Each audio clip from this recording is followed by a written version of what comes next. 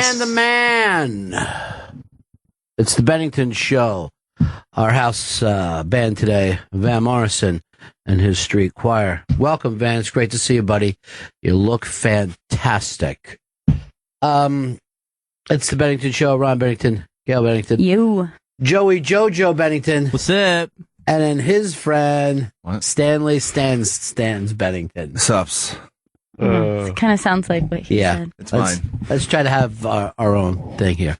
One problem with that song, opening song today, and that is it doesn't last for 7.5 hours.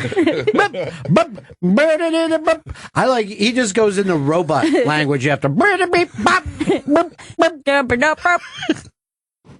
And like, you just think maybe the producer went, sounds great, Van, but you think we should put some English language or even Celtic?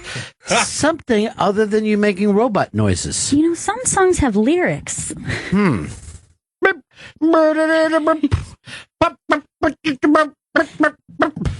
just figure robots are just tapping their feet along. This is good. Me like Van. I don't know if they say me. I mean, I think you should probably know how to say it. they're not babies. They're not babies. But, you know. We need to reprogram him. Even Siri doesn't go, me. Don't understand. And actually, is that more of an alien way of talking than a robot way of talking? I think you kind of combined two. Yeah, It's primitive robot. It's like a robot with like a shitty AI. It was like a baby. like if a caveman had a robot. Exactly. Is that what you said? Yep, cave robot. Cave bot. Me found fire. But a baby caveman robot. Dogs are friends. This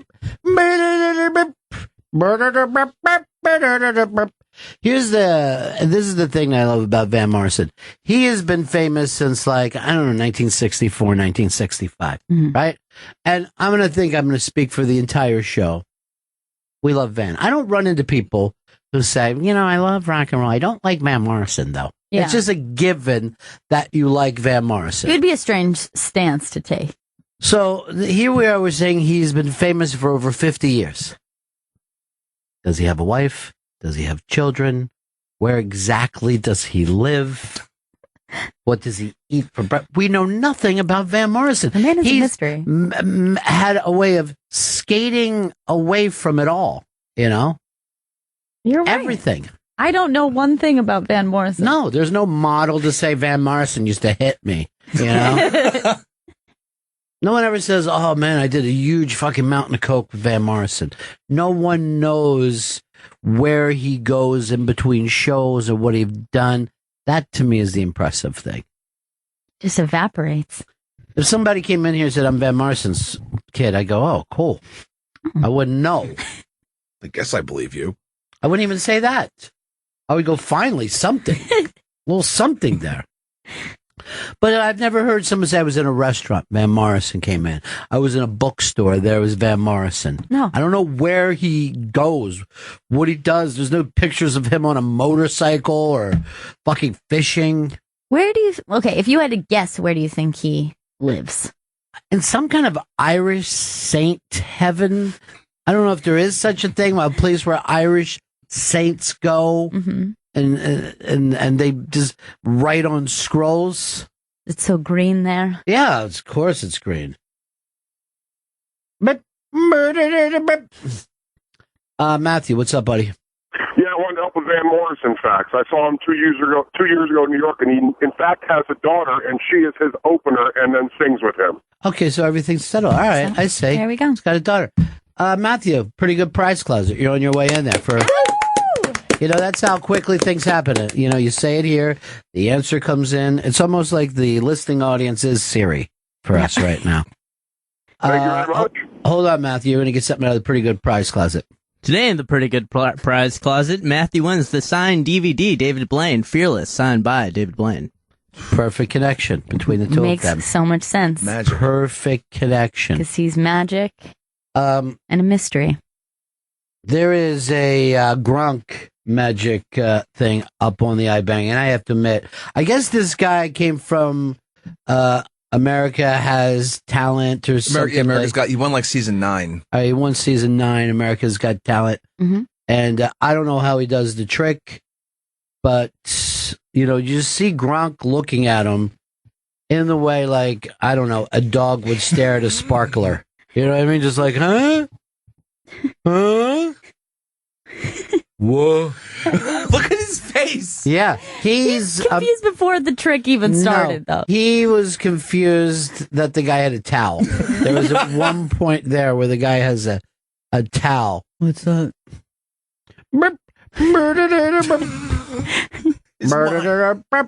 His mind is blown. Yeah. His head goes to the side like, who?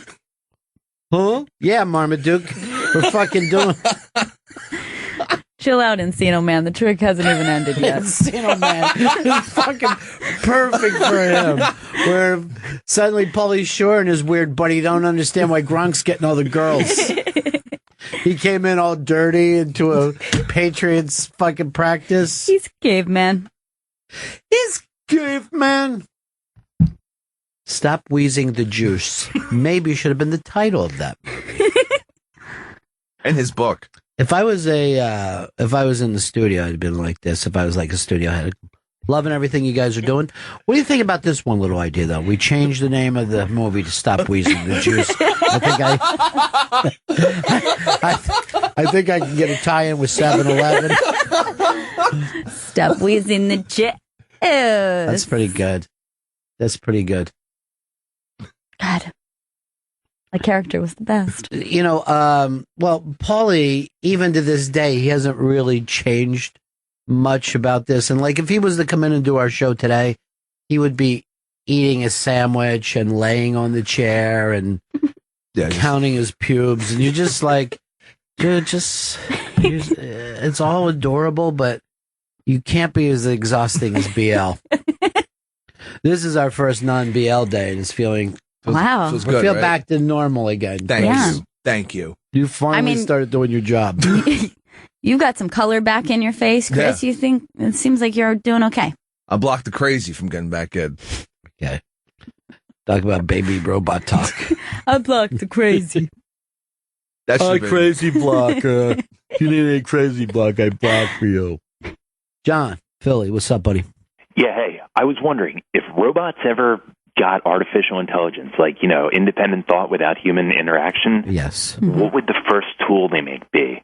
Like, would they make something to help further the robot society? Would they make something to help themselves? Would they make something that just had like question. It really is. Let me see. I think the first thing they'd probably come up with is a robot bar. I think they're just a place where robots could go at the end of the day, share information.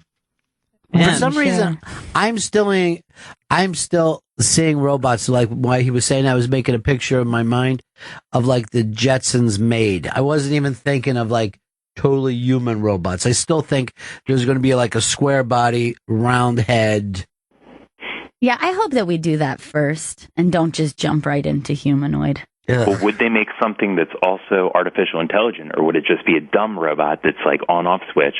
But if it's artificial intelligence, would it know that it's like a slave to the master type thing? All right, so you think the first thing that robots would do would be make dumber robots to get them guac and chips? Interesting. It's like I wonder.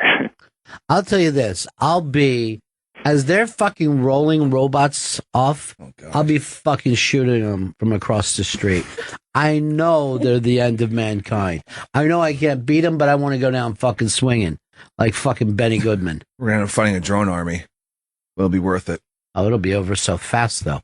That drone army, like all of a sudden there'll be 1 billion robots on the fucking street the next day. It'll just happen fast. And it will happen. Yeah. It's guaranteed. This is where we're going. It's always been known by us. The second that we made the first machine, we said these things are going to kill us, enslave us, suck our fucking battery brains out of our heads, and then take over. Will it ever get to a point where there's like social justice robots? Well, seriously, I've never met anyone who wonders about robots as much as you do. You like to I couldn't ponder. sleep last night. But here's the deal. I don't think, we do the same thing with robots as we do with God. And even animals, where we think that they think like us. You know what I mean? Yeah. So you look at every species on the planet, and they don't have a social justice thing. Not another species that's ever lived ever gets together to communicate and maybe send one of their members of their species into jail for fucking 6 months. Nothing. And yet we think the only way to think is human was. And this is why it's going to be our demise. If I'm going to beat the robots, I gotta think like a robot. And I'll be melting those fuckers down. Yeah. It'll be hasta la vista, baby, as they put their thumbs up, and I'm melting them one after another. We're gonna need more lava pits. By the way, I'm not only going to kill robots, I'm going to kill any human who befriends a robot. Oh, boy. No, I'm going to change that. I'm going to kill their whole family. Oh. It's the only way that they're going to learn. Yeah, aim for the scientists too, because they're the ones, they're helping them, they're creating them. By scientists, you mean engineers? Yeah. Chris? Because we're not babies anymore, where we just act like everyone who's smart is a We scientist. should also kill the science man. It's a broad field. Wait, that was good the way you made him look like the stupidest person ever. I think it's still fun to see Joey Jojo struggle every time he has to give away a prize. Like he doesn't know how to start the sentence or where it goes. Or describe what the prize is. Yeah. I can speak.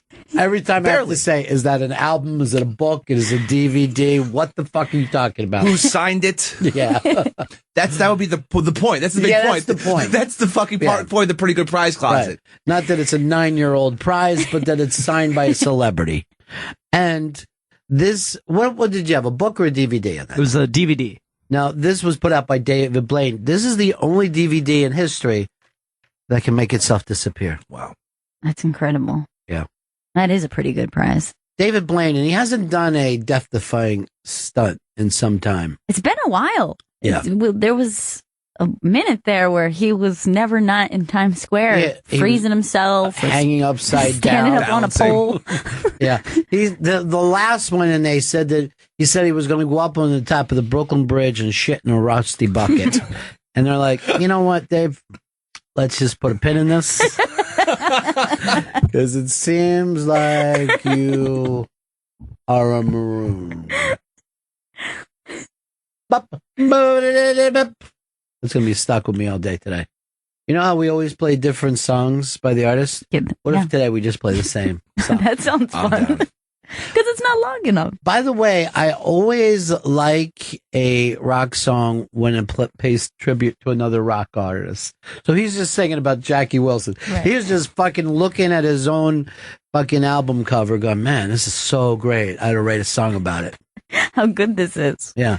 It's kind of a rare thing. Now, a lot of times people will mention other artists, but I remember there was an 80s song called When Smokey Sings. I don't remember who did it, ABC or one of those fucking children of Bowie that were running all around the 80s. Yeah. It's like Roxy Music and Bowie just banged and banged and banged in the 70s. And then all these little spiders just came out of their fucking egg sacs and ran all over the 80s. The only one that comes to mind that I'm thinking of is what's the one where it's like just like Ronnie said, "Be my little baby." Oh yeah, that's Eddie Money. Eddie Money, and actually Ronnie Spector. Yeah, she fucking sang pops back in on a song about herself. Well, there was a couple of people who wrote songs about Ronnie Spector. You're right about that. Say Goodbye to Hollywood was about Ronnie Spector.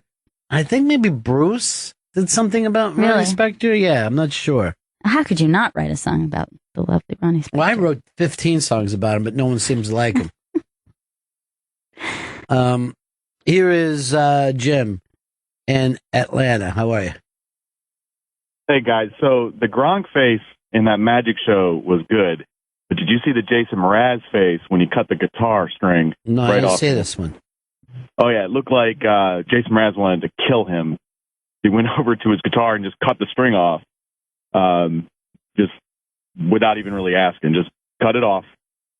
So So Not yeah, even Jason ask Mraz. me. It was during a show. Jason started crying. Look, May I cut this string? we'll go back to David Blaine. David Blaine is the one who kind of invented video and this kind of stuff. The people on the street rather than a guy on a stage in a cape. But the best thing ever is whenever he does black people, because black people will run down the street after seeing magic. See, black people don't understand the difference between magic and black magic. Yes. They just think it's the devil's work constantly. Okay, so that guy's the devil. And it's the best TV that ever happened. And it's the weirdest thing about magic.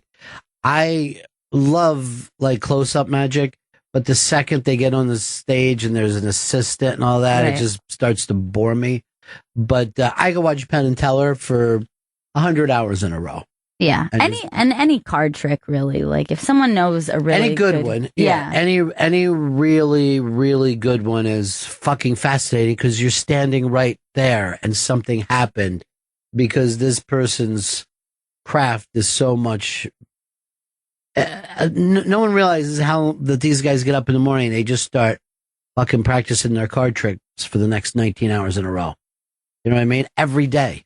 I had somebody do a magic trick for me not too long ago that I was thinking about for 48 hours. Like, it was just driving me nuts. Like, he was writing down things I had written on a piece of paper that was in a bowl in front of me, and I had my hand on it. I have no idea how he got everything.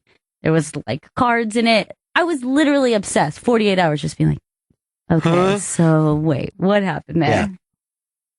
Yeah. We had Blaine come in, and I specifically didn't ask him to do a trick on the air.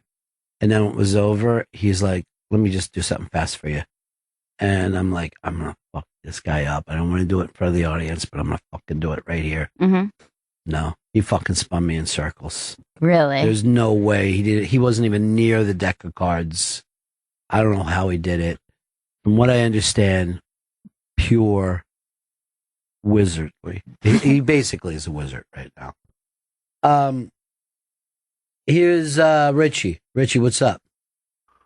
What's up, Ronnie? Good morning, sir. Hey.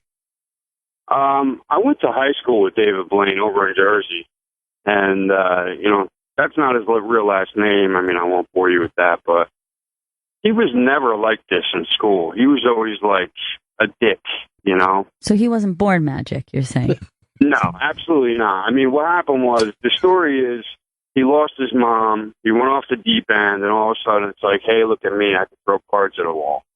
Well, that's a great fucking skill to acquire. See, here's the thing. This asshole. I know. Look. I know. There's always one guy in the high school who gets great, and everybody remembers pushing their face into their mashed potatoes at lunch. But look, Richie, you're the guy who peaked early. David Blaine is. I mean, his best friend lived like 4 houses away from me. We rode the same bus. Right. He gave me a hard time one time. We tangled on the bus one time in 10th grade, you know. None No of this big deal. interests me. I'm sure, seriously, I'm sure, Obama probably fucking copied off someone's paper. Sure. Or made up a lie or cried in front of the class. But he went on to do something. Richie, you're the guy that when he's doing card tricks, you were smoking fucking angel dust. You know it, brother. Yeah. Have a good day, Ronnie. Wait, no, before that, Richie? Yeah. Pretty good prize closet feel. Pretty good prize closet. You know why? Because you knew what no one else knew. That David Blaine was a dick when he was younger. Seriously, he didn't do magic for shit. Let me tell you this. Come up with this fucking trick. Get out of this headlock, huh? You're in the fucking Richie lock right now. Dude lost his mom, thought he was real cool, started doing magic. Started throwing cards against the wall. Next thing I know, he's banging fucking models 2 at a time. All right, it's time to watch the struggle. Pretty good prize closet. What's he win, Joey? Pretty good prize closet. Oh, no. He wins the signed DVD, Interview with a Vampire, signed by Antonio Banderas. Whoa! Jesus, that's great. Whoa, it's amazing. Antonio Banderas, perhaps the sexiest man in the world. So sexy, Banderas. Lon, thank you so much for having me on your show. I'm very willing to talk about this wonderful, wonderful film. That was a crazy movie he came in for. Yeah, where it was fucking the skin. The Skin I'm In. Yeah, I've never seen that. They turn everybody into Caitlyn Jenning. It's fucking nuts. Wait, is that her name? Jenner. Okay, yeah. I was thinking of fucking... One of the names stayed the same, actually. Well, at least I know that I'm a stupid idiot. I'm like, huh? That guy made a mistake. That guy's a moron.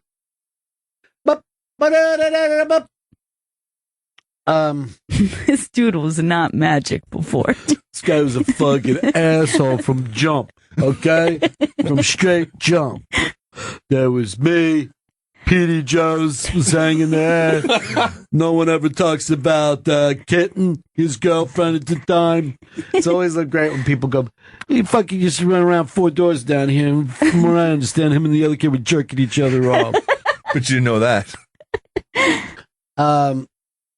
Is Maureen. Maureen, how are you? Oh, good morning. How are you? Good. What's up, darling?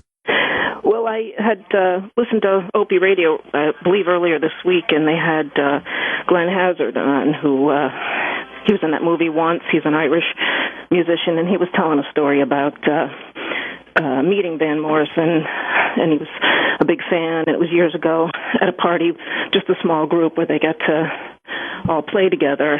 And, you know, he was asking different people, what songs do you want to hear? And this guy, you know, came up with an old Van Morrison song, and I guess Van's pretty cranky. He just said to him, you don't know me.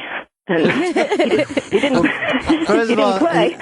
I have heard of, like, that Van is not the easiest person to get along with. But I miss this. I cannot picture Opie and Jimmy bringing the guy in from once and having a discussion. That blows my mind. He has something new to promote or something, but he did say that later Van asked him what was that you wanted to hear, and that they ended up jamming all night together. This story means nothing to me. It's weird though. Are Opie and Jimmy a fan of that guy, that redheaded guy? This is mind blowing to me.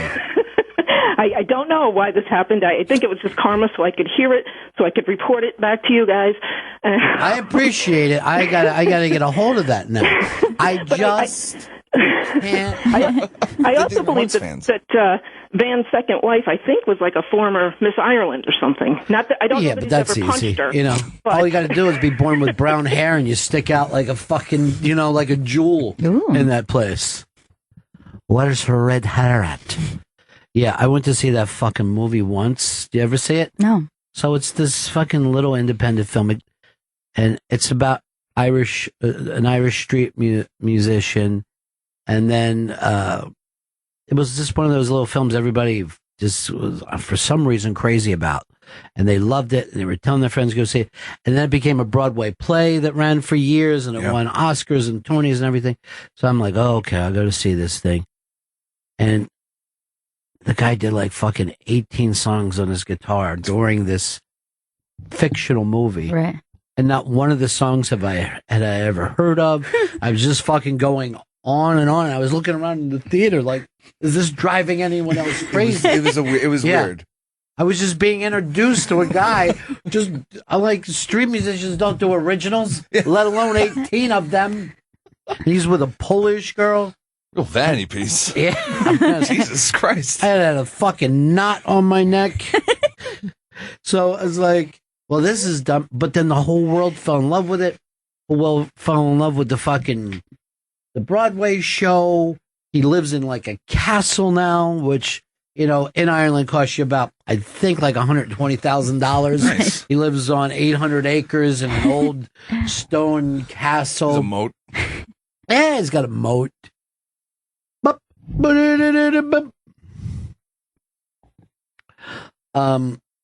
People are writing in about the Gronk magic trick, which they enjoy quite a bit. It's great. They not so much the magic, but they're enjoying Gronk.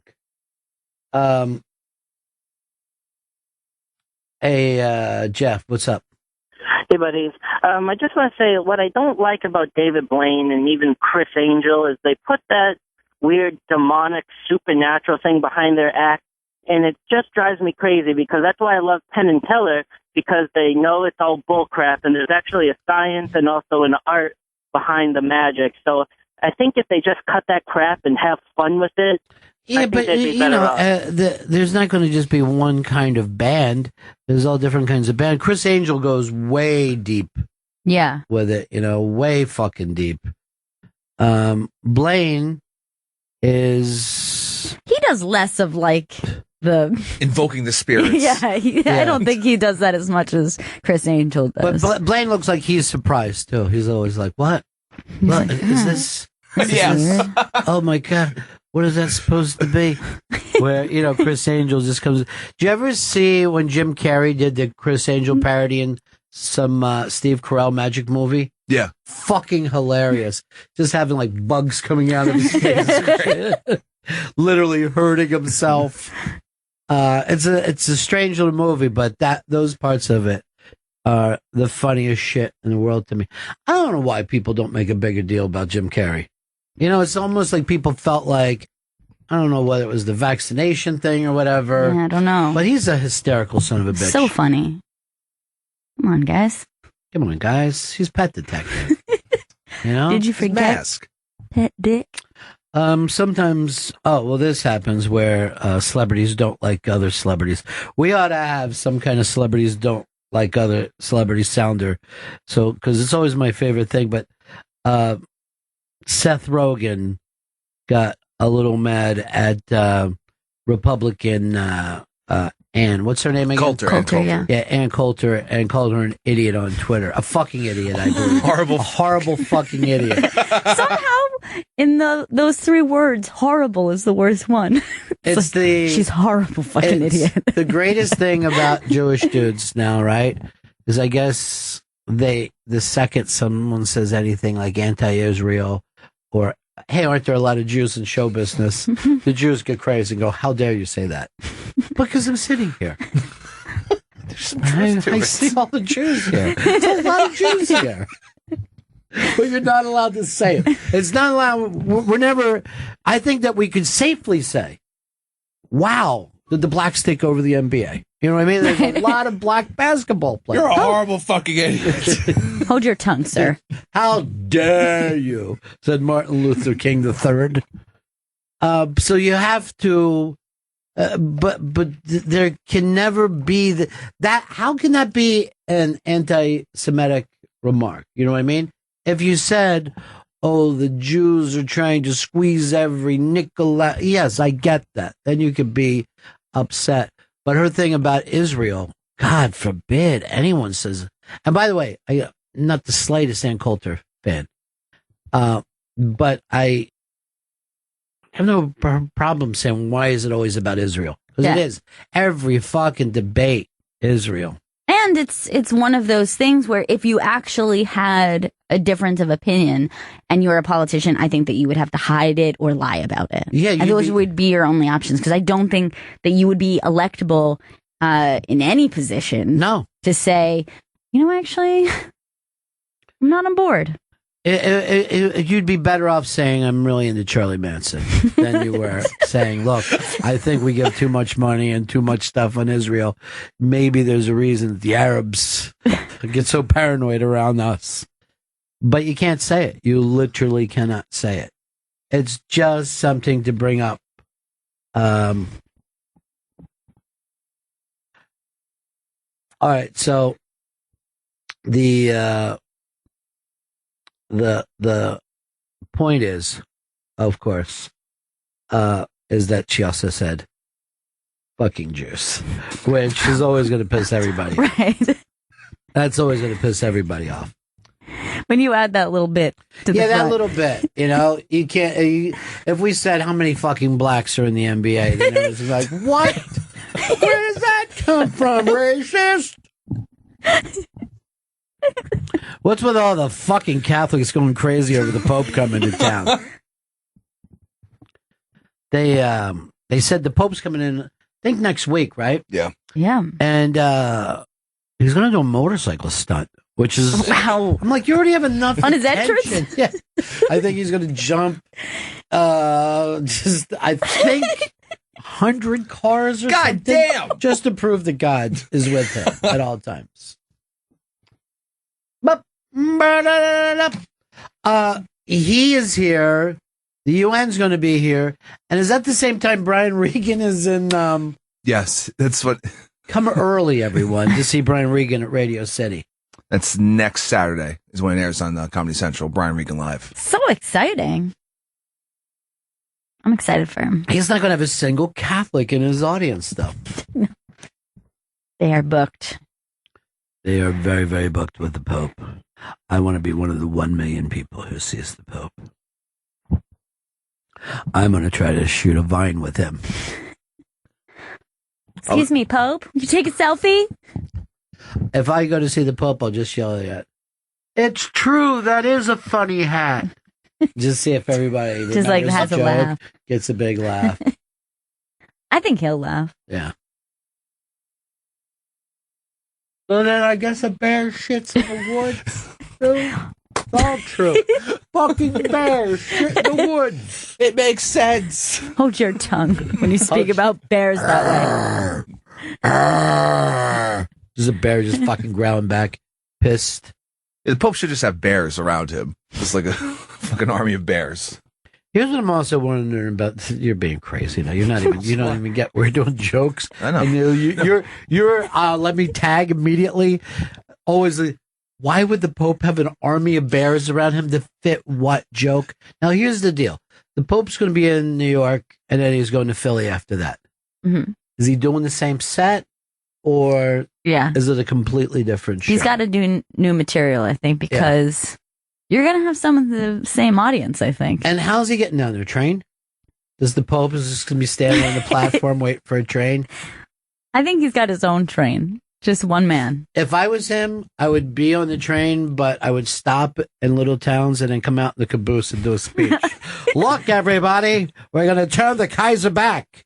I just wish one of these Republicans, there's 17 of them, one of them would just do a caboose train tour where they make speeches. You just step out, you say a couple things, and then the train pulls away, and you're waving to everybody in their little shit town where they're all excited. You need little red velvet gold tassels. Yeah, they always have that. David Letterman has come up with his first post-late night gig. He's going to do a TV show in India where he does a special on climate control. And they said there's going to be over 600 million Indians who have no idea what he's saying at this time. I hope he opens with a joke. You know what I mean? It's weird. I just called them Indians. No one ever says people from India are Indians. Right. It just got confusing. Even to me, I felt like I was Joey giving out a prize. Native Indians. Yeah. That's a weird one, though, huh? Didn't expect him to go to India for his first gig back. Yeah, I lost money on that one. Lost some big money on that one. Where was your money on? I said that I said he would probably do something in Sri Lanka. Mm-hmm. That's what I expected. Now, is it going to be on American TV? It's going to be on the National Geographic Channel. All right, so he's not going to be in India. He is going to be in India. He's going to go to India for this documentary series. Why can't he just do it from his house? I don't know. What is he going to discover something in India? Just throw him on a green screen. I'm here in India. Yeah. The slums. I'm surrounded. Look at these bastards. Do you want to walk and talk in front of the green screen? What was that movie that everybody acted like they loved where the kid from India went on? Slumdog Billionaire. Why did we all act like we adored that magic movie so much? It was so bizarre because, like, watching, I was like, wait a minute, this is just shilling Who Wants to Be a Millionaire also. The whole movie was Who Wants to Be a Millionaire. I thought it was very weird, but people lost it. You know, that's one of those movies. It was huge and everyone was talking about it, and I never saw it. Well, I will tell you this. I never saw it a second time, so you'll let you know just how good it is, you know. But everyone's like, you gotta see Slumdog. I know, I was one of the people. You've gotta see Slumdog. It's unbelievable. Yes. Have you seen Slumdog? It's so slummy there. I was alarmed how slummy it is. You know? That's how I got tricked into once, and I'm just not going to do it to other people. I've just seen once. I saw it twice. It's fabulous. Oh, Slumdog? You haven't seen it yet? Yeah. You simply must. Sure. No, there's this young Indian boy, and he goes on an adventure. Yeah, I hate when any movie comes out that people feel like it's like I haven't seen Selma yet, right? Because I have read books. I don't need Oprah Winfrey to be on the bridge for me to understand that this is a big deal. Really put it into perspective for me. Now I get it. Yeah. Oh, civil rights, right? Very compelling. I cried. I literally cried. No, I won't lie to you. I shed a tear. My sensitivity surprised even me. I took my colored butler with me, and we both sat there as equals. And then he went and got me some popcorn and M&M peanuts. See, I like to put them together and get the sweet and salty. That's my trick. The kid from Once Was Dead did 42 brand new songs. This fucking pisses me off. So someone writes into me that when he was on Opie's show, he did a cover of Into the Mystic, right? Yeah. But I go to the fucking movies and I don't get to see one cover song. I get to see 18 songs I don't know. He comes in for Opie and fucking covers something we all love, can sing along with. Simply fabulous. This guy loves to suggest things. You truly must. You have. Don't just sit there. Run. Run.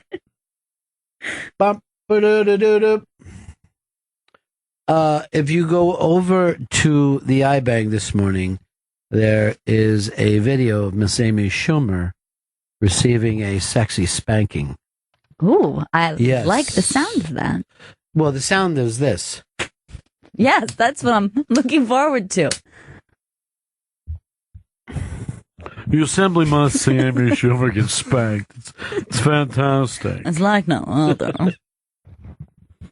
Oh, you haven't seen it yet? All right, so there, Chris, go ahead and hit play. There she is being spanked. Oh, shit. Whoa. On her ass by Madonna. And now kicked in the ass by Madonna. Less sexy, but still sexy. Oh, and now banged from behind by Madonna. All right. I don't think Amy understands how serious this is. Madonna is not playing games. She's like, I thought we were kidding. No. Madonna loves the S&M thing. She does. Amy's very good at it, too. But when she mounts her from behind with her big Madonna cock. Yeah, she knows what she's doing. Yeah. I mean, that S&M stuff, it's her bread and butter, really. It really is. That's just morning toast for Miss Madonna. She's dunking in coffee. Go crazy, all you gays, watching two women fucking play a little S&M. I wonder how Amy's set was in front of that crowd. Yeah, it's always a thing, like combining the comedy music situation. Difficult. Yeah, it's a difficult thing for anybody. And also S&M, combining that as well.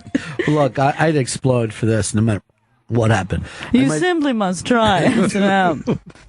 You haven't lived until Madonna pegged you in the Until house. you've had some clips on your nipples, you have no idea what I'm talking about now. I'd tell you more, but I gotta put on my discipline helmet.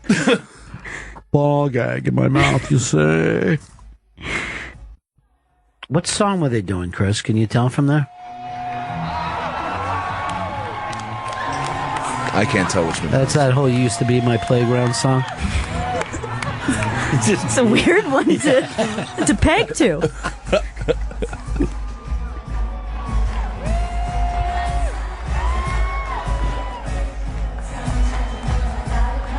I don't know what that is. I don't know what the fuck is happening here. It's like jazz dancers from the 1930s. Amy Schumer's being spanked. Madonna takes her cock out. This was a crazy show. And the Pope's supposed to follow this act at Madison Square Garden? It's quite a night.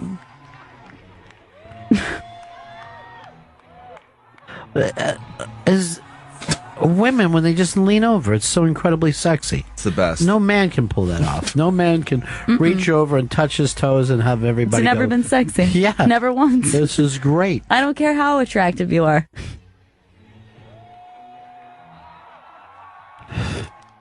It looks like the gay guys are acting like this is the sexiest thing ever for them, and they're so excited about it. But why would they be? The backup dancer on the right is the one that was like, yeah, he like pantomimed pegging her, and then Madonna then started pegging her. That guy's really loving. All right, so you're saying he's the brain trust behind Madonna. Seriously, what you're saying offends me. Do it. Come on, you know you want to. Like we do in the ass of each other. That works for me. I'm telling you that right now. Hell yeah. Works for me. That'll do. There's a, the support nipples thing. What do they call that? Nipples? Free the nipple. Free the nipple. There's pictures up on the iBang of Naomi Campbell. And I got no problem with this picture at all. Delightful. It's great. Yeah. Now, what's Naomi Campbell's history of that? Who's she married? Is she married to Bowie? I don't remember who's married to Bowie. Amon? Oh, yeah. Yeah. Now, Amon was found in Africa, she was literally like a tribal person or something. Yeah. And, but who's Naomi Campbell? She's the one who hits people? Yeah, she's beating people with cell phones multiple times. Right, yeah. Yeah, she posted this to Instagram, and Instagram just has a big problem with anyone showing breasts. Why? No idea. I have no idea why they... All right, let me ask you this. Do they have a problem with men showing breasts? No. No further questions then. Dude nipples. Your Honor, we're going to recess now. No, you call it recess. Okay, I made a mistake. What I'm saying is I'm not going to ask any more questions, but I don't want this witness to leave town because I'm going to fucking call him later and blow his mind. Yeah, Instagram is all about enslaving the nipple. Leave the nipples out there. They're not bothering anyone. All right, hold on. David has got a little spy report for us. David, what's up, buddy? Hey, good morning.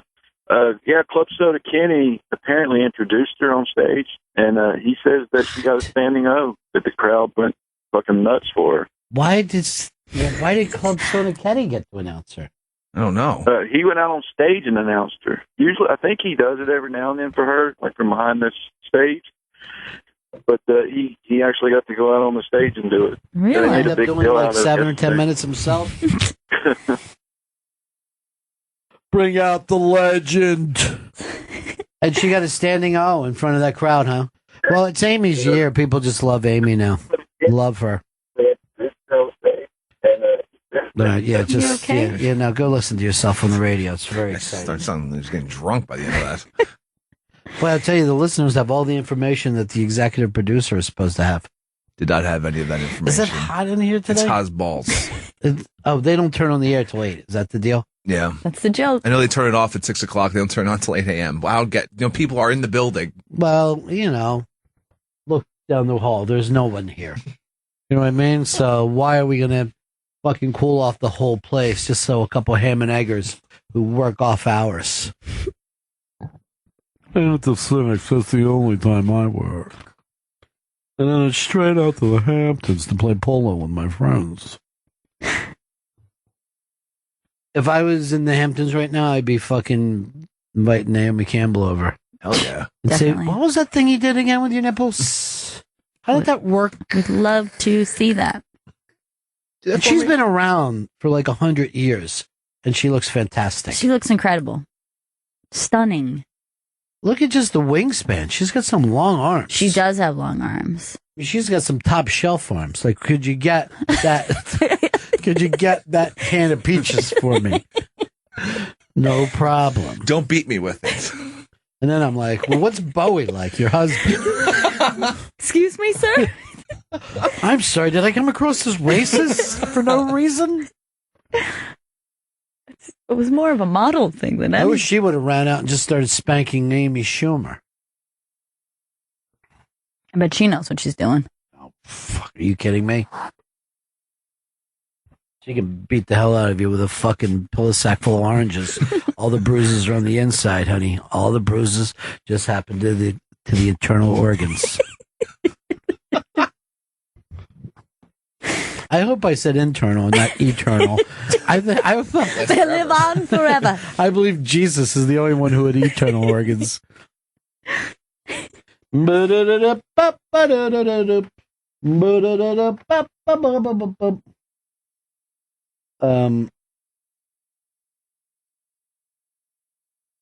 Kyle said he overslept. At least he didn't miss hashtag Bennington. No, you didn't. We enjoy doing these occasional Fridays on the Opie Radio. Oh, yeah. Love it. And it replays today on this channel at 3 p.m. Well, if we were listening to the replay, right? Yeah. You just go, oh, this is a fucking replay. Chris just said it. I was letting on that it was coming up on 4 in the East right now, which would make it almost noon for you people in the West. The West is the best. Let's see what else is in this thing. Craig Ferguson gets yet another series, this one on the History Channel. And they say he's going to be doing some kind of pot talk style trivia questions. Will it be history related on the History Channel? I think so. Yeah, it's going to be history related. I think it's already happened if it's going to be on the History Channel. I think it happened about 100 years ago. I don't know whether you've ever seen his game show. It's pretty strange and syndicated. It just seems like he decided not to get off of TV, yet to do some weird outlier type shows. Like it? I don't know. It's weird. It's up there with Jay Leno and his car show. It's like it's on TV, but you've never seen it. Not once. Where it exists. I like to see Jay Leno go around and try to fucking rescue bars. Put in a fucking tap system that's going to turn everybody around. A butt funnel. Yeah, scream at some of these people who you claim you've caught stealing. It's the only show where they'll actually scream. He walks in screaming. He's screaming in the car, watching his surveillance. Frank in the Bronx. What's up, Brownie? Good morning. That show's pretty cool. When you said she's married, David Bowie's married to a man, I think you meant Iman, right? Iman? Yeah. Iman. What's that? You said a man. I mean, a man to hug and kiss. Yeah. No, but I actually was lucky enough to make out with Naomi Campbell about 20 years ago at the Budokan. Uh-huh. And how'd that happen? It was we were wasted. She was with I call him the Iron Sheik, one of these guys from the bar, and we were doing shots or something. And I said, I've always wanted to kiss you. And she came and grabbed my face, and she gave me her tongue. And I think I didn't wash my mouth for like 2 years. You know what? There's something just really great about late night drinking where something like this actually could happen. Anything could happen. It really did. I'm telling you, I have a witness. My friend was there with me. You don't even need to get him, Frank. I'm believing your story. I don't know why, but I believe you. I'm telling you, it was a great night. I think I might have been doing about 3 8-balls at the end of the night. But that don't make you a bad person. No, I didn't like it. I just like the smell of it. You know what I mean, Ronnie? Yeah, I'm familiar with humor. Hey, one other thing, the Eagles. What are you thinking? I'm not allowing myself to think. It's a long season. It's a long season. Fan. I got a retard for a quarterback. What can I tell you? My Giants are killing me. But can I tell you something? He got you 2 Super Bowl wins, and it means nothing to the people of New York. I can't agree with you anymore. You're right, Ronnie. But how many times are we going to give him that? He got him for us. He just got $84 million. You would think he would know what fucking down it is. Look, I was talking with Eastside Dave the other night, and he said that he should do that "Don't Be This Eli Manning" as himself, and just he is that guy. Don't be this Eli Manning. And I was fucking cracking up. I'm like, yeah, you can play a clip from the Super Bowl. Be this Eli Manning, not this Eli Manning, a guy who doesn't fucking understand how to play the game. Doesn't know how many timeouts there are. Well, first game of the year. That's all. Shaking it off. Yeah. In the meantime, they act like the fucking Cowboys will never lose another game now. Yeah, okay. You know, they act like, oh, Tony Romo's the greatest thing that ever happened. Who's he going to throw to? That stuff is the most annoying. Like one win and somebody is unstoppable, one loss and it's over. Yeah, it always happens in the beginning of the season. There's too much sports radio, and they need to talk about something, and they freak out every single day. I guess you can't just be like, well, we don't know yet, guys. We just don't know. Look, we cannot predict. There's President Carter making out with his wife on the kiss cam. You know what's weird about Carter's wife? She looks exactly the same. I mean, that's what she looked like in 76. She looks good. Yeah, she didn't in 76. That's the thing. It's caught up to her. She grew into this age. Caught up to her. I don't, there's nothing I hate more than a kiss cam. I just find it to be the worst possible thing in the world. The New York Mets just announced that they're retiring. Wait, let me ask this. Yeah. Did Mr. Met announce it? Is that who did Please it? tell me he did.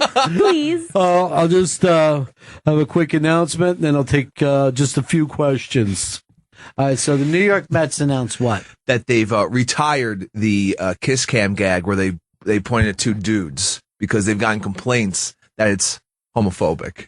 So they will no longer be putting two men on the kiss cam. Because they're saying, wouldn't this be ridiculous if these two men kissed? So that's why they're over it. Yeah. So they said, we will never do this again. Well, because it gets a laugh. Right. It's here's what happens, because the kiss cam is the fakest fucking thing in the world. So they show to, you know, a guy and a girl and everybody, hey, kiss, and they kiss, and then all of a sudden they just show a close up of the two guys and they both kind of look up and they have big eyes and they're like, huh? And everybody's laughing. One guy goes in as they a look joke. in, and then they just start to kiss hard, and the place is like, gay sex is the funniest, most ridiculous, stupidest thing I've ever heard of. It's hilarious, but uncomfortable for me. What if that was real? What if men actually kissed? But the kiss cam is fake. The fucking...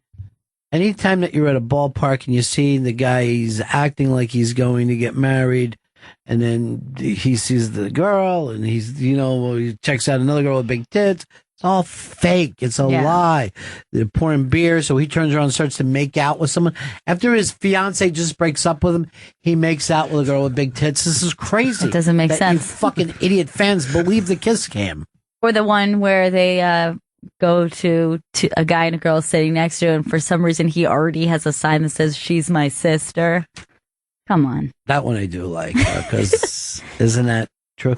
But apparently those are all interns. Yeah. All interns do that kind of work. They're just like, fuck, four more innings, and I get that I am my sister's sign. She's sure it's not upside down. Hope I remembered it. But I do like, you know, kiss me under the moonlight. Like the fucking song. They play that Sixpence None the Richer. I don't know why I remember that's the name of the group. You know what? I want to start and just do a Chris cam. Okay. I like it. It's Stanley just fucking drinking at different places. That's all right. That would be great, is like wherever they go in the stadium, there's Stanley. Who's that guy again? How's he doing? Well, it's the Chris cam. And finally, he just puts up something. It's me. It's David Blaine. Put up the Chris cam song. They had to just do a thing called the urinal cam, and they just rush in and watch guys piss. What the? Yeah. Oh, it's everywhere. Yeah. Then at the end, two guys kiss with their dicks out. Everybody laughs at them. So, a gay group complained about it, or who complained? They said multiple fans have complained. That was a report that multiple fans complained to them. Well, that could be two. About it being homophobic. It could be two, and so that they've decided to not be homophobic and no longer show two men on the cam. But what if they showed two actual gay men on the cam? I guess people would still be annoyed. I guess. What if they just have just a sign that says "fucking gay marriage is great"? Wouldn't that be better? I think it would be great if they had an interracial couple and then everybody booed. Oh my God. What's happening? Our fans are terrible. Yeah. Well, it just would be in Boston. No. People in Boston. What the fuck is that? Busing coming back? People in Boston hated busing so much. They just fucking despise getting on a bus. Really intense. Yeah. Just a bus, dude. It's a fun commute. Everyone does it. You guys are going to work in the future. Maybe you can do your homework in that. You'll meet somebody. They go crazy. So when do we finally get interns to put on our Kiss Cam? Monday's the Kiss Cam interns. Ooh. Now, what do we have this year? What's the story? Give me some. We got two dudes. One fancies himself a writer, and the I like this already. Who is it, Oscar Wilde? What? Please tell me that's not how he explained it to you. I fancy myself. I fancy myself a writer. You're hired. You see, Chris, I'm a man of letters. A thinker, if you will. One might call me a wordsmith. A teller of tales. Scribe. An entertainer of children. You're very impressive, son. And I call him son. Please tell me you don't call the intern son. As I stepped into the Sirius XM studios, I was met by the Chris Cam. That'll go in my novel. All right, so one fancies himself. Yeah. One is a scribe. The other a traveler. Visitor of far-off lands. A ne'er-do-well. By the way, I hate when any journalist writes scribe as to say someone is a writer. Because Middle Ages? Nobody says that in life. You would never call a writer a scribe.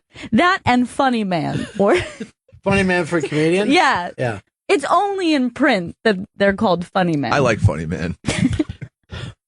Well, that's because you're not one. If somebody said funny man about you, they mean it ironically. Ouch. Ouch. That hurts. Ouch. They mean funny, ha ha, you know? He's a funny man, if you know what I mean. He's quite funny. And the other intern is a sports guy. He's really into sports. Sports guys. He fancies himself a sportsman? Yeah. A sports scribe, if you will. Yeah. Beat. Yeah, I can't stand to be around the sports guys. Every fucking dude who comes in here claims that they follow sports, and what they mean to say is they're a Jets fan. That's all. Oh, I noticed Dan wearing his San Francisco one more time today. Yeah. That's weird. I think wearing the same sweatshirt day after day is no different than wearing the same underwear day It's after the same day. to you? It's the same exact thing. You gotta mix it up. Well, at least when it has a marking that everyone has already made reference to. You've already brought it up. We had that problem with Stanley's Zoo York shirt that he was in here. What's with the First of all, it's not even cool enough, chilly enough to be wearing sweatshirts. Dan, by the way, steamrolled by BL yesterday, down to the point where he actually took off his headphones. That was weird. Yeah. Were you intimidated by her? No, she's just a different character than I've ever met. Yes, but who, while they're talking with someone on the radio, takes off their headphones and I gives reject it to this another? conversation And with I'm this like, woman. I was giving it back to Joe because she was talking about how Jewish Joe is, apparently. Why can't you guys just put the headphones down between you, and that way you both can hear? Yeah, that's a good tech-savvy suggestion. Without being steamrolled, as we say in the business. Which is the worst thing that could happen. We're going to fancy ourselves that idea. But I hate to see them both go out on a loss, you know? Well, they don't have a chance to. Yeah, it was a bad day for Dan and Joe. Wow. It was a bad I day. thought it was a minor offense. No, it was a bad day. No, it was a setback. You know what? After the show, I was disgusted. With yourself or that your was breath? usually. Your own addictions. Oh, that's constant. I don't know. I don't see you even keeping up with it as much. And you said Dave is completely sober now. Just off booze. He still smokes herb. Thank you for kind of minding me. I wasn't still sure hangs what out in the In smoke the zone. program, we call that marijuana maintenance. It's frowned upon by the old timers. But Right. people like myself don't give a fuck. I don't care. I don't care if the rest of you drink. I'm doing my own program. Go ahead, go have some shots. But he is not a good marijuana smoker. I remember that we were out once and he was afraid to smoke marijuana because he thought we would say funny things or turn on him or become peculiar. I'm like, that's not a marijuana smoker. Yeah. A person who doesn't know how they can handle it in a crowd. You just light up. I mean, it's Either light up or leave me alone. That's what I say. exactly. Chris was right. You just light up, Yeah. you know? Or vape up at this point. Ugh. There's something robot-y about that I just don't like. It's very futuristic. It's like you put your weed in the oven, which is also kind of creepy. Things have changed. We're not natural anymore. We're just not natural. All right, somebody sent it to Chris Cam. Joseph sent a picture of the Chris Cam, and that's Chris with his Viking helmet on, smoking with his red nose. Nice. That was your big look, remember? Oh, hell yeah. It was a classic pick. That was huge for Red Nose Pat Day. You're says that the Kiss Cam has been replaced with the Face Fuck Cam. Nothing wrong with that. Okay, the guy who made out with Naomi Campbell was definitely BL. All right, so the guy said, Naomi Campbell, this chick has always been ugly. What? Okay. Come on. That guy's correct. What? 3 of 10. Well, Carla says her favorite Friday is always a hashtag Bennington Friday. Oh, thanks, Carla. And then Brenda says eagles are majestic creatures. Hashtag Bennington. I don't know. I'm telling you the truth. Even though the new football season has started, I haven't warmed up to it yet. And I was really waiting for it to start. Yeah. But I'm finding myself more and more bored watching the game. Did you watch last night? Yeah. We discussed it. Remember? Oh, yeah. Oh, look, you just take your sweatshirt off now. Convenient. Well, I take notes, yeah. Quick question, Chris. You watched last night, huh? Watch the game still? You still watch it? Yep. Why don't we break here? It's so hot in here. I'm fucking sweating. It's actually kicked on now. It's just the opposite. It's chilly in here now. Did you know that? The air kicked on like 7 minutes ago. Pouring sweat.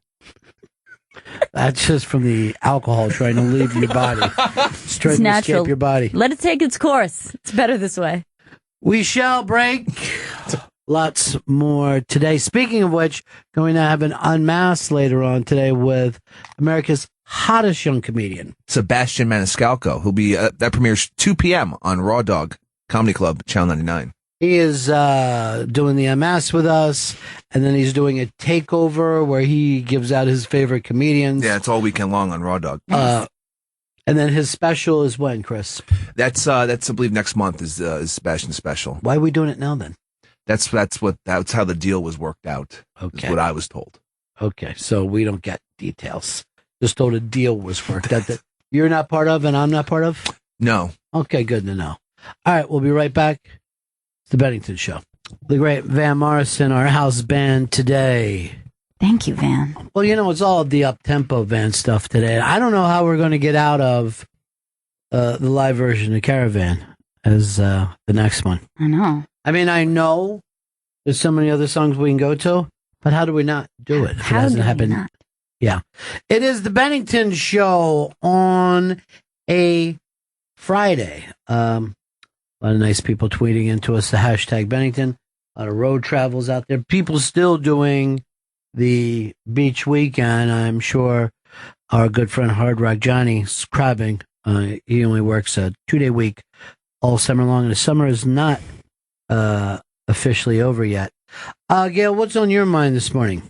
Well, I have a little something on my mind. If you recall, I was very emotional about the fact that Burger King had offered a little peace to the world by saying, McDonald's, will you partner with us on Peace Day to create the McWhopper. And McDonald's will not do it. And now Burger King is going on and making the Peace Burger anyway, but they have to do it with like a bunch of not so great burgers. Like what? Denny's, Crystals, and then 2 other that I've never even heard. Well, first of all, I didn't know Denny's was famous for a burger. I don't think they are. I think that the Burger King just started saying, please, who will care for peace? So what they wanted to do was to get a McWhopper going, which would have been so much fun and would have gotten lines just because the weirdness of a McWhopper. You could have had it with a Coke, Pepsi, and we're all together and we're holding hands. They didn't pull it off. Crystal, okay, that's somewhat of a known burger. What are the other 2 ones? Wayback Burgers and Giraffas. I have never heard of either one of those 2. You never had a giraffe burger? I have never had a giraffe. I had them when I was in Ethiopia. Wait, that was a giraffe burger. I didn't even think anyone would say, oh, I went to Denny's today, and boy, did I have the best burger. Are they known as burger people? Well, yeah. I mean, there's burgers and shakes at Denny's. Denny's is a diner. As a matter of fact, they're now acting like they're a throwback diner. They don't even look like old Denny's. They look like 1950s diners. Right. I was in one on our way to go see Ghostbusters when we were on the Ghostbusters set. Because I always thought of, Denny's is that 60s, 70s kind of space age look, but they're out of that, the throwback diners. You can get a burger at Denny's. You could always get a burger at Denny's. But normally when you go to Denny's, you get breakfast, no matter what time of the day it is. I mean, there's always all kinds of things in the menu. It's a giant menu. Sure. But you get breakfast. Which is what I do at most diners, not just chain diners anyway. I feel most comfortable in the realm of breakfast in a diner. All right, it looks like you've made some people mad. Here's Josh. Go ahead, Josh. Gail, as a native of Swamp Bitch myself, I take issue with you speaking negatively about Crystal. Listen, Crystal is the biggest name of the 4. It's the biggest name of the 4. Well, I it's understand. nowhere near the size of a Wendy's and In-N-Out burger. Exactly. Yeah. It's a great burger, not just when you're drunk. It's actually pretty good. No, you're seriously drunk now. You know what I mean? There's no such thing as a good 99-cent burger. I don't care what anyone says. But what Gail is saying, if you were going to do a McWhopper, this would make it would be legendary. Yeah. Yeah. And the second we heard about it, we all got a kick out of it. Wendy's would have been the next move to make, and apparently they weren't even interested. I don't even know if it was offered to them. I don't know why they got skipped. Probably because they think that daughter is so ugly. They're acting like Wendy's is not. Crystal, for people who don't know, they're White Castle. Basically the same as White Castle. Joey in Georgia. George, what's up, buddy? Hey, what's up, guys? Hey, man. Hey, there's a Denny's down here in my area. First time I've ever seen this sign. Instead of saying shirts and shoes required, it says shirts and shoes appreciated. I thought I'd share that while we're talking about Denny's. I've never seen that before. There is, just appreciate it. We're not going to say at no point won't we, but please. Please. You're still going to get served, but we'd rather not look at your stank foot if we can help it. Be kind if you would just be fully clothed. Here is Blind Bez. Blind Bez, what's up? Hey, last time you called me Blind Bez, it's Blind Bev, like Beverly. I call you that because that's the way my team puts it up. But I understand we're going to have a real scribe back there soon. Oh, yeah. That's all right. Great show. Love you guys. Gail, Thanks. love your PC&D. That's the best game ever. We have to bring back some PC. Yeah, let's do it today, later today. That sounds like a good idea. Yeah. I'll be listening the rest of the day. Okay, anyway, good. how about a Wimpy Whopper? Wimpy's Burgers. So Wimpy's Burgers. They're the best. They're huge. They don't play here in our area. We're not even familiar with it. Oh, I thought they came from the States to Canada. No. Oh, Wimpy's. You know, straight Canadian. Wimpy's Diner. Yeah. Their burgers must be about 8 inches long by 4 or 5 inches wide. This is the first 2 thing you inches haven't thick. typed into the entire time I've known you, and I've never seen a Wimpy's before. Oh, well, yeah, it must be this Canadian stuff that I keep bringing up to you guys. Yeah. Oh my God. I still got to send you guys the Candy Thrills, those purple gum. Yeah, You gotta- send us some of that. You got to try it. I'll send you some next time I grab some. All right, thanks. Okay, thanks. Bye. Okay, that doesn't fit on the bun. They're going to have a hard time collaborating. I don't want to call it horse meat, but I can't imagine. That does not look. I mean, to make it wider and thinner, you're not even adding any more to it. That doesn't look good. And the drawn-in fucking lines that are supposed to be grill lines. And not one slice of cheese, just a hamburger sandwich. I don't even think I could be friends with someone who orders a hamburger instead of a cheeseburger. It really confuses me. What is the point? I guess some people can't handle cheese, but that's, It's okay, and I'll give you that. It's one thing if it is for medical reasons, but if you have the ability to eat cheese and you prefer a hamburger, that's very disgusting. very confusing to me. That's disgusting. That's a horrible person. That's the kind of shit Hitler would do. That's what Hitler would eat. That's the same kind of person who probably also orders dinner at a diner. I'll have the fish of the day. I saw someone order catfish in a diner and then throw up later. And by the way, I'm behind them in my car, and I saw them just hang their head out and just start throwing up while we were driving. And I go, dude, you ordered fucking catfish. You had catfish at a diner. Yeah. Who would do that? Other than the elderly. I see the elderly. They'll be in there eating like the Salisbury steak. Oh, yeah. I'll see them order lobster in there. Well, you can, in New York, in a Greek diner, order any fucking food that exists on the planet. Yes. They don't care. There's a phone book that they give out that is a menu. And it basically just says, if you can name it, we will make it for you right now. It's very overwhelming. That's why I just stay with breakfast usually. Yeah. I like the from the C section. Look, if you go into a diner, you're getting breakfast, you're getting a burger, you're getting a turkey club. Yeah. Anything off that is madness. Right. If you want seafood, go to a seafood restaurant. And of course, any combination of using those same ingredients, like of course a BLT falls underneath that. Yeah, BLT is just a club sandwich without the turkey. Sure, go for it. But if you're going off of that list, you're going to be in for a treat. Mm. Yeah, I guess. Or you'll see also they'll be like, the linguine. Like they'll have pastas too. I can't imagine those are good. Joe in Chicago. Joe. Buddy, card holder 13569. Oh, hooah. Hey, I'm a kosher Jew, and kosher Jews can't eat meat with cheese, so I guess we're all weird.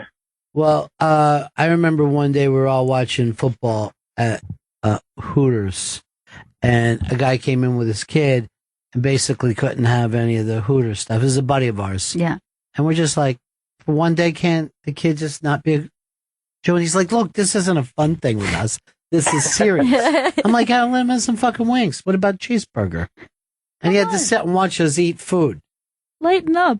Yeah. Saddest day of my father's life, the day I had a bacon cheeseburger. It was the young Jonah Bobo. The Bobo. Yeah, his I remember. parents are very, very kosher about it all. They're very serious about it. But then you shouldn't sit at a non-kosher table while we're all eating like maniacs. Very true, very true. Now, why won't the Jews eat cheese with meat? What's the big problem there? It's actually not part of the Ten Commandments, but after they got off the mountain with the Ten Commandments, Moses made a bunch of laws, like a dietary laws that are in the book of Deuteronomy. And it's just one of those dietary laws that really strict kosher Jews keep. Well, I always thought a lot of that stuff was because, like, with the pork and stuff, that shit probably didn't keep well. Exactly. You know what I mean? It was a healthy precaution. The same with shellfish. You know what I mean? Right. Because guys Very probably true, very kept true. shellfish in their pockets and rode around the desert and then tried to eat it, you know? So, But then bread rained from heaven, and that's what they had for 6 days a week while they were in the desert, which is the weirdest starving, part of that too. story. I wouldn't mind eating some heaven bread. Sounds That's delicious. right. Yeah. Make a burger out of that. Joe, Yes, you're sir. going in the pretty good prize closet, my friend. Yeah, Joe. Oh, awesome. Yeah. Joe wins. Signed DVD. Born to be Bobby. Signed by Bobby Slayton. Nice. Nice. I will cherish it forever. Yeah, you should. Bobby Slayton, sir. I ain't believe those fucking DVDs are still out. I don't get anything back. I'm not even fucking getting a taste.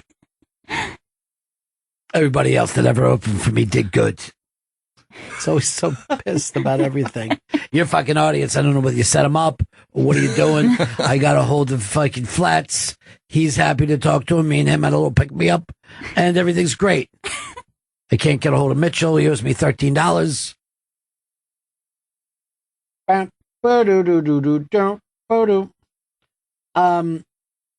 Ed in Boston. Yeah, hey Benningtons, how's it going? Cool, man. I in college took this girl out on a date, so I decided, limited funds to take her to IHOP's for dinner.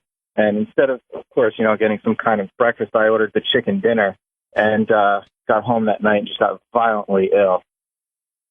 It's not called the International House of Chicken. It's the International House of Pancakes. You're fucking crazy to get anything other than pancakes at an IHOP.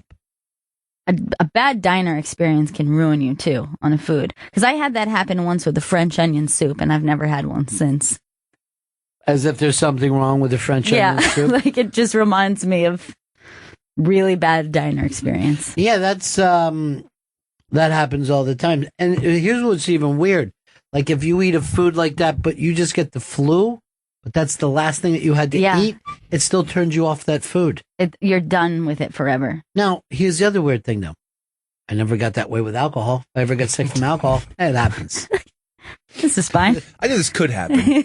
But I went like 8 years without eating steamed shrimp. And even now, if I eat steamed shrimp, it fucking bothers me. Like, no. I think I'm allergic to this. But if it's cooked any other way on a grill, this is delicious. This I'm okay with. I guess we grilled the disease out of it. This has never hurt me. Yeah. But I think, a lot of those kosher laws, because the Jewish people followed them for eons, is why friends of ours can't have ice cream without they're sick. Because somehow it's not in their DNA to be able to handle that. It's an outside food to them. Exactly, just like people who didn't have alcohol until much later. The Japanese? There are a couple different, I think, cultures that didn't have alcohol till late, but the Japanese are one where they actually, physically are bad drinkers. So that's why, the Native Americans struggle with alcohol because they didn't have it early on? Exactly. So they didn't have that little base of your body wasn't programmed to know how to handle it. I mean, even, I have a friend who's Japanese, is like her face just goes completely red. It actually looks like she's having an allergic reaction. It's kind of hot. Yeah. Actually, yeah. Yeah, it is. Very, very so hot. rosy. It really works for you. This problem that you have. Nice.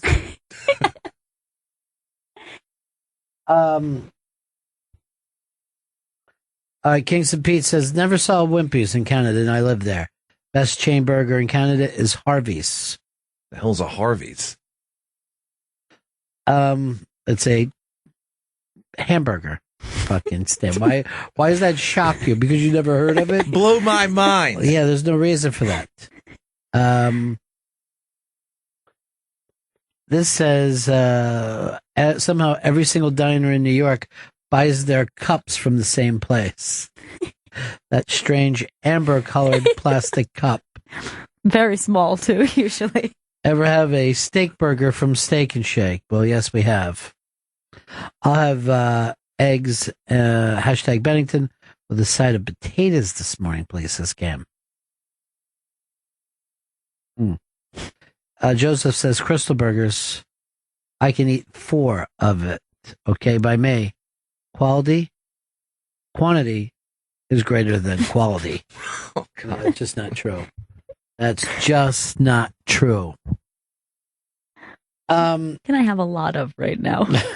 Hey, Joe, Westchester. Good, buddy. How you doing? What's up?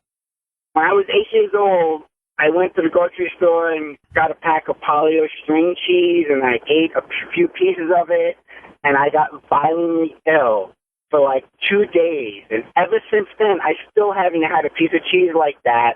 And even so, when I get pizza, I got to take like half the cheese off of it and then fold it in half. I can eat cheese, but like too much of it, it's just, I can't. It brings back me to 8 years old vomiting over the bowl. Yeah, that's the kind of shit that happens to you, where you just think to yourself, it can't go down anymore. It This can't hurt me. happen. I've done something terrible. What the fuck was that? What's that?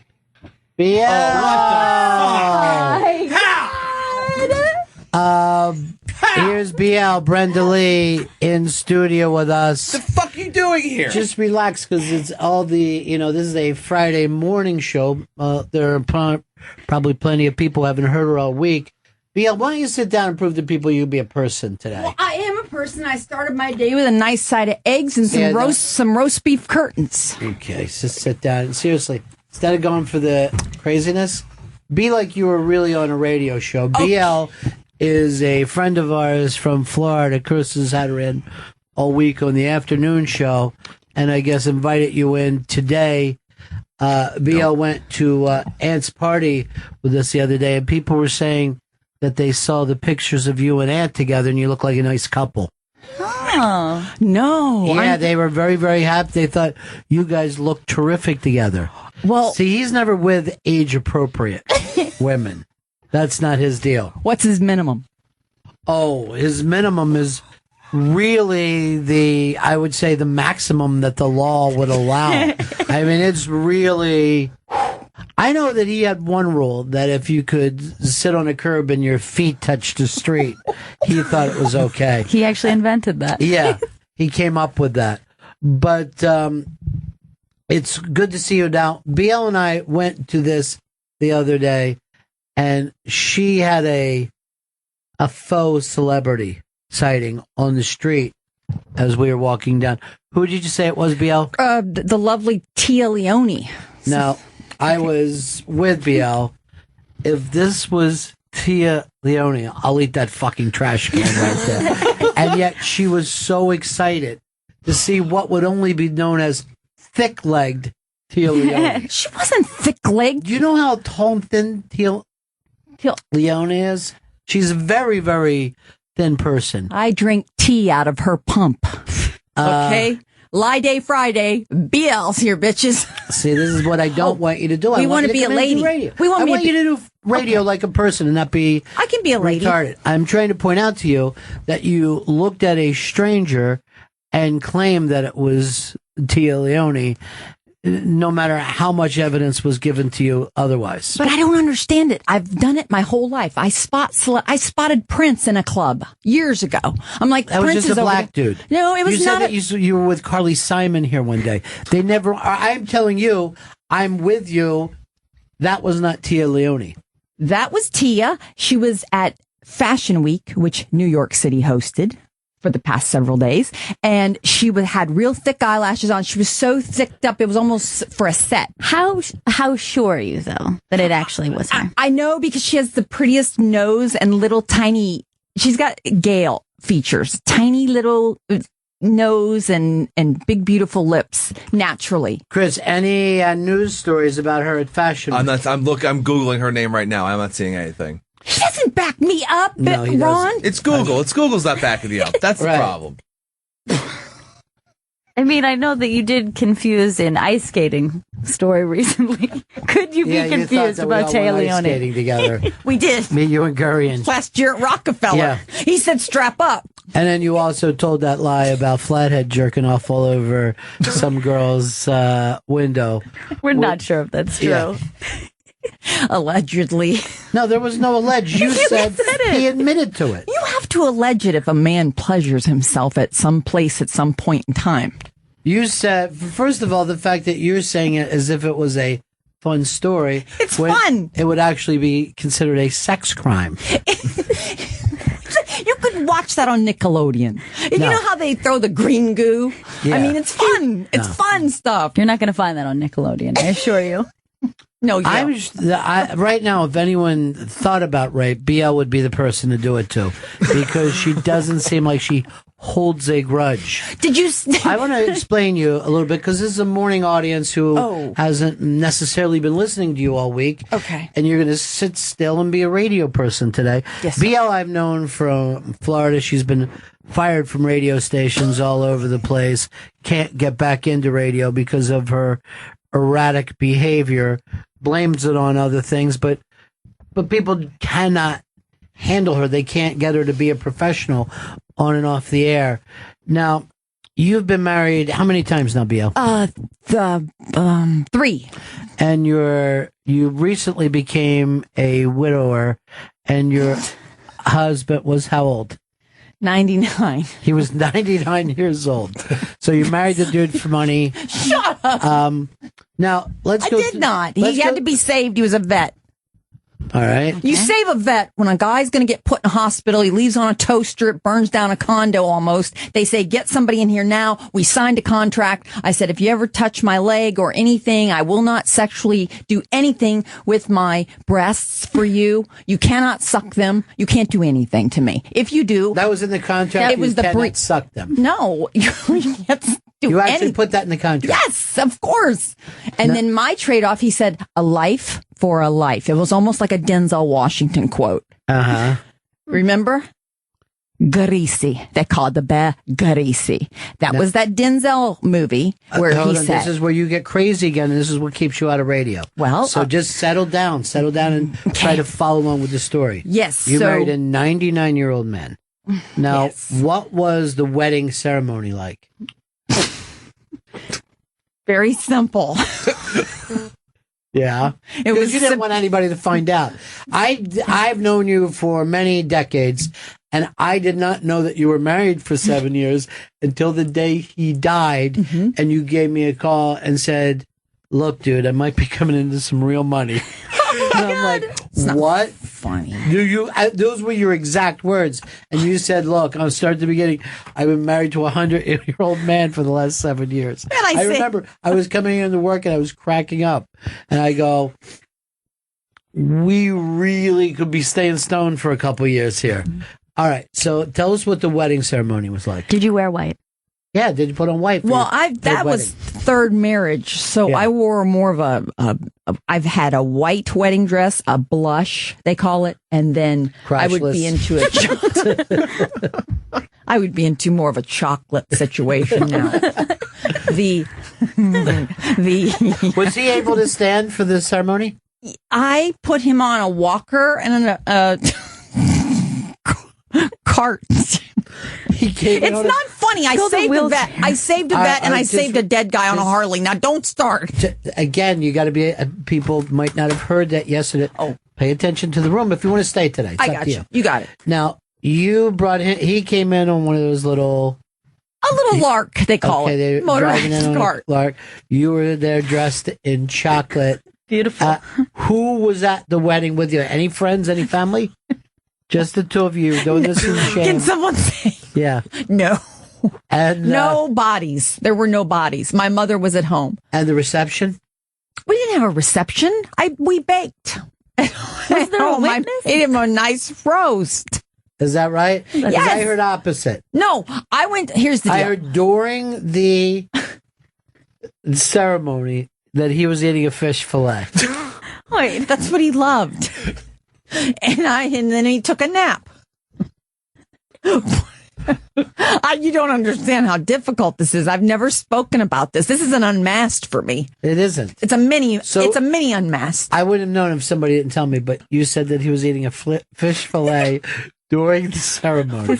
His favorite meal. We went through a drive-through, and he loved his recliner in his lake. So I put him in his recliner. Our tax accountant came over and married us. We had applied for our license in Lakeland. It's there. You lived in Lakeland the whole time? No, we had to go apply there. That's where cousins get on cousins. You got to go anywhere. That's where you go marry a 90-year-old man. Because everybody I know from 30 years of living in the state of Florida works at the courthouse. So going to Pinellas County was too early. He was a real gentleman. I'll tell you what, he was a New Yorker. Okay, by the way, somebody went and checked Tia Leone's Twitter, and our guys don't. Now they're trying to do. That's why you heard the clicking. She's been in Cuba. She's in Cuba. Unbelievable. So the heavyset woman we saw on the street was not the beautiful Tia Leone. Well, why did you go into your banter about that? Oh, I know Tia Leone's sisters and stuff like that. You went right with it. You ran with it. No, I said that's not her. I go, Ron, that was Tia Leone. I said, no, I know Tia Leone. Her ex-husband has done the show quite a few times. I think she's one of the most beautiful people ever. That's not her. That's a thick person in fucking fake pants. Okay. Well, Tia stands for two. There's two of her. And one of them's in New York City, and one's in Cuba rolling a nice cigar.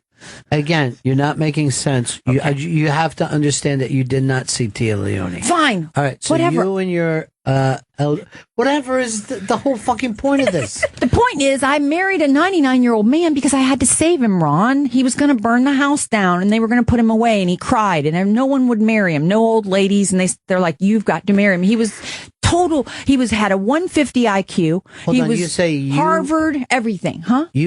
They said you have to marry him, and yet this was done in secret. No one knew about this was you. Was it the voice in your head telling you to marry this old man? Actually, my life had changed because I had come out of a divorce. I borrowed a large amount of money from one of my friends, and I lost her. So my life was... She died? No, I lost her as a friend. So it just sort of got because you didn't pay the money back? I couldn't pay it back. Okay, so you've got to understand how things happen. She says, I borrowed a large amount of money for a friend, and then I lost her. What happened is you didn't pay her back, and you drove her away.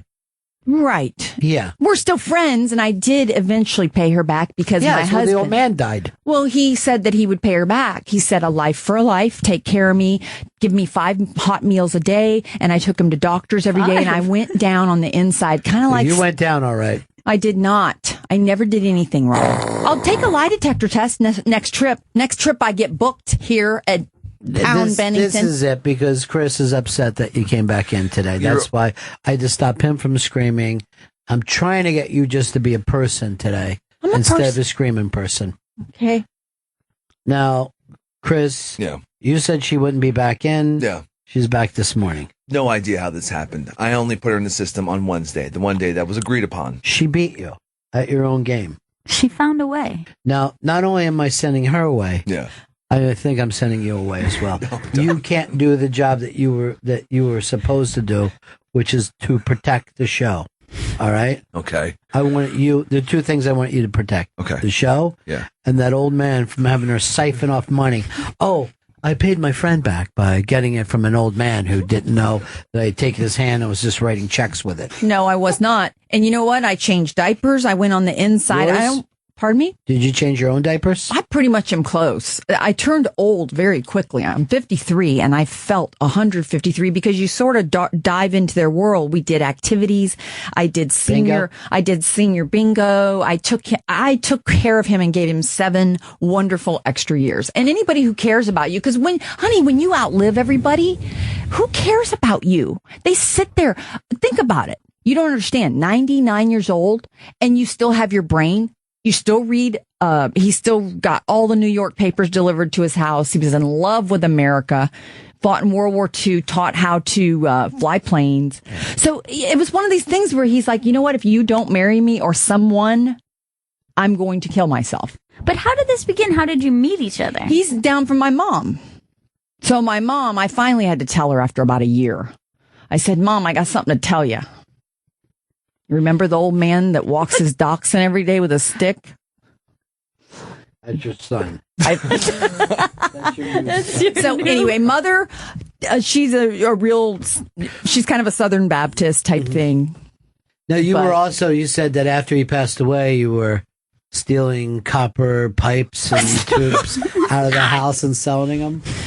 Actually, he had gone through the family money was really thin. When you're not, again, 99, and when you're done with it, when you're that old, you start handing it out early. You open the case up a little early, and it hurts you. You're wealthy. There are some women that are called cougars but BL is more of a boll weevil, where she'll just go through a life eating and chewing and destroying till she gets it all.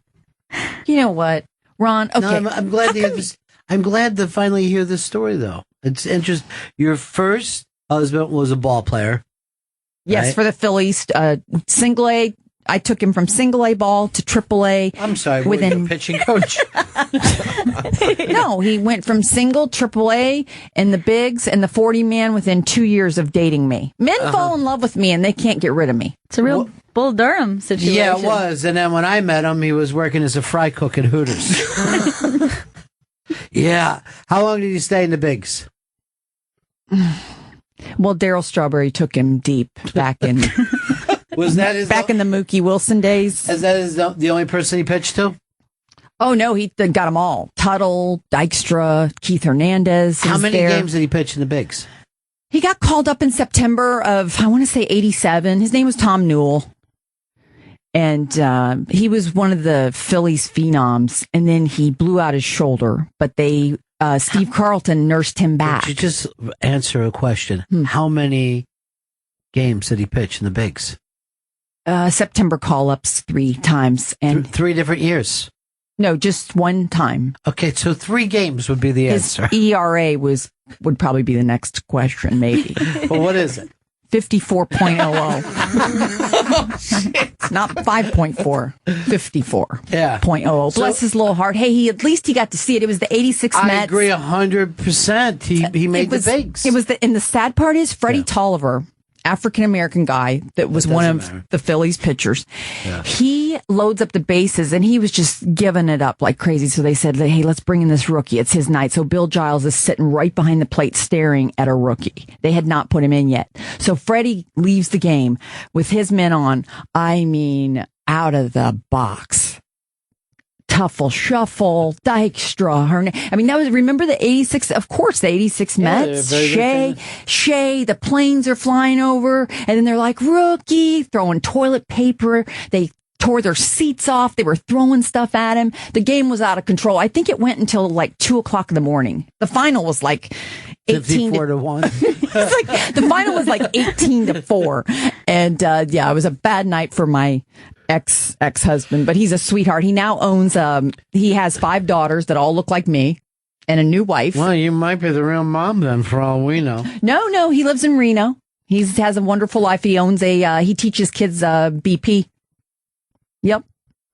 He teaches kids batting practice. Autistic children. All right, hold on. How do you teach child batting practice?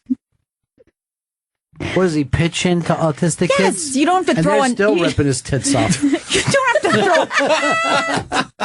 throw. There's fucking autistic kids just fucking dropping the bat and watching that thing go. Sorry, so you don't have to throw him a fork ball. All right. My God, you just throw him a nice little 30 mile an hour. You don't have to throw him 98 high and hard. Just relax. My just God. Relax, honey. Relax. Stop looking over at them or I'm going to make them leave. Oh, I did. Stay in the fucking room. Sir. Stay in this room. I'm with you. Now, that was the first one that you destroyed. Then what was next? Bullfighter? What did you have after that? This is actually her weird trail of marriages. Who did you have in the second one?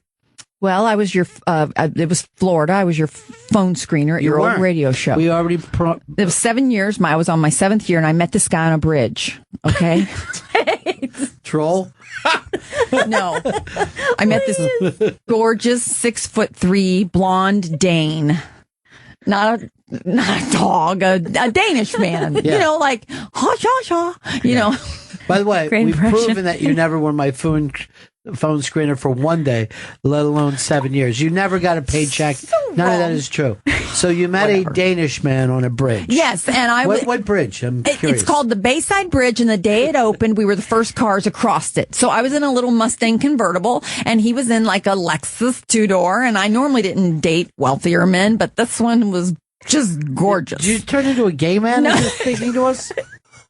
Yes, honey. Somebody's living into my body. Somebody's ghosting me right now. So you drained him of his money. How long did that take He you? did not. He was making about 350 G's a year after he met me. He was making 100 when he met me.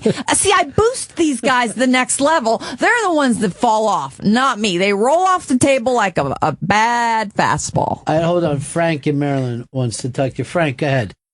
Yeah, Tom Newell pitched exactly 1 inning. 1 inning is all he threw. Good job, Bill. Bill. Good job, Bill.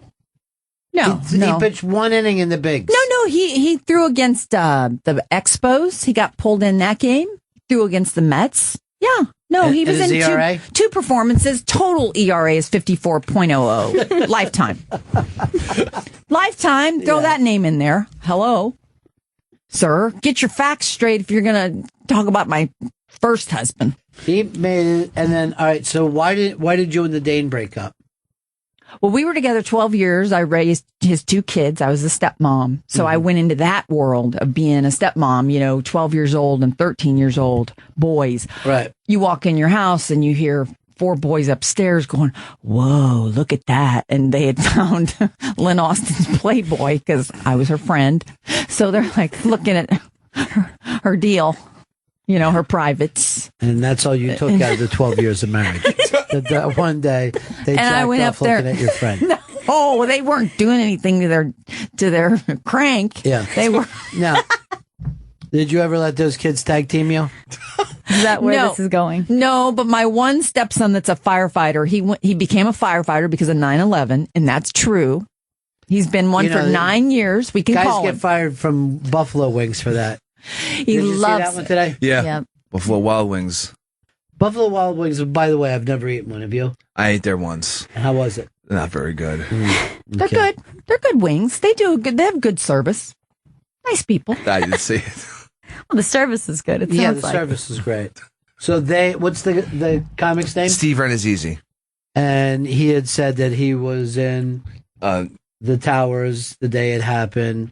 He said once the plane hit, he jumped from one tower to the other, then made the next jump and landed in the New York Harbor and was able to swim to Jersey. Which I don't know why that didn't throw up a red flag, but Towing a PT boat behind him with his own teeth. They'd actually said during an interview that he had said that he was on a basketball team and 6 out of the 10 people died in his basketball team. It says some crazy, overly detailed, crazy shit. So they fired him from Buffalo Wings, but it looks like Comedy Central is going to run his special tonight, right? Yeah, they haven't said the last thing they said was 2 days ago that they're just discussing what they should do, but they haven't said they're pulling it yet. Well, if you haven't said that you're pulling it, they're going to run it. I'm definitely going to watch that. oh yeah, you've got to, and order some buffalo wings. Somebody just wrote in that their signature is they put 6 kind of sauce on your table. Sauce is good. The quantity alone. Let's see. John Mulaney writes, "Please, no more BL." Oh, geez, you'd have to send that to Chris Stanley. Mike in Jersey. I know what everyone's problem is with BL. I'm calling specifically to say that she is a treasure, a gem. Hold on, Mike. Just because she belongs in the dirt does not make her a treasure. Thank you, sir. That's really sweet. Very kind. Andrew, go ahead. Hey guys, BL got her husband's ERA wrong. It wasn't 54. It was a 36, which is a lot better. That's right. You know what? He is right because it came down because he got 2 guys out in the Expos game. So you're right. You are exactly. He is on it. So you've gotten this wrong for how many years now? About 30. Yeah. It's my first marriage. And that was 9 years of doing sports radio and telling this story. And you're still wrong. Why is Johnny in the booth? People are supposed to be in here, not in the booth, Chris. I don't take people to the booth. No, that was silly. I take them to the what? The studio. Yeah. The studio. So we've got a boyfriend for you today, Hard Rock Johnny. Hard Rock Johnny is a buddy of mine. Now we can't get him out of the booth. Is that the problem? He's coming. I've had guys I can't get out. Out of your booth? My booth. You actually call your vagina booth now. Well, you called it a rusty old tuna can, old ham that was left in a desert. I laid awake. I couldn't sleep all night laughing at your jokes about my crotch. Oh, kids are driving to school right now. I'm sorry. Hi, HRJ. Johnny, what did you bring in with your purse? Oh, no, I got old-time candies again. Hi, buddy. Oh, old-time Nice. candies. Nice. Special. Old-time candies. Johnny, your hair looks great today. It looks like you're Very lighting nice. it. You lighting it? No, this is the natural color. I got all the grays going. Is that right? Good with the gray. Getting old. Sucks.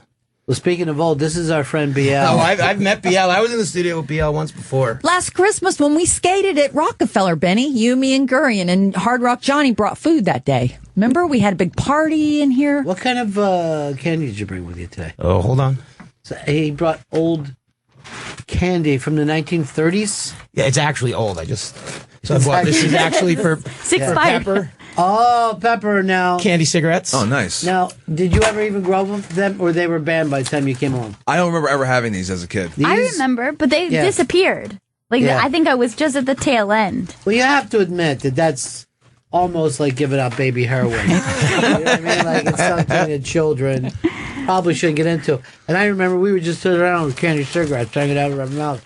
This was fucking cool. We look pretty cool. Now, where are you getting this candy from? There's a place down where I go crabbing all the time. Oh, Johnny's a big crabber. They have what are all these? kinds of Necco wafers. Oh yeah, they say the candy without flavor. Yes, this is the one that I had stated, and I'm aware that most people despise Necco wafers. But you love? But for Love some them. strange reason. Yeah. I love the chalkiness of it. Well, it is. It is like biting like on a nice little piece of chalk. It's like you're at church almost. With that's like a little host. Oh, delightful. BL was actually the first spokesperson for Necco Wave. Is that right? Yeah. Ronnie, I know you like cigars, so I got you this is the closest thing I could find was a licorice pipe. Well, that's what I like, a licorice pipe. That's nice. This actually looks like a little hash pipe. Nice. That's what I was. The worst. Now, these are the weirdest Those thing are ever. so gross. These are circus, and they call them peanuts, right? Yeah, circus peanuts. And they're the candy that tastes exactly like medicine. They're peach, right? They look sort of like but one of them will lethally shoot you into. I cannot eat any of that, Oh, y'all. yeah, I forgot. I'll be nuts. She gets really crazy if she eats anything sugary. Oh, then so wait, it gets worse? We bought Twizzlers. I don't see what anybody's problem is with this candy. Let me try it. I haven't had one in a long time. All this is what's known as grandma candy. Looks like a bunch of Today sponges. Out of that's funny. I got root beer barrels. Oh, those Now, are great. out of all grandma candy, like candy that your grandmother would have, what's the best? I used to love when my grandmother, for some reason, she always had those mint leaves. You know, Oh, they're like yeah, a kind of a gummy, sugary mint leaves. Whoa, I haven't seen those in years. What are those called? The wax juice things. But it's not like the bottles, it's like the ones in the tubes. No, I used to be able to drink half of this and seal it with my mouth all during the same sip. Save some of this for a little while later. I found gold mine gum. Remember these little gold Oh, nuggets? yeah. It's like little crackly pieces of gum. The horrible violet candies again. That is really disgusting. That's and next level. the shortest lived flavored gum ever. Just fruit stripe. Fruit stripe gum. 0.3 seconds of delight. I thought that if your grandmother had any kind of butterscotch hard candy, it was doable. Yeah. Now, They you're always, enjoying circus peanuts. You know what it tastes like to me? It tastes like chewing gum you can swallow. That's what it tastes like. all right, let me try that. Because I haven't had them for years, but I remember as a kid finding them very vile. I think it tastes like something that makes sure that you don't end up with a polio. You know what I mean? Like, they would just give you... No, You don't like it? I don't like it. First of all, it's a marshmallow. It's like a gum marshmallow. It's harder than a marshmallow. I've never tossed Yeah, one that's of those. true. I don't think I've ever had one. But this this is all safe candy that Hard Rock brought in, because at least it's not like what Ron brought up, the buttery. Back in my house, my trailer, we would suck on those and put it back into the package, wrap it back up, and the next victim comes along and you'd eat it. I mean, you just ate it. You just knew someone else sucked it. What would be the pleasure of doing something like that? You gave them, as you called it, BL mouth? Yeah. I mean, if you didn't care for it, you didn't throw something away. You didn't waste it because you had no money. Living in shag carpet, beanbag ashtrays, Nixon's on TV. Eric in Kentucky. Hey, good morning, folks. Yeah, Ron, you're right. Necco wafers, pretty terrible. But when I was in college, we had about a year and a half span where all of the liquid acid that showed up in Lexington, Kentucky, at least that I saw, was always dropped on Necco wafers. So we kind of had a whole new respect for that candy What there. year was this that they were? This is the kind of shit that makes the news. Like kids could end up tripping balls. Stay tuned at 11. I remember, like, because they would sometimes put acid on cartoon stamps, right? Right. And they acted like, is they trying to give these to children? So the children, you're like, what kids eat fucking cartoon stamps? Always give their acid away. I don't know whether any of that stuff.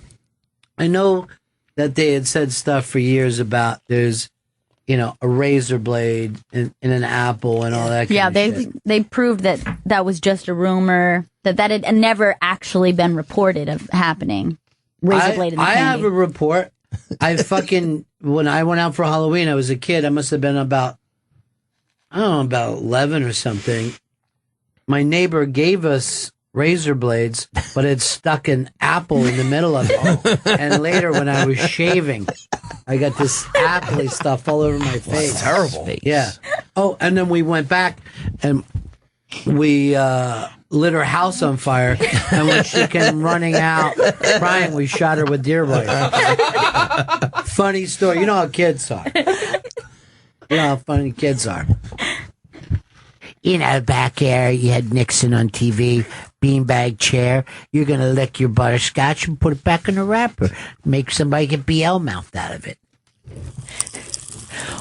You doing Pop Rocks, Jenny? Mm-hmm. Nope, no one has a Coke because I'll blow up. There must be $80 worth of candy that he brought in. That was nice. Yeah, you haven't seen us put together at one time, have you? I'm not going to do a Pop Rock. Well, listen, they're so poppy and I rocky. find them disgusting, though. How did kids even survive off of this stuff? Well, they also had food in between. I didn't. Yeah, oh, I know you did. I'd take one of those 3-footers that you lay back and take it all the way back like a sword, and it was purple freaking liquid. It looked like cocaine. Did you say purple? Did you find a giant purple dick with cocaine? You don't ever ask her any questions. It just gets more retarded. But didn't you say you once came home and your mom was blowing the ice cream man? No. Okay. Really rude, Ron. Come on. I'm sorry. Mom's got dementia and pushes a walker. So does daughter.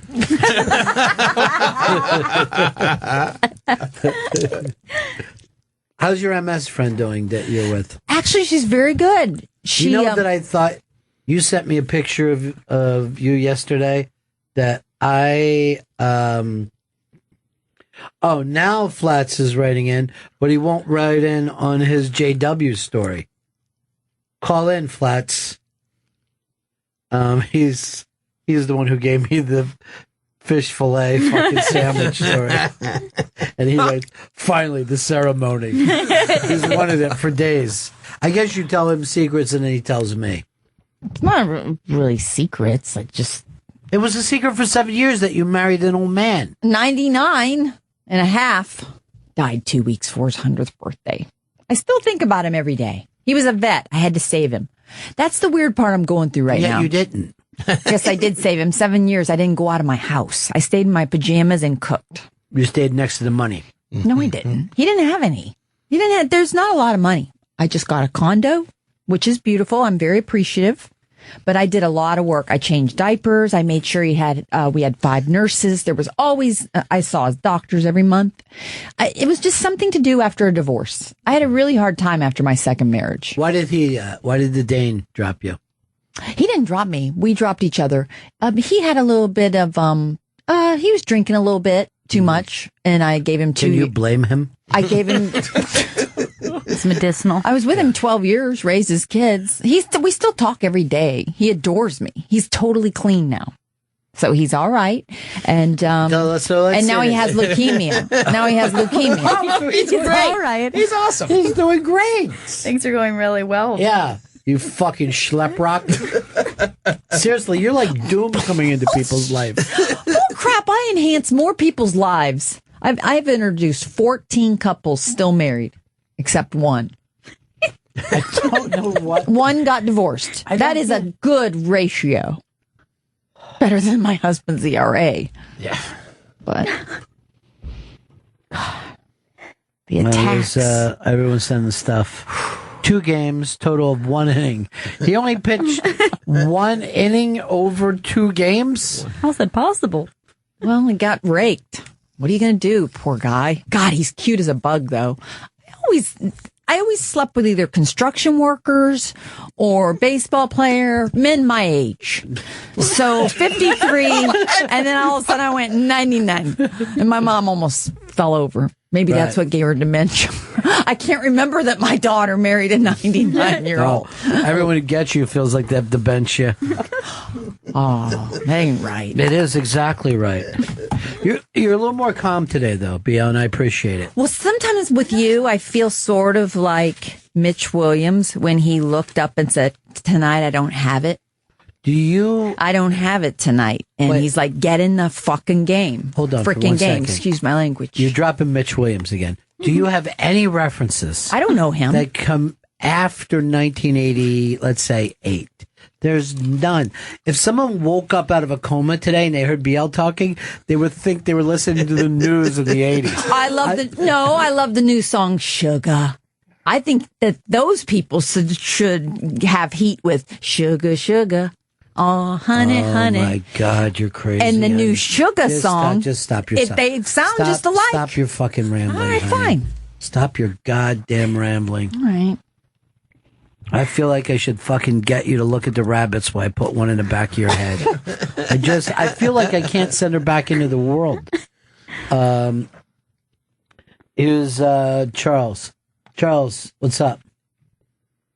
Yeah, I want to respond to BL saying that she helps people. She's ruining my morning. Yeah. You know, I got She a great even drive said, from Friday, driving to Beaumont. It's neither You even said that you don't have it today. It's just not your day. Yes, it is. It's my day. It is my day, sir. You sir. were Mitch Williams and you didn't have it. You just told us and bored us with a whole long story. Wayne, go ahead. I want to know if she slept with Rusty Stop. She fucking slept with a rusty rudder. How's that for you? How far back you go? 99, right? Would have made him born. I mean, the guy would have been. Who's him? You're. All right. How many people died at 99 that you fucking were crouched over? I thought you were saying, what do I know? I got a lot of 99-year-old listeners, BL. He was born in 1915. My father. Steamboat Willie. His fucking name was Steamboat Willie. You've married someone born in 1915. Yes, and my father-in-law is from the 1800s, and he is fantastic royalty that owned Gramercy Park at one time. Okay. I don't know, but they did. Yeah. Yeah, I drove by it. It's now 7-Eleven now. It's actually still one of the nicest neighborhoods in New York. It is. I got the keys to Gramercy Park. I got the keys to Gramercy Park. We went to dinner there. And Bennington gave us a tour. You're stealing from Chris. Stop. Last July when I was in studio, Chris. We did not go to dinner in Gramercy Park, nor did I give you a tour of it. Well, we were with like 6 of us, I think. We were nowhere near Gramercy Park. We were in Tribeca. Well, that's on the way back. I'm learning Nowhere the city. near. I'm telling you now, at no point did I give you a tour of Gramercy Park. You fucking talked nuts. No, you said right up in that window, BL. See that little window? That's Gramercy Park. Why would there a park be up in the window? Why would Ron sound like you? Yeah, I stay to KDIK. My husband born 1915. These guys all live in New York. They know that coming back from Tribeca is not Gramercy Park. They also know that I wouldn't point up a window and claim that it was Gramercy Way Park. up there. Right up here, right beneath the subways, Gramercy Park. Oh, and there's worms flying in here. You're fucking nuts. You're a nut. And you choked this old man to death while he laid in his bed. So sick. You're mean. Were you there when he died, Bill? Yes, of course. I laid on his floor in hospice and the hospital within 6 months. Was his last words, kill me? No, she keeps talking. He always prayed every day for me. That I kept him on earth for 7 extra years. He prayed for you. He did. You kept him on earth. I'm proud of what I did. You say something when you're 99, Benny, and God love you. I hope all your family stays together. But all of you in this room, think of who you really have. My girlfriend just got a double mastectomy. This is not a ramble. She has nobody. And she looked at me and she's 54 and she said, BL, I have nobody to help me with my breast cancer. I would marry a lesbian today if someone needed me to marry him. So I said, you know what? That's why lesbians get together. Please. Fucking rabbit hole insanity. We all fell through a fucking black hole. The worst part is I was leaning in like, and then what? No, get out of it. The worst part is when she came into the room.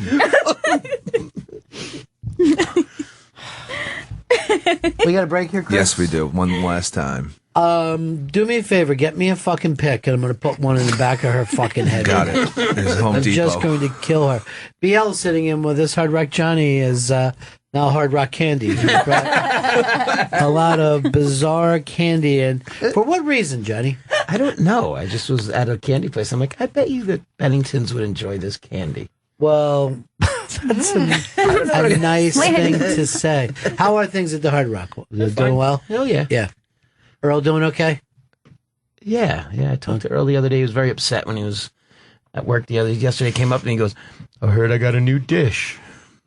So what do you mean? Because he goes, you know, the pickles and the French fries. I was like, yep. I didn't know you were going to tweet it. So I told you. I clearly said, Earl, stand here. I'm taking a picture of you and I'm going to tweet it. I don't remember that part. Well, pickles and fries. It all started at the Hard Rock. We'll be right back. Bennington Show. It's like 140-character live journal. It's hashtag Bennington. Tweet it. Van Morrison, off Last Waltz. One of the most spirited capturing of rock and roll that I've ever heard or seen in my life. Just beautiful.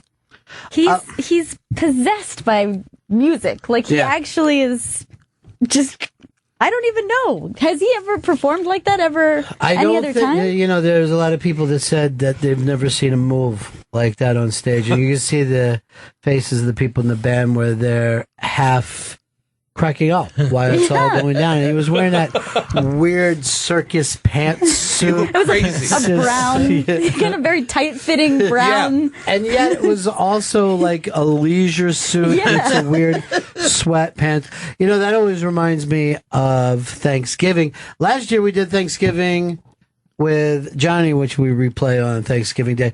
Now, is that an annual, Johnny, or what are we doing? You guys ready? I'm ready. I was just thinking about emailing somebody the other day about that. So let's do Thanksgiving again.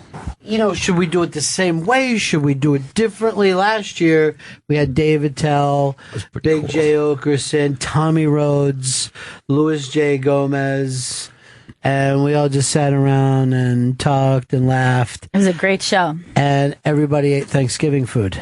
Johnny provided. Whatever you'd want to do, we'll do again. I mean, I don't know, make it bigger, invite more people. I don't know what. I mean, let's sit down and ponder, because there was something cool about the size that it was. It made it a special night. Didn't put any pressure on the comics. They had fun. But you don't want to do the exact same show every day. Only Lord knows. Another Thanksgiving with Big J. And he's bonfire now. We might even want to light a bonfire up there. Okay. You can start a fire in the Hard Rock, right? Yeah, start out doing on stage. Can add that to the tradition. That could all be part of it. And then we throw Sun Valley's uniform in. We put Sun Valley's uniform on a mannequin. That's what we did at our school. And then they took a mannequin or a player from the other school and then threw it on the fire while all the kids cheered. And Do they still do that? Do they still do bonfires everywhere? Symbolizing murder. Yeah. Or as in BL's case, burning a witch. Yes, they do bonfires. But you don't know. I live in Illinois. We do hay rides when I go home. I'm 53. You don't live in Illinois. You're from St. Louis and you live in Florida.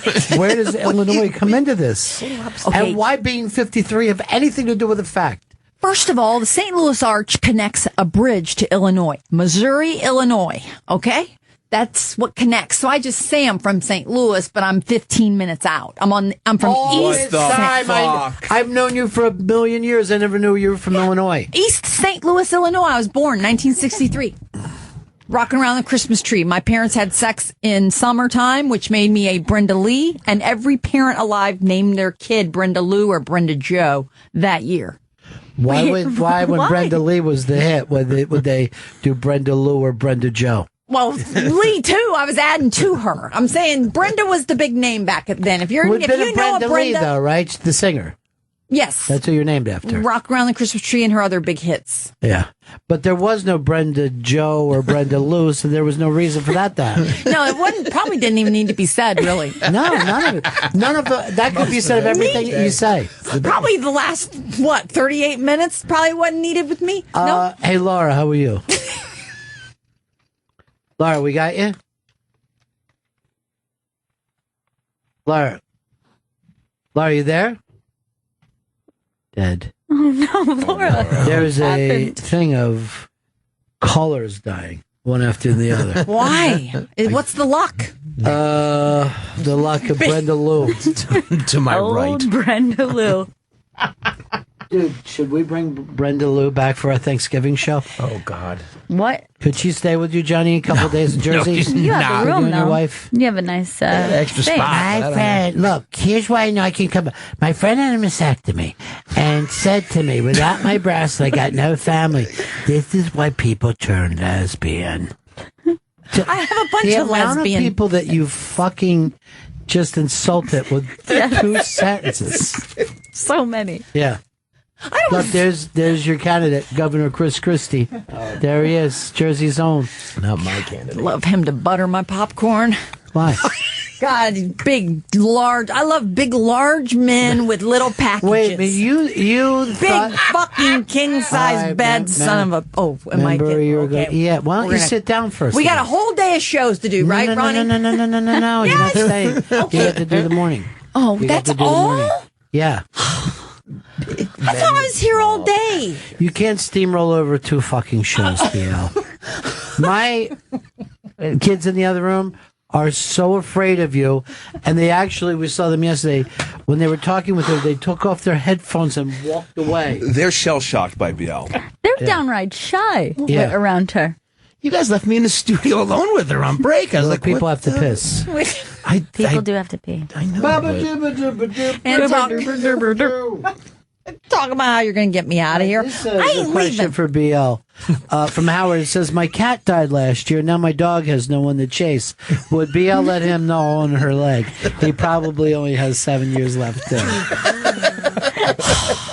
See, you people, when you're all ready to die, you're going to have nobody to take care of you, and you're all going to think, that little BL that came into Benny's studio. You just said the same fucking story 3 times, BL. Try to get yourself off the fucking Matrix, okay? Fine, Benster. You're the cat in the fucking Matrix, all right, Brenda Lou? All right? Not everybody can sit here and be as weird as you. Seriously. You look like, and with the vest on today and the haircut, you look like the Partridge Family mom had serious fucking problems. Can we play I Think I Love You? Because No. it's a tradition. This is my 4th trip. We and never fucking We play always that. do. play that when she Yes. comes You in. always play I Think I Love You to the break, and we all sing it together. No, that never happened. That last time I was in with BL. It was I don't great. remember it at all. Yeah. Hey. Yeah, we know the song. Johnny, you're turning into BL. You don't even mean to. Chris, this is all your fault. You were supposed to keep this studio safe today. I promised Opie. I said, no, we're going to come in, Ope. do a professional show. And he goes like this, no old fucking gator hags coming out from Florida. I go, no, why would there be any old gator hags from Florida? Sorry, Ope and Jay. You look like the fucking poster of a meth kills thing that fucking have children. Seriously. You look like a fucking school teacher who did something horrible to the class. Jesus Christ. Gail, BL was bragging about your BL impression. Let's hear it. Benny, here's the thing, Benny. Keep going. Let that shit rock. Let her rock. Go with your improv. My friend, she's got a mastectomy, and now she's going to be a lesbian, Benny. Doesn't even make fucking sense. Is what Gail does, though, when she does it. No, that was... Yes, no, it's... No. There's not much She of was an just reading exaggeration. dumb quotes. We are not condoning mastectomies, Ron. I'm trying to tell the people. Do you think there is a W in my name somewhere? Ron. You're Ron Paul. Seriously, you make me hate my own name. When you say it, I despise the name that my parents give me. Why would it rhyme with lawn? Ron. Here's the thing, Ron. I'm from Illinois. You didn't know that? East St. Louis. Just stick with Benny. I think T.O. went to my high school. Not sure. He's up for the hall. Nope. Terrell. He ain't getting anyway. Terrell. He ain't getting any in that fucking hall. I'd burn that place down if they put him in it. Hey, one of the best receivers ever. Be respectful. Fucking garbage. We got Duper and Clayton, best receivers. All right, we got please Chris Carter and stop. Moss. No one wants you to list the people who caught footballs. You crazy old fucking kook. You know what? Get a fucking tambourine and get on a bus with a bunch of children. Right around the fucking country. I'd touch every one of them. Oh my God. All right. Kidding. No, not really. That isn't kidding. That isn't kidding. I believed you. I love It's the Bennington show being steamrolled by BL right now. I got two kids hiding under a couch in the other room. Chris Stanley's taking the collar. Yep. He got fucking bashed. Johnny came in with a bunch of candy and no one's paying attention to him. Gail's doing impressions. Everything just flew off the goddamn rails. Why? The whole thing's on its ear. It is. Did somebody say rails? Oh, God. Bum, bum, bum. I don't do rails, Benny. No. First of all, notice that your jokes don't get any laughs. Stupider. And notice that your reference points mean nothing. No one cares whether you fucking snort coke or not. I'm fired by O. Every time you fucking turn your head, your wig stays the same way. I don't It's have a driving wig. me nuts. What is it, a broom? No. Seriously, your head looks like a broom fucked a mop. And it's just staying there. It's just like I have thick hair. Really? Yes. Very, very thick. There's flies stuck in it. My It's a self-esteem- fucking spider web. My self-esteem is screwed this week. Oh, okay. I got in this, I steamrolled, All right. to use your word, my way in here 3 days now. I know. And Yeah. I will continue the steaming throughout the day. Come on! Hold on, let me just say this. These are threats from Queen of the Damned. There's nothing we can do about it. Come on, Benny. It's Friday. What's the big deal? Come on, Ron. I can go get some lunch. I'll come back. You won't get us lunch. You lied today about eggs. We were all looking You were going forward to to the cater eggs. this event. Been up since 4 o'clock ready for my job today. Doing what? Fucking putting more webs in your hair? I'm doing. What were you doing? I'm doing jokes. Yeah. I'm making America wake up. You're wearing a fucking death mask. It's frightening. Seriously, BL. At some point, when do the tears start?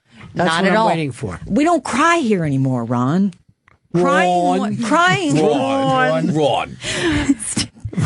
Benny will do, actually. Benster. That's so last year. Crying. We don't cry Stop, here. Just stop. Just shut your pie. Shut your fucking pie. With your slip-on shoes. You used to These come are in here- Skechers. You used to come in wearing pumps, and now you have something so your ankles won't snap. You're double socksing yourself. Just let me know the next time you pick a victim so I can get some of the money before you fucking end them.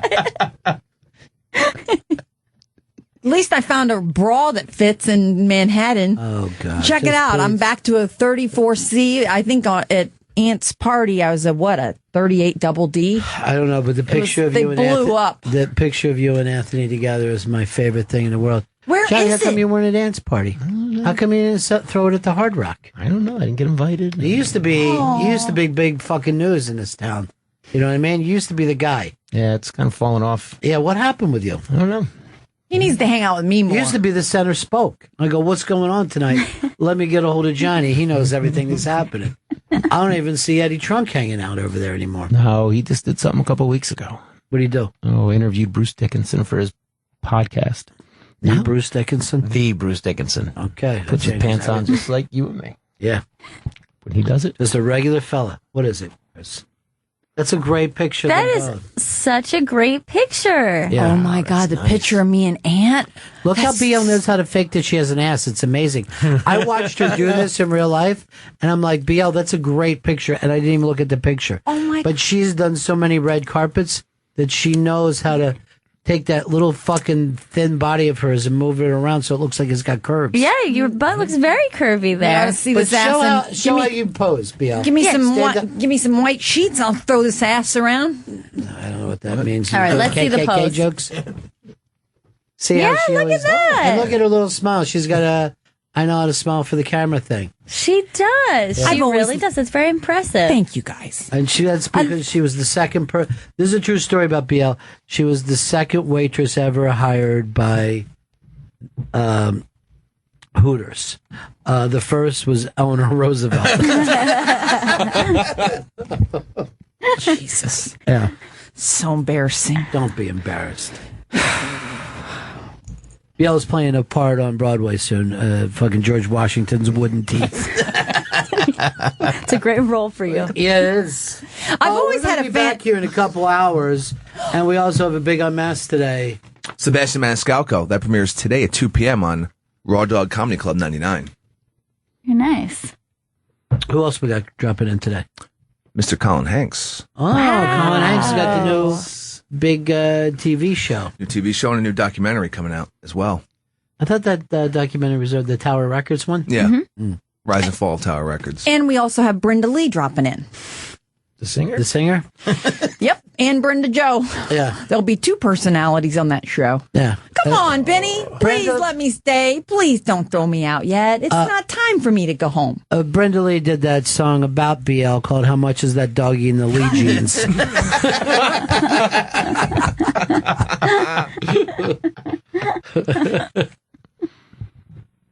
I know. BL will do this to me later. Babe, we have such chemistry, you know? The way I'm sitting there and you're just bashing me and kicking me. I love it. I can't get enough of you, babe. Right, let's hear yours. I'll do it again, shit. Benny, here's the thing, Benny. Love it. Love it. I like it when you turn to tears. I don't cry anymore. Don't you understand? She's all grown up. I don't know.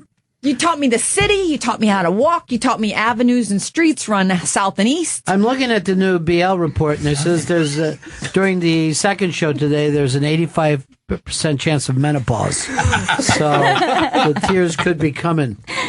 She's heating the room from the inside. Seriously, that's a great picture. This is like so Earth 2 Ant. If he fucking was with someone that he went to high school with. They actually look like a lovely couple. They do. We do make a cute little couple, it's a nice don't we? picture of both of them. Yeah. You think I could get a copy of that? Can we print that out? Yes. Yes. Why can't we Take print a that? photo, copy of the internet. Where'd you find that? It's the fucking internet, you dumb bitch. Well, my flash cubes ran out. Your pubes ran out? All right, so that's it for us. See you guys back in here at 12 o'clock over on Raw Dog. This has been the Bennington Show on Opie Radio. Thanks, Soap. We'll Thank see you you. guys in another 2 hours. Jesus Christ. That was never going to end. That was a ridiculous dance that went on for forever. It's the Bennington Show, second show of the day, double edition, doubleheader, 2 for 1. Why? Because we love you. This is the Bennington Show. I'm Ron Bennington. There's Gail Bennington. Yo. Michelle with 1 L Bennington. Hello. Joey Jojo Bennington. Sips. And Chris Stanley Bennington. Oh, okay, Paso. My thing. K Paso. Not even K Pasa. He was He was masculinizing it. Yeah, I guess he did. I guess he did. And sitting somewhere in the back, we're not letting her to the mic yet, BL Bennington, who... all right, first of all, BL left me this lovely card of hers today in case I ever need to reach her. Oh, good. She's at BL Talks, blah, blah, blah. Now, Gail, I want you to just look at it and tell me what seems unusual about the card. Let Michelle take a look at it as well. So I'll just say this. Okay, I'm gonna pass it. I'm gonna pass it to Michelle first. You picked up on it as well? There's several things that it could be, but Well, I'll just say, did you have that done today? Because you're dressed exactly the same as the picture in your card. You're wearing the same cheesy, shitty vest. Who does? All right, now we're being told this. Que Paso is saying what happened. Oh. Not what's happening. What happened? I'm Chris Stanley. What happened? It's your catchphrase. That's mine, Joe. You fucking go near it. What happened? What happened? What happened? What happened? He does it so good. Terrible. By the way, the dance that started here was so physical. You two goddamn hams went on, and then the song kept going till you were both exhausted. Not in good shape. This is not the cardio show. I'm going to be honest. I ran 11 miles on Saturday. Still Did you doesn't really? matter. Yeah. What happened? Your cops chasing? Well, I had a stash in my anus. Okay. You can run faster. Yeah, rat hole the balloon, or Yeah. Yes. But you're quite the runner, huh? I love running. Yeah. I'm not fast, No. but it helps me. You're a good slow runner. I'm a great slow runner. I'm a walker faster. Yeah. Yeah. You ought to get involved in these things now with, I think that the something mutter is the mutter The mutter fuckers I don't or like whatever. getting dirty. Where So, they're running, what is this? they're running through mud, they're climbing trees. They're trying to act like everyone wants to be special forces these days. Right. I'll settle for Special Olympics. I know a lot of people are obsessed with those color runs. Oh, you Sounds gotta do a racist. color run. Oh, yeah, where you go through black neighborhoods. Is that it? Okay. Yep. That's it. Faster. Is a great motivator. No, color is where they... You're wearing all white, Yeah. and then splashes of color Yeah. are shooting out at you. Yeah. They get just... And then you get covered in bright colors. It's so much fun. Then we'll go have beers because we don't need to know each other. We're in New York. We get a meetups instead of having friends. I met best person at a meetup at a color run today. A friend did it. It was at the Giant Stadium. They said they ran around the parking lot, which sounds amazing. Oh, yeah. I mean, this, if you look at this, it just means people in their 20s are assholes. Yeah. There's no other way around it. They want to keep the kindergarten experience going on forever. That's not a run, that's a rave. Yeah, that is a rave. I just, I got to get into electronic dance music. I know. I don't know why. I mean, I was looking out the other day and I saw like 50,000 people enjoying something that I get zero pleasure from. I'm like, how could that be? There's got to be something that works about this that I'm just missing. It's not. They are instruments, but they're inside your computer. Hi, I'm old. I don't know what it is. They're instruments inside the computer. It's amazing, isn't it? Are there midgets in that TV set? Who be doing that? How do they paint so fast? What is going on here? Here's Google. How's he know all the answers? So yes, they're instruments inside your computer that they press play, and then you hear this song. You have to edit it inside your computer as well. You got to edit everything inside your computer. But why? How do these people get pleasure, and then I can't when I listen to it? I don't know. You must be wrong, because there's more of them than you, I think. Yes, but there's probably more people who agree with me. I mean, there's certain things like, I'm not crazy about bluegrass, but I can get it. You know what I mean? so good. And there's certain, but I'm not going to drive them in a car listening to bluegrass. You know what I mean? Maybe but I one get day. the pleasure of it. But I can't understand the pleasure of EDM. I just don't understand it. I mean, it could be that we're just not hip to the right or drugged enough. But I will music say this: though. Moby sounds like music to me, but the other ones don't. Like the a Swedish Skrillex. boys. Tiesto, Who knows who they are? Wow, you know Whoever me. they are. Yeah, you're crazy Okay, about you're them all. EDM. That's you. I hear the names constantly. They're Why? Where? Just on In the club? television. They're all their music's I on watch commercials. TV. I'm not fucking familiar with what you're Don't you saying. skip On the commercials? internets. Yeah. No, I don't have a DVR. I think I'm the You last don't? I don't have a DVR. Great. It comes with your fucking television. For some reason, it didn't come with mine. You make a call. Are you on FiOS? No, I'm stuck in the land of Time Warner. That's a land. Yeah, well, that's many most of forgot. Manhattan. Most Oh, of that's Manhattan right. can't get out of it. Yeah, it's just some fucking old mayor made a deal with them, and the rest of us are stuck. Some old gray mare. Koch. She ain't what she used to be. Koch. Well, Koch is dead. Koch has a bridge named after him that nobody will use. No. You know? You gotta go over the couch. Never mind. Head on over the Koch. Make a Wait, what are you talking about? Where are you going away? Did you say crotch? There really is a Koch. So how's things going for you, Michelle? What have you been up to lately? Nothing but greatness. Just great. The Amy Schumer being spanked. Mm-hmm. Does that work for you at all? Do you like the spanking? Do you like to get spanked or be spanked? I don't understand that why Madonna's still relevant. She's very relevant. Well, I'll tell you why. Okay. And you should know this as a theater person. I will. Gays. Okay. Gays love her now more than they did in 85. They're keeping her alive. Well, that's because I loved her in 85. Yeah. And then they took over for me. Look, she can't even lift her leg that high because Oh. she's 65. Look at that. She can probably outrun me, let's be honest. Joey, do you like being spanked? Not a big fan of it. Chris, that's your thing, right? No, I don't like being spanked.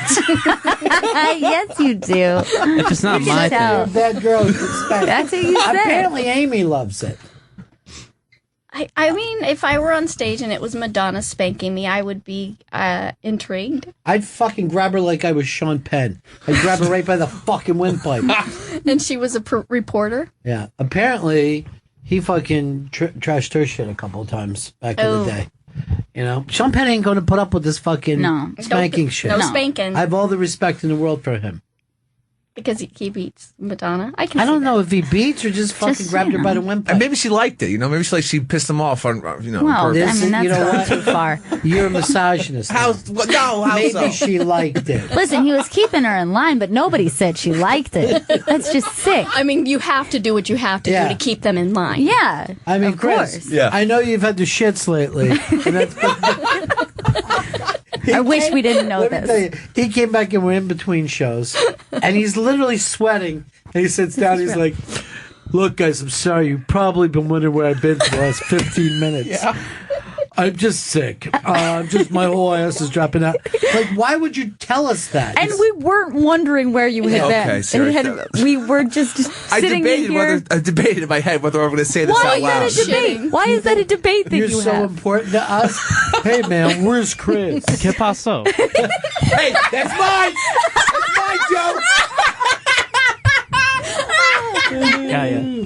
Joe, that's so Joe, funny. you fucking pwned this Damn bitch. it, Joe. You're You fucking pwned this loose ass bastard. So it was today, Loose so just you're today. still sick? Yeah, I don't know. I think it's getting better. Who knows? I don't want your sick shit. Yeah. It's a gamble right now. Oh, I my hope. God. a roll of Yeah, I dice. hope you're not sick from, sickness. I hope it's I don't just believe you so. and your lifestyle. I'm gonna. Well, strong guess is a lifestyle. It was one thing that you told us, but it's another thing to sit next to me and grunt in pain. Afterwards. He was like, after telling us that he sat next to me for 5 minutes going, ugh. Then he actually went like this. The whole He actually said this. He goes, my asshole is raw right now. Who says that? Again, I thought I almost didn't say it. Did you notice he said he had to wipe his ass with his own sweatshirt? That's why he hasn't had it back in. Yeah, That's why he's raw dog now. It's in the garbage. Ah. That's why we call Comedy you raw club. dog. Raw Dog Comedy Club. Well, at least you threw it away. Oh, God. I would have just washed it. Oh, God. It's rough. You're disgusting. Hey, we just heard that Annabella left the company. Did you know that? Mm-hmm. How She come we went to don't Montclair State. Really? I found out about it the day I got the email saying she was leaving. So Oh, that's right. I never checked my Well, there you go. company email. I bet she sent you a long, loving one. Yeah. Mostly in Spanish. But That's what they speak is Spanish in no, Argentina? no, I'm What do they sorry. speak? Portuguese? Wait, that's Brazil. Brazil. Portuguese. No, I guess they speak Italian then. Pig Latin? I don't know. If they speak pig Latin, Argentina suddenly becomes my favorite. Well, they have all that meat, so it's always been my favorite. Yeah. You Ixnay like it is for only their meat? used in Pig Latin, by the way. Yeah. Nobody else is saying Nix. What are you looking for, Chris? You're driving me fucking bananas. Pig Latin? He's looking for the email from Annabella. What are you looking for? What? See how sick you are? No, I wanted to see it because they will send out an email say this person's left the company. You didn't get it? Nope, nothing. They didn't do a mass. She did a. Personal one? Mm. Why, is she that close with you?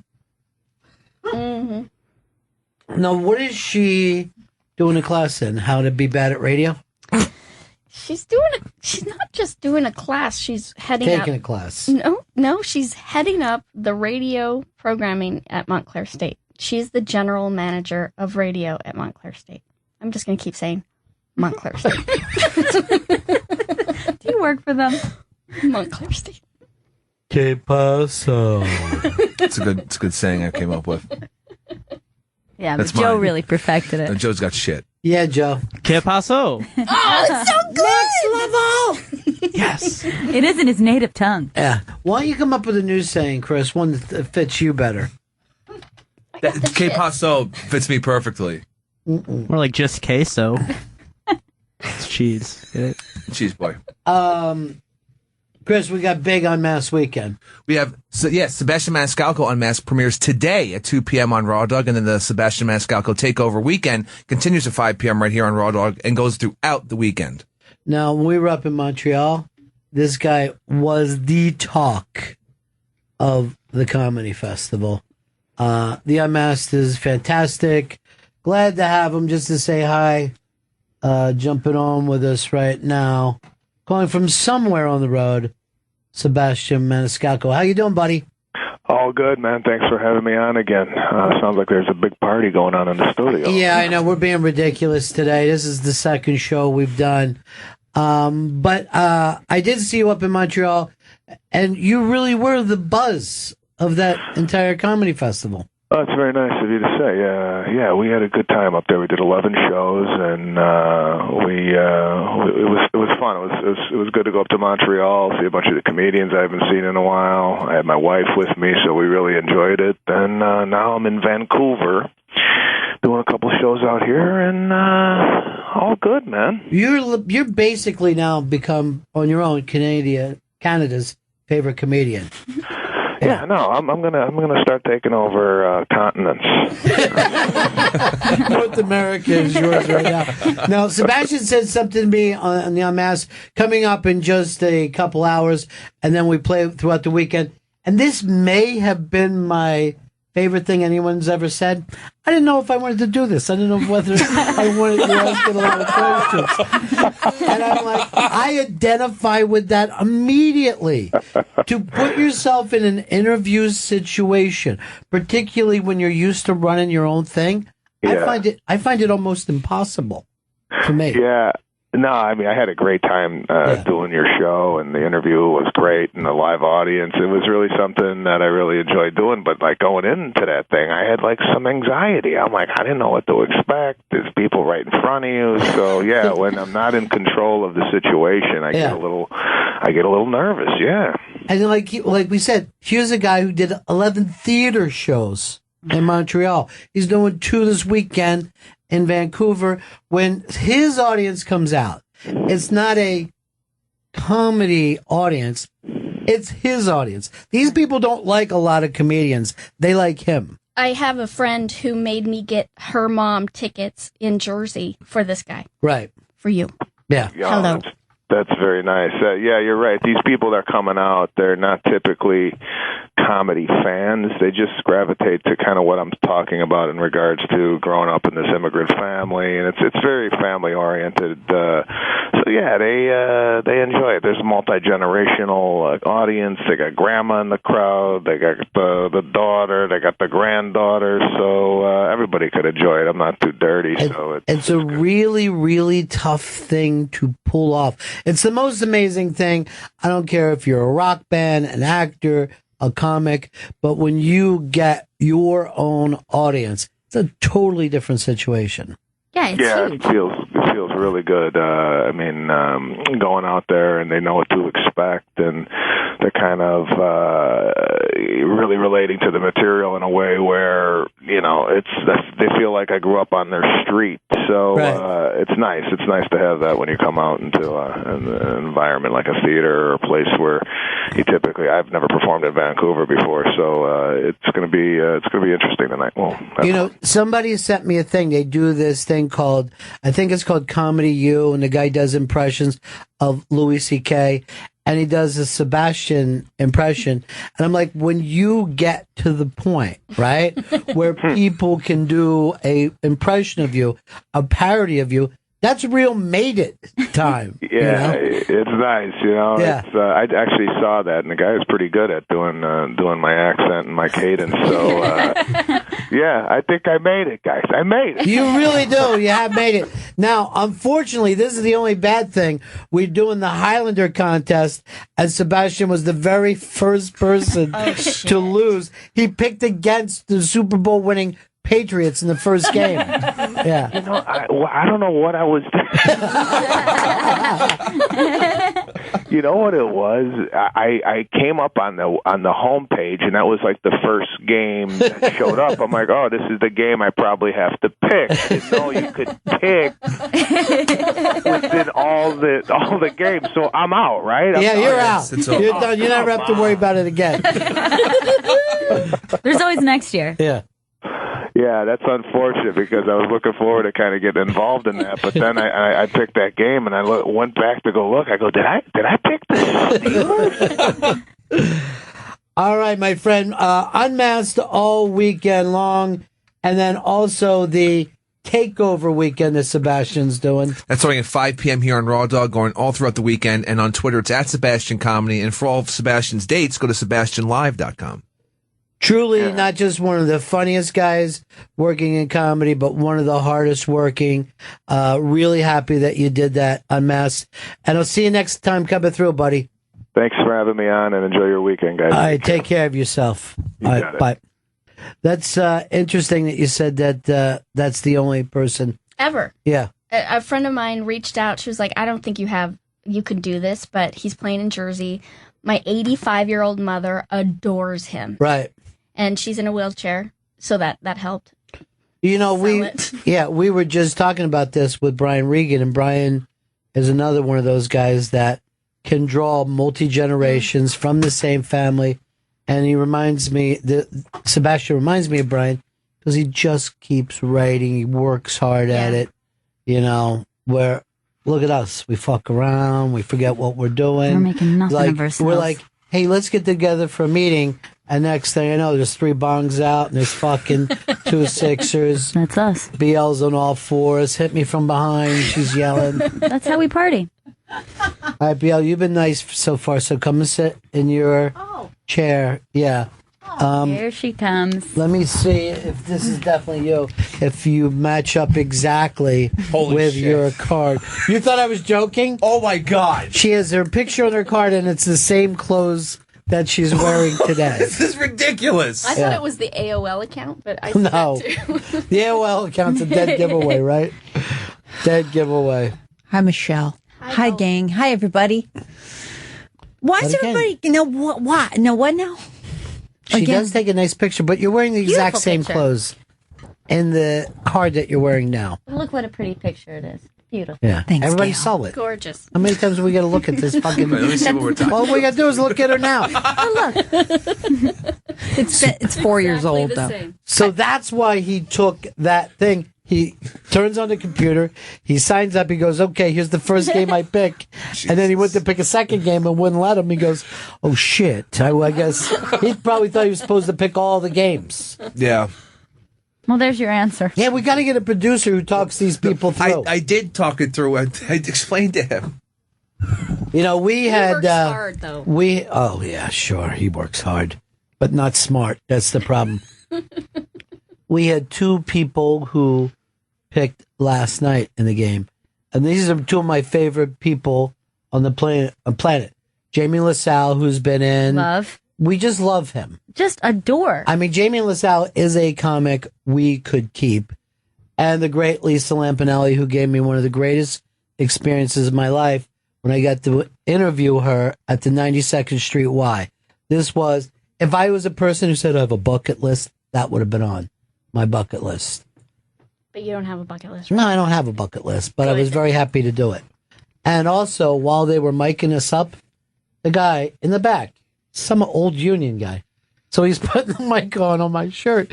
I turn around, and he has Lisa's dress up around her armpits and pushing this thing up under her slip. And she's like this. Don't look, Ron. And I'm going to do nothing but look. I would be crazy if I turned my back on Lisa Lampanelli with her fucking dress over her head. She was so smart, funny, and then also still the queen of mean during that. It was one of the best nights I ever had. But both of these guys are up. Both of them made a pick last night. They're either out or they're saved. They picked the best team. Let's see if they're staying or not. Has survived another week.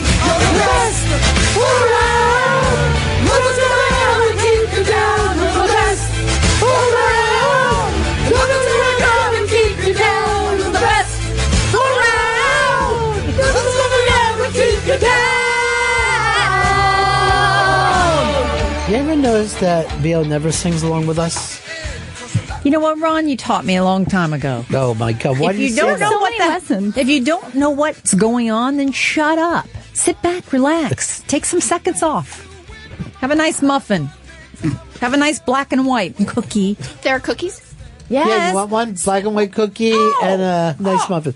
Oh, now we want them. Now we want them. I get all these beautiful muffins from someplace on 48th and 6th. Why are you bringing up stuff that doesn't matter? Get her a black and white if she I'm wants getting one. it. I'm on Can it. you freeze it, honey, in here? No, it's great. Yeah. I like being cold. Yeah. We need a butt. I like being uncomfortable. We need a butt plug for Stanley. Because poor little guy has a little diarrheal problem. Everything's coming together now. You don't look good.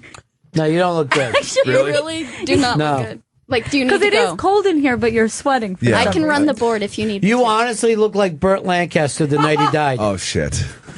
Was that Why were you there? Why would that get the laugh that it did, BL? Yeah, I love that. Was the first time I heard you get a reference. Was love it old Burt. enough? Are you nuts?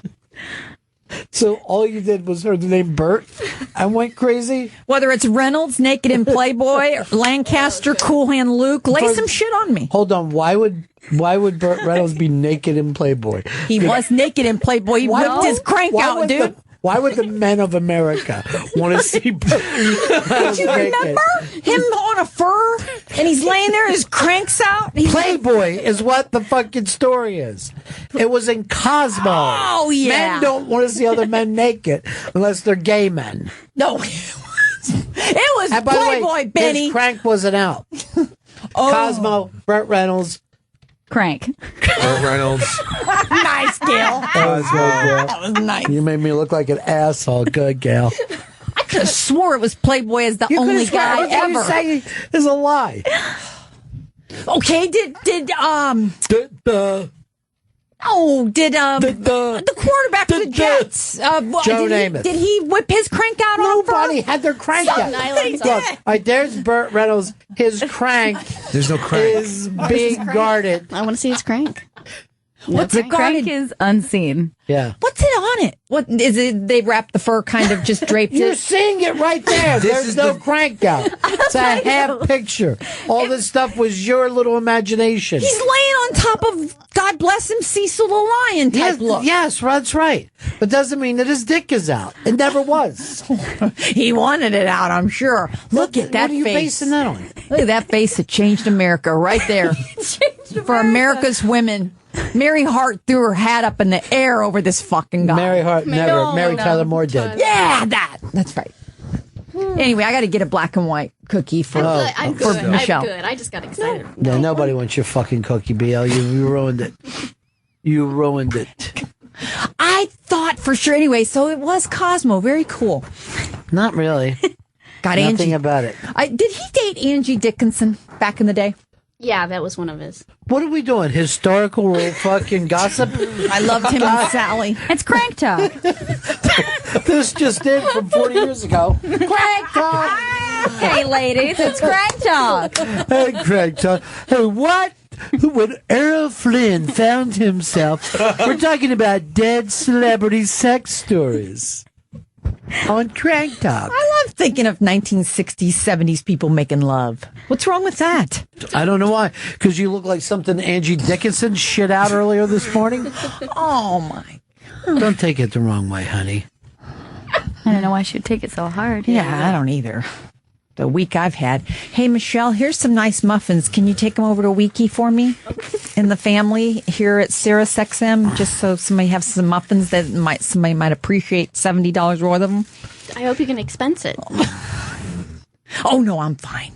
I really Wiki appreciate just texted. Oh, no. Tell her not to bring my name up on the air. Oh, sorry. He actually wrote, tell Bananas not to bring my name up on the air. Sorry, Don.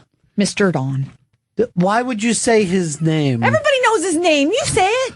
He said he didn't want you to bring it up. Oh. Yes, he trusts me. He hates me. He doesn't hate you. He hates who you are. He thinks I'm ignorant. Have you ever met him? No. I've seen him 3 inches away. He will not introduce himself to BL. He's terrified. He moves very quickly when she's around. He knows she wants a J-O-B. Give me job. There Don't are make no me- jobs here. Look at There's not- Michelle. yeah. Her eyes were Yeah. like in fear. Michelle can get you in, that's for sure. Oh, yeah. What? What about this the woman to talk Australian to. woman that just left? Where'd she go? What's her? Why can't you get her on Just Jenny? I could probably get her on Just Jenny. Oh, my They God. Jenny loves, what's his name, doesn't she? Oh, we're talking about a different Jenny. Oh, yeah. Jenny, I'm the slut on the hut. Is that the deal? No, not Jenny Hutt. Because that's who I could probably get her on. No, Oh, we no, tried. no. Oh, it didn't We work tried, out. and she said she's always free to call. It was fucking the meanest thing I've ever heard in my life. Was it on Periscope? No. It's live. No. Live and in person. Anytime fucking BL was on a Periscope, she was looking at a fucking German ship that was coming by. Fucking U-boat is the last thing she saw when she looked through a Periscope. What year are we in? I love it. It's a hell of a day at sea, so Oh, God. BL, where were you when you found out that Pearl Harbor had been hit by the Japanese? I wasn't born yet, Ron. I was born in 63, okay? What was it, 10 cents a dance for you, honey? Is that what you're doing? 10 cents a dance. That's what they pay. That's why I blow them. I was not with a donkey for the guys out of Nam, okay? Seriously, where were you? Where'd you go? wasn't What were you born in in- Saigon? Saigon Kicks. Jesus, good reference. Who even knows what that means? Yeah. Why am I even here? I don't know. I wasn't even welcome here. I was supposed to be here one day. I didn't even know it was you. You're Here's a what I thought, dumbass, BL. Stanley. I didn't even know it was you. I thought someone left a Muppet in the rain. Someone left a Muppet in the rain. That's We good all stuff. don't. Yeah. I know what to sing for this. Right. Don't see, Michelle was here. She was having a fun. You came in steamrolling. I did. You invited me to a mic. I sat right here. I could have Would sat you rather be back over there? No, but I'm not going to take over Michelle's time. She's bigwig here, man. You don't mess with her. I'm really nobody. Dan in Connecticut. Dan. Hey, Ron. Yeah. Is BL's picture that she's carrying around the same one that she has on her LinkedIn profile? Let me check. Is this 1958? That should be BL. Yeah, that's her. Well, she doesn't look terrible. Sounds a lot worse. Yeah, well, again, when this picture was taken, Badfinger had the #1 song in the country. Thank you, sir. I do love you, though. You're welcome. You looked good in your day. You're sweet. In your day. You know what? I'm not cutting down. You don't talk down to the listeners. Benny always told me that if they want to attack, let them attack. All right. By the way, have I ever given her a single lesson in front of you guys? And yet she acts like at fucking one time I'm Yoda, just constantly giving out advice. She's your protege. I could have had that guy stirring the sauce and buried his... None of that makes sense. I could have buried him, and I didn't. I leave just let it go, BL. Today is, as we say, is it release the nipple? What are we saying? Rescue the nipple? It's save the nipple. It's Save free the nipple. Free the nipple. Free the nipple. Free the nip. And this is not just the nip. That sounds like BL hearing about the attack on Pearl Harbor. But this is Naomi Campbell. Rude. I think she's so stunning. That is exquisite. They may be the best nipples ever. Those are mine. That's the same one. That's why mine are always hard. And you guys say, don't your bra get thicker? No, nobody ever says that to you. I have those breasts right there on that black woman. But those on are this whitey, right here. Those are real, and yours are store bought. Doesn't matter. Basically, look like from a concrete store. I mean, yours easily eclipse hers. Yeah. Mine are more Farrah Fawcett when she laid on the beach. That boingy kind. They're disgusting. Boingy? Yeah, they're real weird. Some guys, you either love them or hate them. It's kind of like me. It's either the highs are high or the lows are low. Has anyone ever said to you, "Oh, I hate your nipples"? Never. I don't know why women worry, because I never heard men say. My Jewish guy flipped out on him. The doctor. Yeah. Flipped out, and I'm like, I'm sorry. No, because you just taken a sample. He just chipped some of it off. Some bumps. Like a chisel situation. Hey, Miguel. Miguel, what's up, buddy? Hey, guys. I was just wondering if we could get a moment of silence for that poor MS kid that's dead and rotting in BL's hotel room. He's talking about my friend I brought up to see, and she's got MS and she wanted a last hurrah. So I took her to a great hotel, and I used all my points. So she's doing really well, and she saw the doctor yesterday. But she has a lot of friends here, so she knows the city. Where's she now? She's just hanging, having a little lunch curbside. I just wanted to give her a nice little trip here. She kind of has the shakes really bad, but she does real well. Maybe she's cold too. It's the way Chris Stanley keeps this studio. Yet he still sweats. Has to be as cold as possible. Are you pooping right now? Not right now. You can never tell with him. But maybe soon. You don't look good. Still don't feel well? Still feel a little under the weather. You look awful. You are sick. No, I'm not. You should go home. What time is our guest coming in? In 7 to 10 minutes. I'll get out. Thank you. We'll all get out. Yeah, everyone get out. I always get out. But Michelle, will you come out back after we act like we're leaving and BL goes away? No. Yes. What? I don't know how to answer.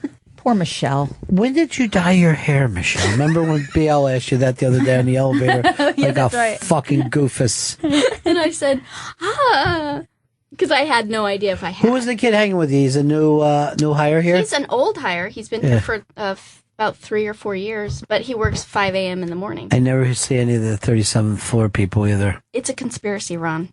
Yeah. I've talked to everybody about it. They just don't want to see you. Okay. Maybe I should go up to the office every once in a while. What happens up there? No. Where is our office? I wound up there today. Did you say 37? I accidentally got off on the wrong floor here at the New York City. I freaked out. The elevator was like, I'm like, it was like a vending machine. First of all, no fucking elevator would say, what floor do you want to go to?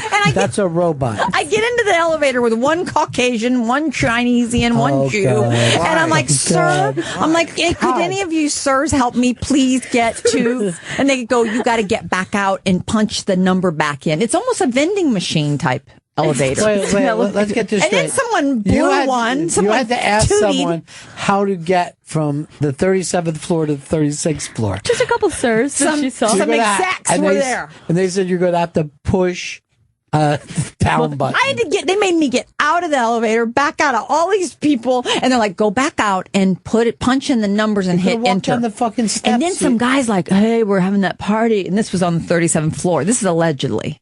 So this happens this morning. They're like, we're going to have that one whatever party. And he goes, oh, what are you doing? Are you in town for it? I'm like, no, I'm going to the Bennington show now. Bye. See ya, sucker. Could have been the president of the whole freaking building. I don't know. I'm with Bennington. Hold on. The last 7 paragraphs were useless to anything. Just so you fucking know that. They were useless. They added nothing. What about the United Colors of Bennington, though? There was no reason to bring up people's races. There was no... First of all... Well, what about the Chinese? I've got an interesting story. I got off the wrong floor of an elevator. I'll save that for the air. I'll let the subscribers hear this one. It's going to go places. When someone gets gas in your box of the elevator, you're a little concerned. It was my first Your time. vagina? And then this guy stares at me, the typical commercial you see. They were profiling. God, it was horrible. I mean, I didn't look at anybody. You've lost the BL. It's no longer even funny. It's not you're even not even you're not even getting uncomfortable laughs anymore. Okay. It's just something that's happening All here. right. It just didn't work out. How about if should I take some time out in the penalty box? Yeah, why don't you get out, go get in your hole over there. I don't want the green room. They hate me in there. Well, yeah, I thought you went out with Dan for lunch today and had a great time. I It seemed like did. you guys bonded. I love Dan and Joey. Dan, I mean, both these guys are so young, they've never put their penises in anything that dry before. You could be a really great new experience for them. Wow. I fucked a vacuum when I was 8 once. And still. This will be like banging the vacuum bag. Yeah. Like opening the bag and just With all that dirt everywhere. the lint and dust. Use mayonnaise. That's my advice. Yeah. Use mayonnaise and try to choke yourself before it happens. Let it spoil, eat it, get the fucking shits, run down and sit next to Stanley, hold hands under the... I'd be fine with that. Of course you would be. Sounds like a nice Friday night. If you get Sean Penn in there, it's a party. It is. It's going to be working. All right, this is when Fez dressed up as BL that time. Yes, I remember. I remember well. Was that the December visit or the July Look of what he last did. year? He painted his face orange. And then acted like his finger was cut off. He was like, "You don't know who I am. You don't know who I am." That's what he said to me. I didn't. I don't want to I keep didn't know boring. what he was doing either. I don't want to keep boring people that I got my finger cut off in a car wreck. What was it stuck on that it ripped off like that? Car window that was amputated. What was you doing? You just had your finger in the window and when it... No, the car rolled over 3 times and slid down 2,000 square feet. Slid down to... Yeah. Covered a lot of room. It went everywhere. Yeah. But not square feet. Which is... It slid 2,000 feet. Oh, that was the carpet company I talked to last week. Damn it. I get things confused. Yeah, Carpet Unlimited. Step into my condo in my brain. Well, your condo is in an old folks home, and who wants to be there? I didn't even know that until Fez wrote back to me today that you lived at the top of the world, and that made me fucking laugh my ass off. It's a community for elderly. She lives in a retirement fucking community in Florida where you literally are 40 years younger than everybody there. I sold the condo, Ron, to an 80-year-old from New York. Yeah, you'll be able to get it back in fucking 6 months. Oh, seriously, no. if I'm 89, I'm going to lease. I'm not going for the down payment. Why bother? She did pay cash. Yeah. Wow. Of course she did, because she doesn't trust credit cards. It just don't matter no more. Just throw this money away. I don't know where I'm headed, though. Well, why don't you get a fucking motorcycle like Then Came Bronson, riding around the country, helping people, solving crimes and helping people out? I am. I saved a 100-year-old. I save an MS patient right now in my room at the hotel, and I'm feeling good about myself. That's why I want to spread the message while I'm in such a large continent right now. Well, the way that you could really save people is make sure they don't fuck you, because it seems like when they do, they die immediately. They fall in love. Who was it of yours? Was it a boyfriend that died in the hamper? Ronnie, that was Fez spread that rumor years ago when I came down here, came up here, whatever, fell in a hamper, drunk, threw up in the hamper, died in the hamper. He took some extra Darvocets with a couple of bottles of vodka, and he didn't do well.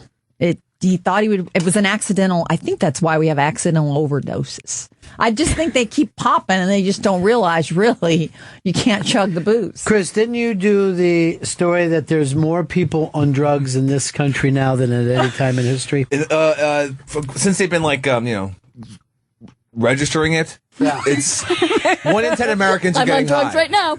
Registered. That's all? 1 in 10 is what they figured Or out. morphine. It's either the biggest ones are heroin, prescription pills, and marijuana. 1 in 10 people. Well, more than 1 in 10 people are smoking marijuana. Get out of your fucking mind. These aren't my numbers. This is some national drug. Then the numbers are small. Yeah, if only 1 in 10 people are smoking pot, you would have been fine with opiates and heroin. But when you throw marijuana into it, it's can't just throw in the fucking ridiculously small. Can't be true. No, don't listen to Leaky. His fucking half of his fucking common sense leaked out with everything else in his ass. I'm getting dehydrated. I will get you water. You do not look good. I look great. No, buddy. Look in the mirror. I look fantastic. You can steal all my jokes today you want, Chris. Oh, thanks. Yeah. Bangton. Can I tell you something, Chris? Yeah. You look like the last scene of Midnight Cowboy. Oh, shit. Ratso Rizzo? Yeah, you're Ratso Rizzo. Fucking Joey Jojo's going to be sitting around with his arm next to you and tears in his eyes. Everybody's talking about me. Just shit my but pants. that ass keeps leaking. We just took a little unexpected rest stop. That's all, my friend. Even though we didn't. Tell me about Miami again. Don't call me Ratso when we get down there. Saddest fucking movie. This is the saddest fucking movie. I might Yeah. cry now. That's shit. I went to see it at the Directors Guild a few years ago. It was the first time I ever saw it on the big screen. You know, I'd only seen it on TV.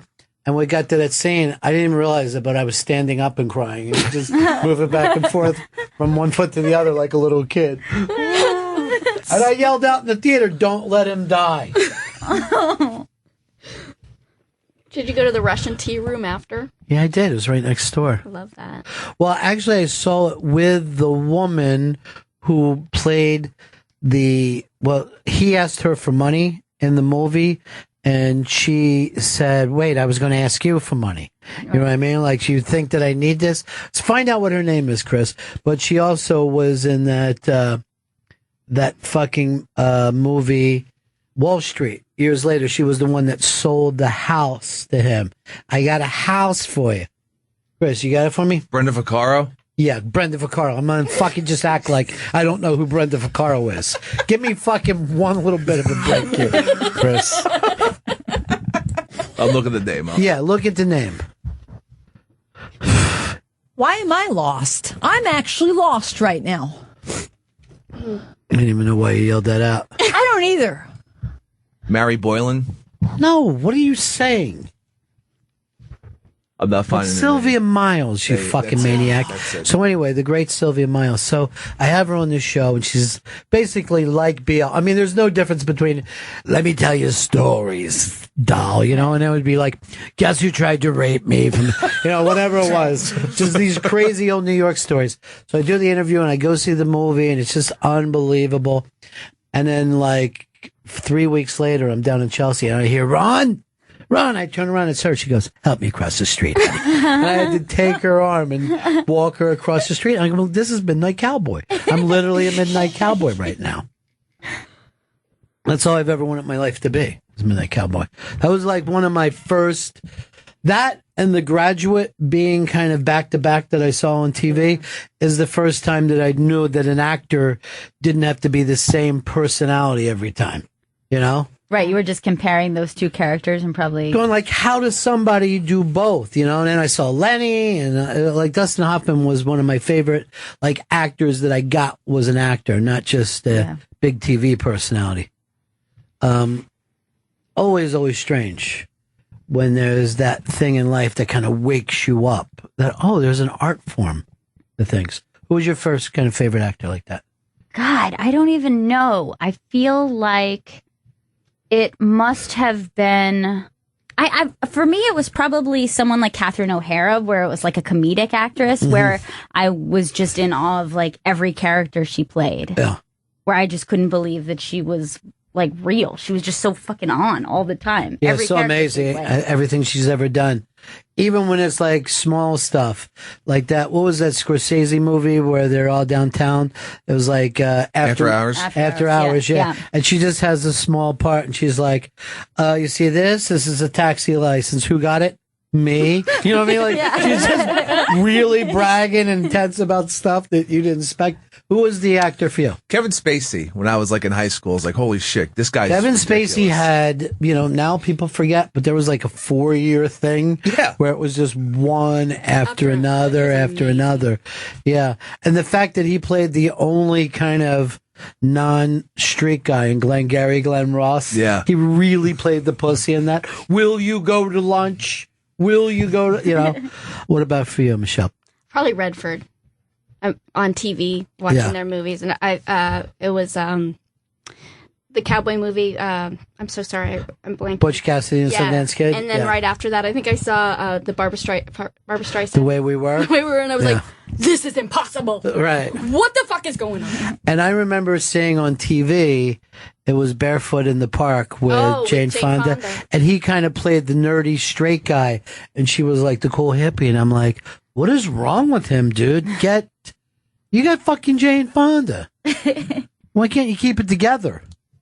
But that really is that perfect to like New York movie where it's the walk up and the rooms are all strange and shit. It was one of the things that made me want to live from New York. Now I'm gonna look at BL, and I'm gonna guess the actor for you. I'm just going to say Yogi Bear. Am I right? Am I close to that? Well, I screwed Yogi Berra, but no, Did not you really? Yogi Berra. Back in the day? Montclair State. Yeah. No, I'm a serious actress, Ron. Please. Who was the actor for you? I would have to say throughout the whole career, the whole thing you're talking about, Anthony Hopkins, the way he was able to work with Brad Pitt in Meet Joe Black. And Meet Joe Black did not do that well. But No reason it should. I mean, out of all you're the not, movies. You're not getting that. You talked about the Cascade and the way it was but built. if he was driving along with the Cascade and the way it was built, if he was driving along, he's going like this. Wait, they brought up my name. No, not that film. Not that fucking film. Why? Why? Why? Oh my God, it was beautiful. I watch it on loop. Everybody where it goes loop. round and around. Loop? What year is this, She honey? watches it on loop. What year is this? With BL, you just never know what year you're going to get. That's true. You don't want me singing. Normally it's going to be 69, if you know what I'm saying. Thank you. Montreal. Love Bryan Adams. It's a great song. He might have had sex with Princess Diana, allegedly. The first time I saw you was in a magazine. You're doing it again. You're doing it again, honey. Sorry, buddy.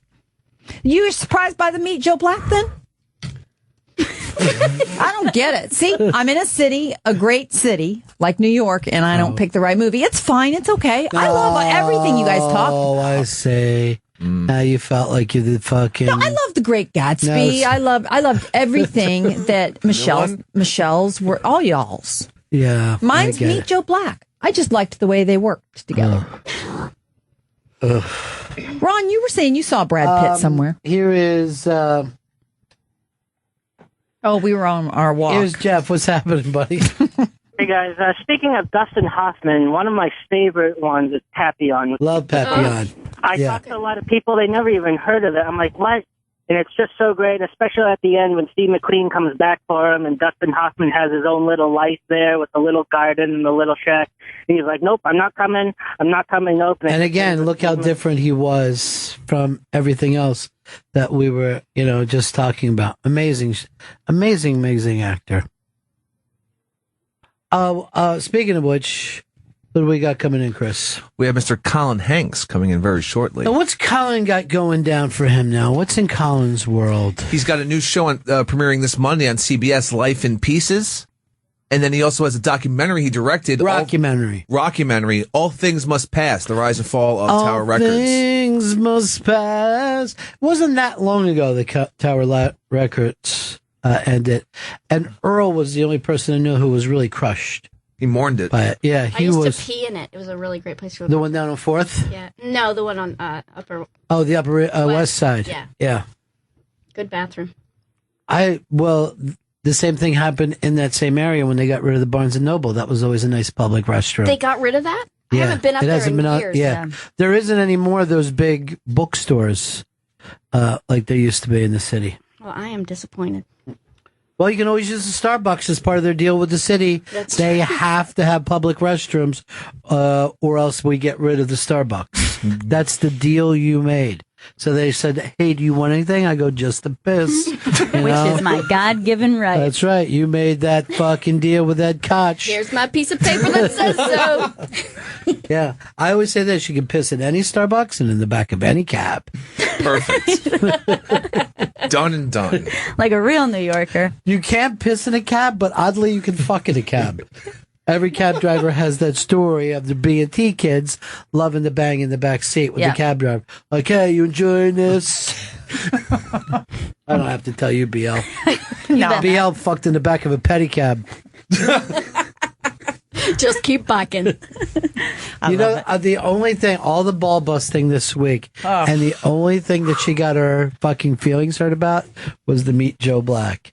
That's when she felt like, oh my God, That's it. I'm not on a level.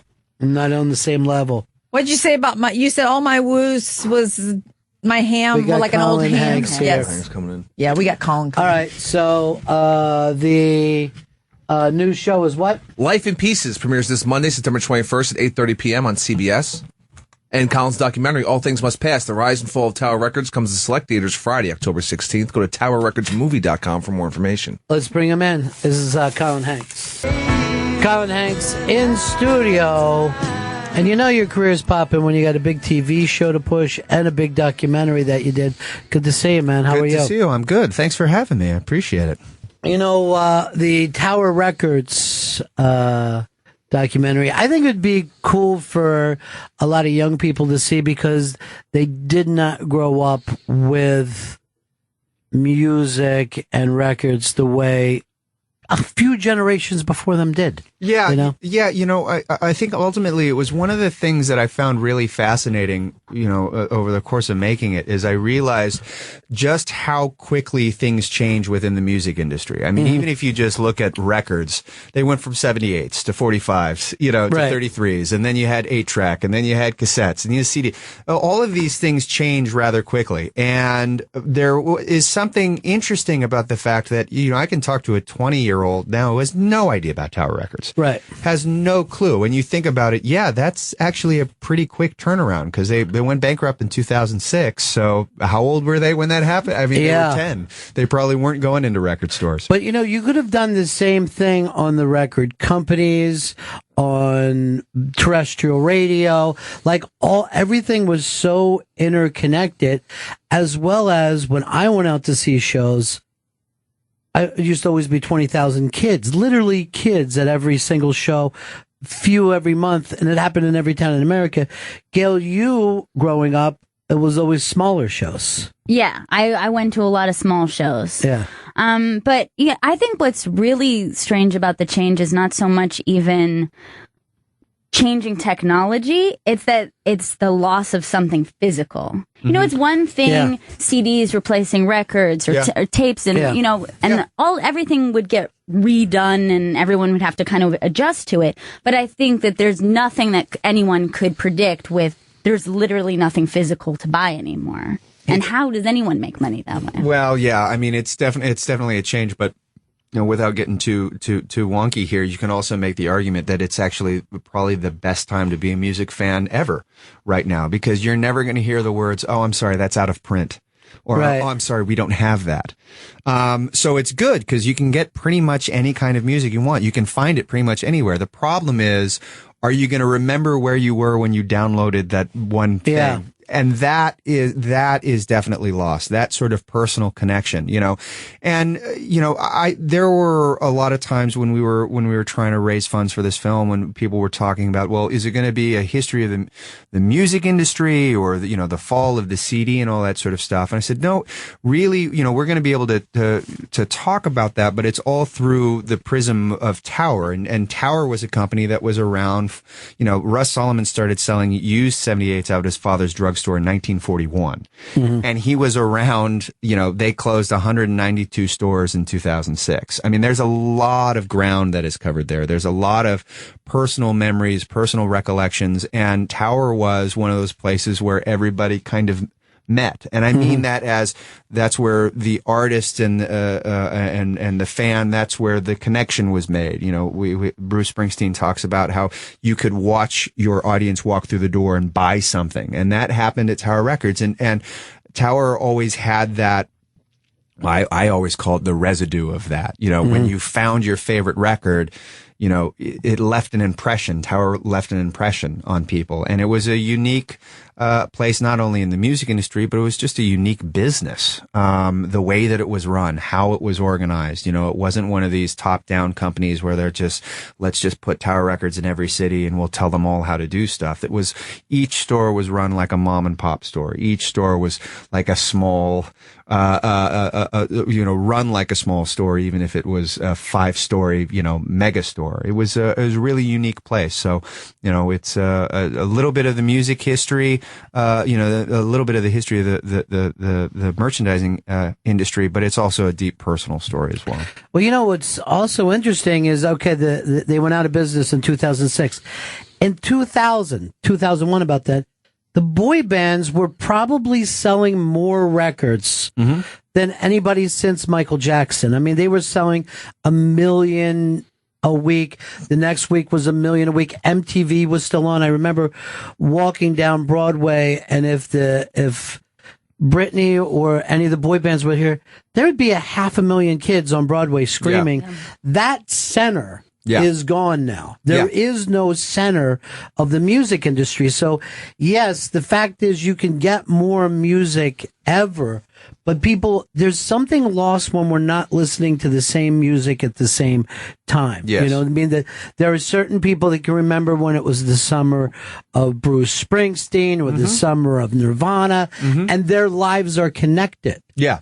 And that is lost for us. Yeah, without a doubt. And, it is definitely one of those things where, as we were making this movie, it was interesting because I came up in the CD and tape generation. Right. That was what all my money went to. I didn't have a sweet tooth, but that's where I spent all my money.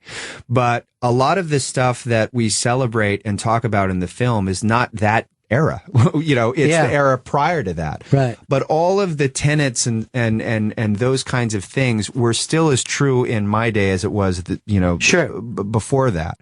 And so I'm very much of that generation that had a place to go to, a place to discover music. And now, I always say it's not better, it's not worse, it's just different, and people are able to find it somehow. It's different. It's different. It's evolved. Yeah, but even when you said you could get the music, I think something is lost when you consume it too fast.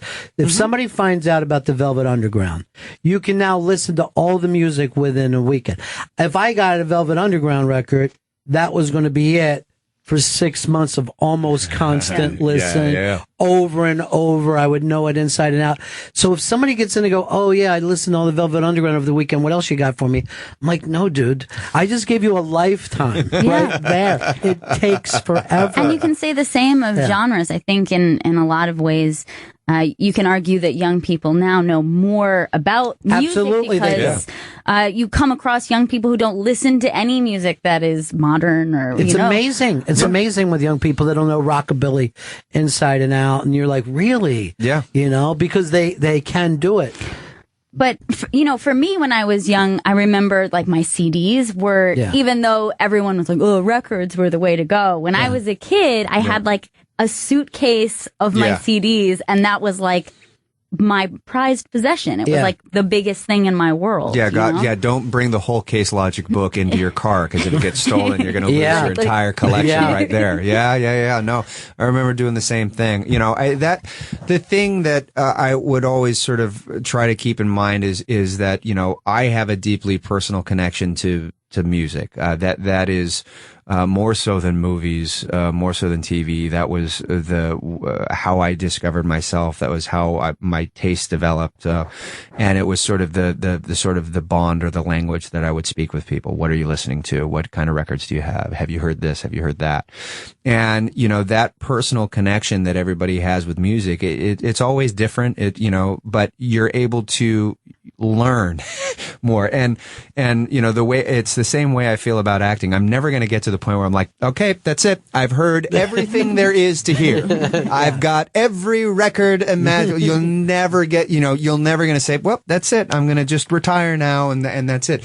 You're constantly looking for something new and constantly growing and evolving as a music fan. And that was something that I wanted to make sure was felt, you know, in the documentary. Well, what I also love in the documentary is that these musicians are fans first. So when Dave Grohl's talking, he's talking as a kid. When Elton John's talking, he's talking as a kid. When Springsteen is talking, he is so romantic about this thing. Still at this point, he holds a romance that is Shakespearean about it all. Yeah. And it is something that I think just because it's pop culture doesn't mean that it's not as important as anything else that we have. You know, it breaks my heart when it's just treated as if a phase that you go through, because some of these albums will have saved your life. You will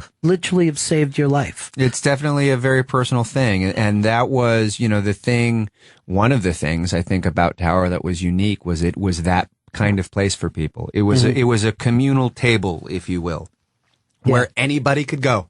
Didn't matter who you were. Didn't matter if you were John Lennon. Didn't matter if you were Joe Schmo. Doesn't matter. You could go there. No one would bug you. No one would tell you to buy something.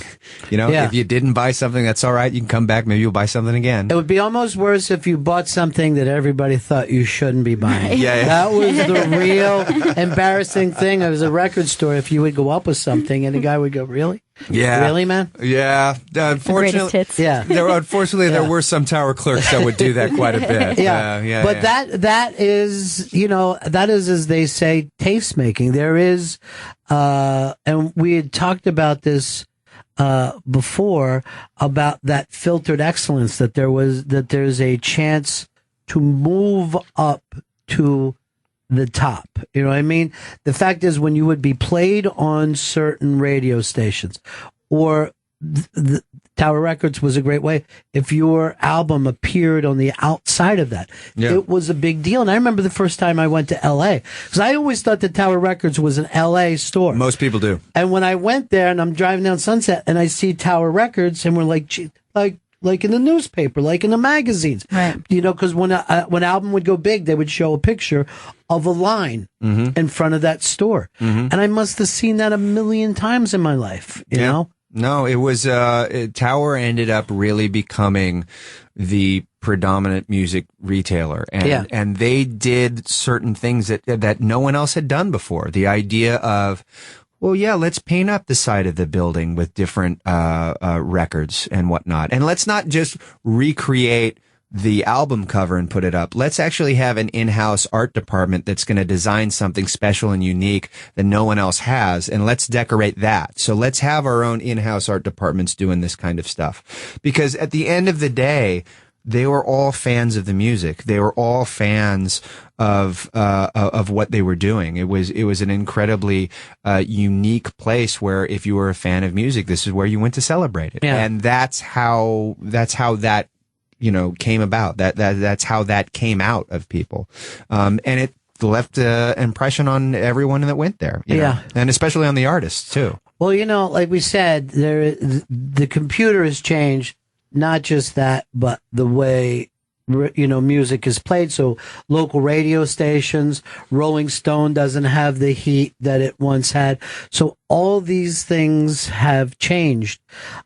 at exactly the same time as what we're talking about at Tower Records. And as a matter of fact, a lot of musicians will come through to here with me and go, I thought I had a catalog. My retirement thing is gone. And I'm talking about some of the biggest musicians that you've ever heard in their life.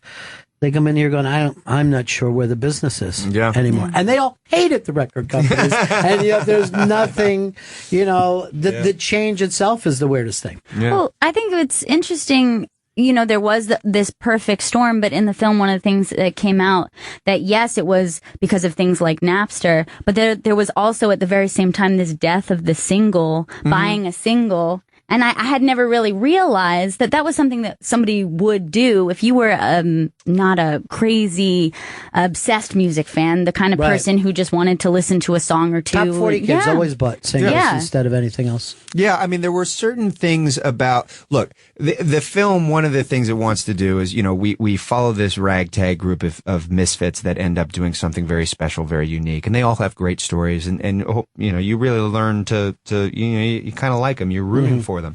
But one of the things that I really wanted to do was make sure to be able to pop that bubble, because it's not just as simple as, Napster killed Tower Records. It was in the Facebook movie that they said that, but that's not really what it was. What it was a series of events that played out over a long period of time. And if you really wanted to start it all out, you could say with the invention of the CD, it set in motion a whole bunch of different things. And one of them was, in the very first interview we ever had with Russ, I said, if you wanted to pinpoint one thing, what would it be? And he mentioned the singles.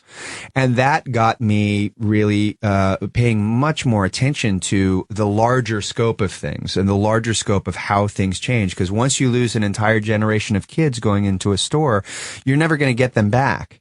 And that generation of kids ended up coming of age during the Napster era. So when you stop when you stop kids coming into a store and 5 years later, there's all this music online for free. Well, that's where they're going to go. They're not going to spend $18 on a CD. So there are a lot of different factors that lead up to it. Some of them more just music business related, some of them self-inflicted. And I wanted to be able to, explore that. And I think once you sort of mention these things, people go, oh yeah, that's right. I understand that. That actually makes sense. Yeah. Because at the end of the day, it is a business. And, even for the consumer, if it's cheaper to go to Walmart or Sam Goody, they're going to do it. You could have done another movie about how when, Tower Records came into certain towns, it sucked out the local business places that were there. And 10 years from now, you might be doing the same movie about AMC theaters. Yeah, who knows? Who knows? Who knows? When we started making this movie, Walmart was the #1 music retailer. And then iTunes then became #1, and then streaming came. It's changed so much while I'm making the movie. Yeah. So it's constantly changing and constantly evolving. And our big joke when we were finishing this, Radio Shack announced that they were going bankrupt, and I was like, guys, I think we just found our new documentary, Radio Shack. Well, I always thought two of the great fictional rock and roll movies, one was Cameron Crowe's Almost Famous, and Tom Hanks with That Thing You Do. Oh, yeah. Those two movies captured, and as you look at how things changed, one was supposedly set in like 65 or 66, the other one would have been 73, but they look like there's 100 years difference. The culture had changed so much, and one is basically a singles movie, and the next one is an albums movie. Totally. And it moved that fast. Cameron Crowe was always so romantic about that time, the time of the record, when it was like to own an album and live with it and read the notes and look at the pictures. And it's amazing how many stories there are. Rock photographers, and, there was an entire culture that went on from 64 to probably, the mid 90s that we're never going to get back again. It's just gone. Yeah, it's true. So that's why we make documentaries about them. Yeah, they make documentaries. And while you're doing this, you had the crazy Dexter appearance. You had the great Fargo appearance, and now a brand new television show. Yeah, brand new show. It's called Life in Pieces. That's going to be Mondays at 8:30 on CBS. And Yeah, it's the day job. It's when I wear makeup and pretend to be other people, but it's a great show. It's a really, really funny show. It's got an unbelievable cast: Diane Weiss, Jim Brolin, Zoe Lister-Jones, Thomas Sadowski. I mean, it's just an unbelievable group of people, and it's a really fun, unique show. How does a cast like that even come together? Because you're literally talking about a cast of movie stars. To be quite honest, the writing. The writer Justin Adler wrote. It's a show about a multi-generational family, sort of along the lines of, say, a Modern Family, but it's not like Modern Family. It's a family. That's really the main connection. But each episode is 4 short stories, and each sort of short film, if you will, follows a different member of the family, and it'll change from week to week. But within these short stories, you get a feeling of what life is like in this extended family. And it's a really fun and unique new way of telling what is obviously, sort of a modern, or a very common tale of family comedy. The weirdness of a family too is if you've ever sat around at Thanksgiving, you thought, okay, if we weren't related, would there be any possible way of putting this room together? Of course. Let alone the things that we say to each other. Yes. Whether they're biting or ridiculous. You can't wait to tease something that happened 20 years before. Yeah. It is the most bizarre and the most enduring thing to humanity. Yeah, absolutely. And there was just something about the way that this was written and the stories that we were able to tell that I just thought was incredibly unique and different and new, and it got me really excited, and it got everybody else excited. And really, that's how we got the cast that we got, because we thought the show was hilarious, and it's been the most fun to shoot. I've had so much fun working with these people. Normally, if you have a scene that has more than 4 people, you go, oh, I don't want to shoot this scene. It's going to take forever. It's going to be boring. I look forward to the days where the entire family is shooting something together, because we just end up laughing the entire time. It's really a very, very funny show. And I'm really proud of it. Is that always true of most acting gigs? Is it No, absolutely not. No. Yeah. I'm not throwing anybody under a bus, but there are times where where work is work, and you just gotta grind through it. And I always say that actually show business is actually not very glamorous, because when people see having to do the same 3-page scene for 5 hours, that's exhausting and not fun. But when you're able to work with people that whose company you enjoy, and you're actually like the material, that goes a long way. And this show is so well written and so funny that it just keeps getting, all of the cliches are all true. It just keeps getting better and funnier, and I'm just tickled that I get to be on it. Well, you've been on a roll with that lately. Like I said, the Dexter season was unbelievable. That Fargo season was phenomenal. Oh, thanks, man. And I believe they're going to do another one about another year, but I think that this is my little prediction. There's going to be something at the end that ties all the years together. Flash forwards, flashbacks, something weird and maybe of another world is going on there. Oh, interesting. Yeah. I will neither confirm nor deny your beliefs. But no, I will say this. The irony was I waited 7 years to be on a really great TV show, and I finally got on that really great TV show.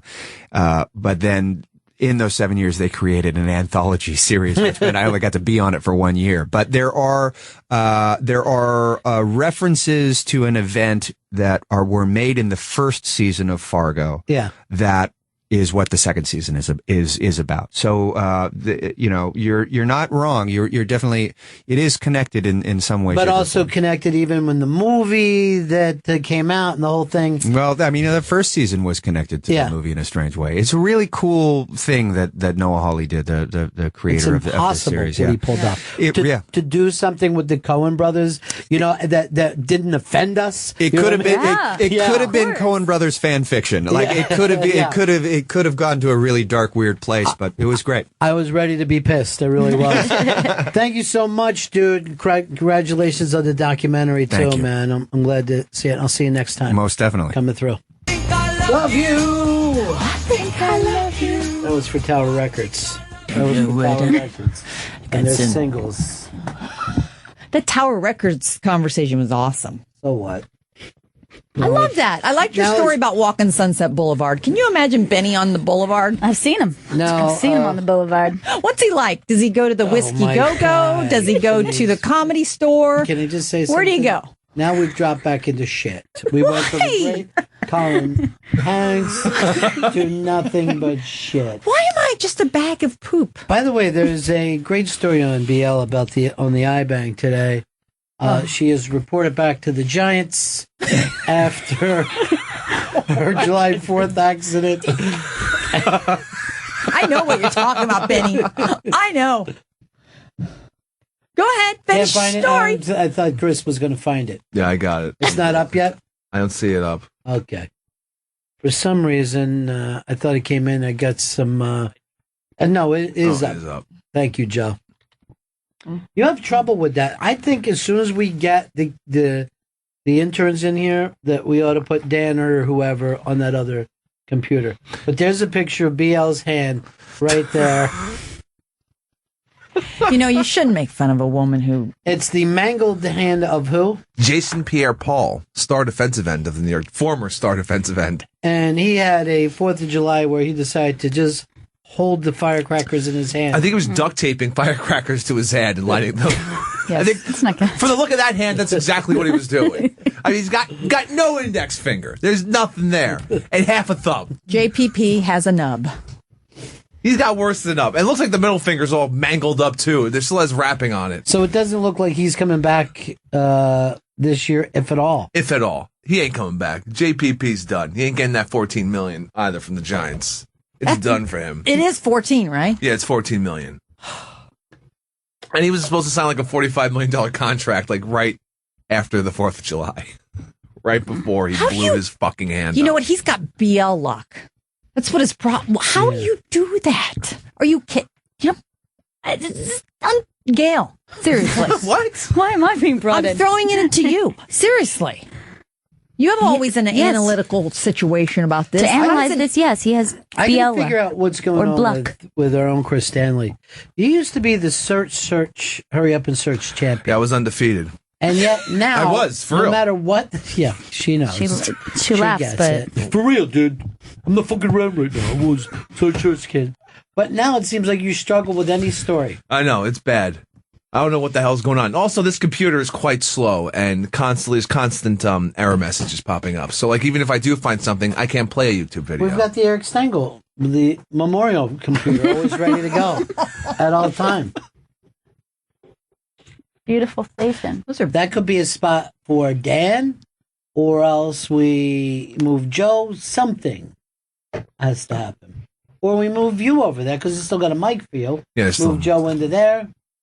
Whatever. As long as the mic can pick up you putting your cup down, that's all I care about. Oh, kiss my ass, BL. She's right. You are fucking nasty loud.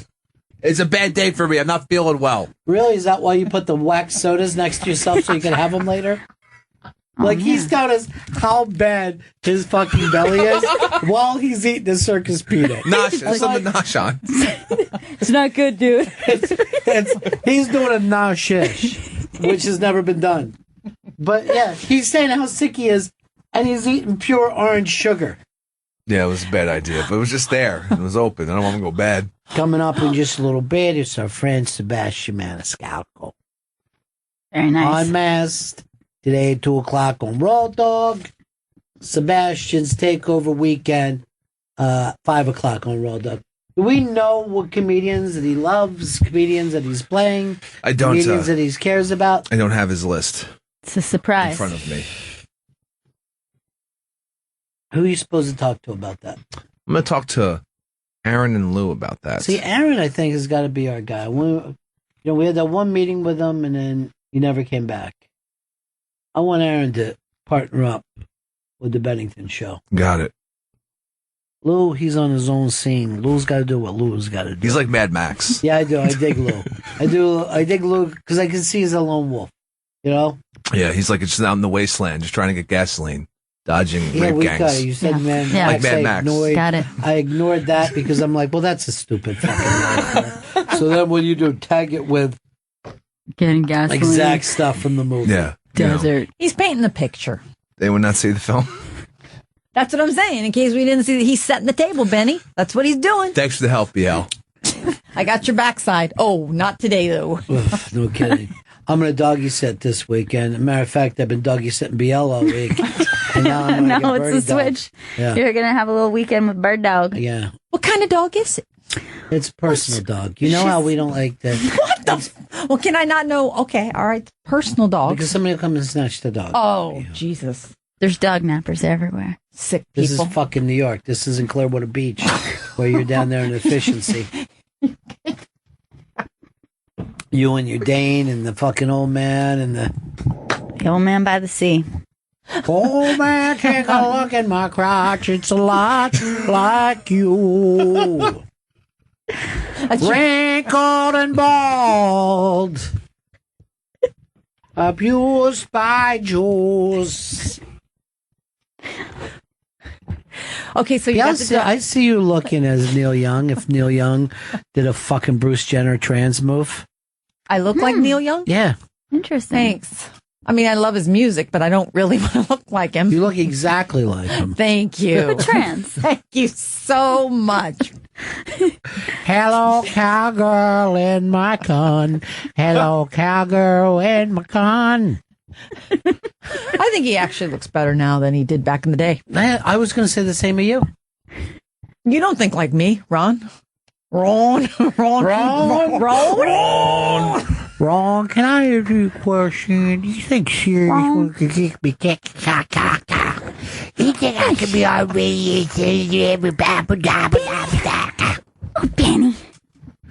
Hey, girl.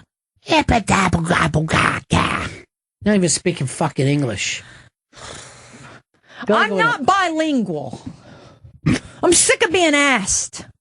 I go to my freaking bank machine and they go, you want English or Spanny? I'm like, who cares? We're all one. We're clearly speak neither. English or Spanny? The UN. Who are you, fucking Donald Trump now? You fucking hate Spanish people? We both got to get a new hairdo. There's no doubt. So we start there. But, yeah. Anyway, I'm sorry. I'm going to read some of these things. Tim Knight says, when we were listening, there's definitely not enough harpsichord in rock and roll. That's true. Bring back Search, hurrying up. And Search says, Lori, Jack Brando says, Gail Ann, I think I love you. Hashtag Bennington. Oh, my goodness. That's so sweet. Nice. Wayne says, BL, that Tower Records talk was so awesome. Ron, so what?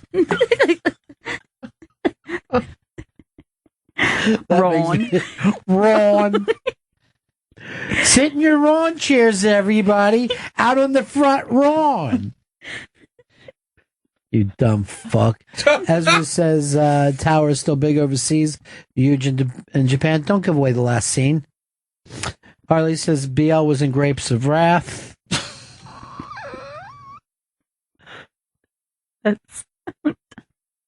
Bobby is remembering each of the records that he stood in line at Tower Records. I was never a Tower Records guy. I always thought that they were big West Coast brutes who came to the East. Yeah. And blew out a bunch of mom and pop stores. That was me, you know.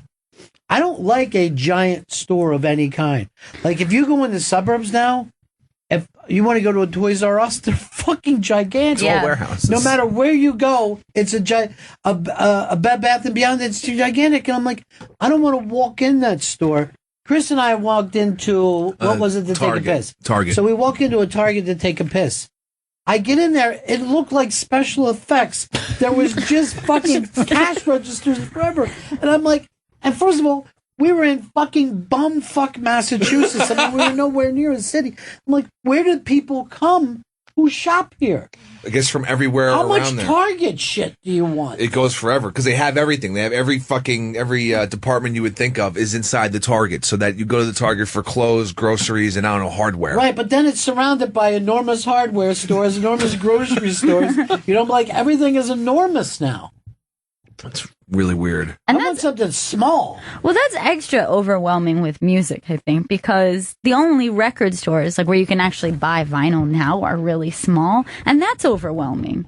If I walk in, I'm like, well, this is going to take me a couple hours just to like finger through all of these. Oh yeah, I don't now like if I had 4 floors I of it. can't tell you anytime I've been in a giant bookstore that I'll just walk away with nothing after a while. Like, yeah, I you wander around. I couldn't possibly figure out what to get here. It's too much. Is it because of you audiobooks people that all the other book companies that they're all sort of going to the wayside? Like all the people that download. No, it's a computer. That's the deal, right? Yeah. See, I love a nice hardcover book, sit on the beach, read. But see, that's where I live. So in the city, people are People read tweets now. They don't want to read anything longer than a tweet. I would love to know. I don't think there's another product as untouched as a book is. Like, I know people who will just like, you'll go into the house, they'll have like 8 books, and you're like, how is it? He goes, I haven't got to it yet. They don't see him again. He's got a bag of books. I'm like, what the fuck are you doing? You got 8. You got a year's worth of books there. Catch up, dude. I like buying books, though, more than anything. Just want to show off. The saddest part is, though, the kind you open and you can smell the newness, and it's a book of rock and roll, and you just open it up. Sometimes I'll just open it up, and it starts telling you stories about Keith Richards and early Stones stories. And Yes, you just mean information or in a book? I You got like so them. specific. I like But the specific smell of a rock and roll book is different. I like Combinations it. of letters. You gotta love to smell something, Benny. I would smell anything other than that wuss of yours. I'll fucking bring a blind man in here to braille read your cunny and see what he'll come up with. It was a dark and stormy night. No. No. Benster. He's not actually going to bring No. someone in to do that, honey. No, I'm never. And in a million years, I'd never bring a brown guy in here to braille read your cunny. I wouldn't do that. Yeah, I got to say goodbye to you because we're about to do the UnMasked with Sebastian Maniscalco. By the way, I loved hearing him say that he enjoyed himself because I knew that he was tense about it. Yeah, and it was a great unmasked, super funny. I'm glad to hear that. I He really just- like him a He lot. just emailed me saying thank you so much for having me on the show. and Dude, thank I you would for have him on the show every day. I know. May I just say goodbye to you guys? Yeah, I wish you would. Ron Bennington, Gail Bennington, Chris Poopsie, Stanley Steamer, the boys in the hood, my Joey, my DP, you guys. Double penetration. Ron, stay with the bit, okay? I'm in character. Thank you so much for a dream trip to the city that I'll never see full time. But I love you guys, man. And thanks for taking me to Aunt's party. Introducing me to all those nice people. Thanks, listeners, for getting through it, man. Thanks so much. I love you guys. Out. Peace, Saeed. West Saeed. Fucking don't know which Saeed I'm on. Yep. Three more minutes, Bill. No, that's it. 3 minutes what? To the break. Oh, I just was saying goodbye. Be a pro. That's just all I had to tell you. Do my eulogy. Do your OJ?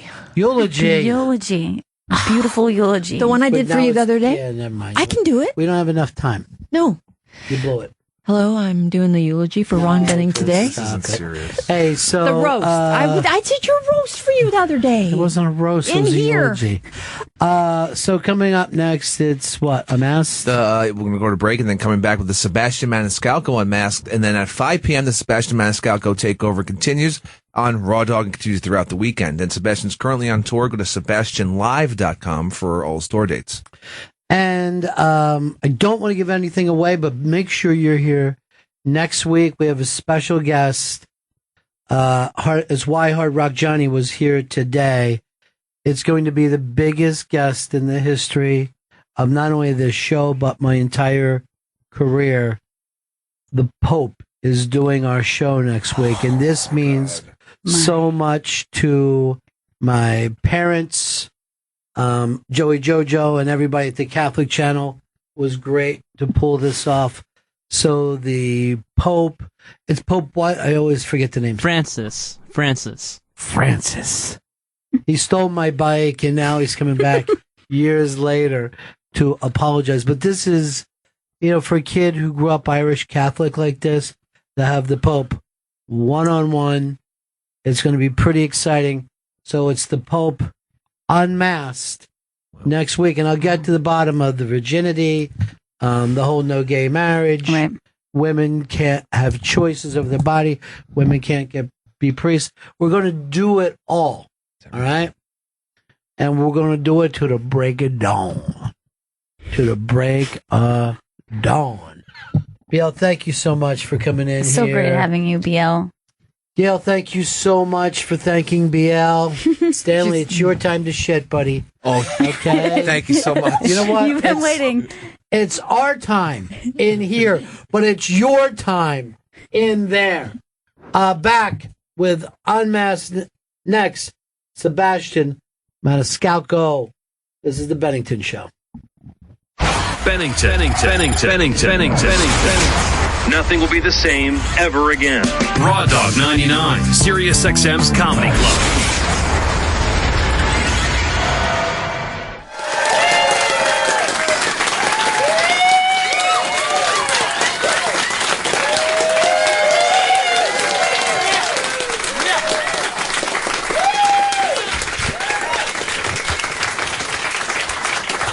Sebastian, good to see you, buddy. This is great. Yeah. Thanks for having me. You know what? Everybody is talking about you now, too.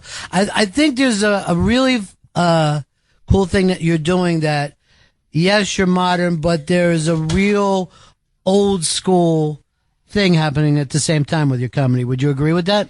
Yeah, I don't know. I just talk about how I grew up and being from kind of like this old world family. My father being from Sicily and coming here when he was 15, marrying my mother who grew up in Chicago. She wasn't born in Italy. And I don't know. I just had these like old world values and morals that I grew up with. And I'm kind of walking around and a lot of it doesn't match to what I'm seeing in society. So that's kind of where the root of my comedy comes from. Well, that is true. But I think that most people now are second or third generation at the earliest in this country, where, it was like Sinatra and Dean Martin, their parents were born in Italy. So you have a throwback edge to that type of connection. Yeah, it's just all I really known growing up. I mean, me and my father went back to Sicily 3 years ago for the first time. He hadn't been back in 50 years, and I've never been. So career starting out, I was just talking about observational stuff that bothered me when I walked outside my house. But now I start getting into a little bit more of like where that comes from, where that angst comes from, the impatience, and it comes from my father, who's crazy. But did it occur to you when you were a little kid, like, hey, other people's dads aren't from Sicily? Yeah. It was very, very prevalent to me that something that was going on in my house really wasn't going on in the rest of the neighborhood. Because I didn't grow up with a huge immigrant neighborhood. A lot of people were, just American born, and we were kind of like the immigrant family on the block. Not that we were... my dad speaks perfect English. Not perfect. He's got an accent, but, I was going to say, you don't even speak perfect English. You got Chicago. I'm barely getting the words out here, so.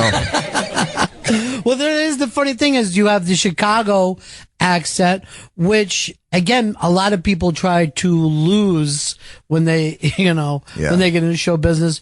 You kept it. I had no choice. What am I going to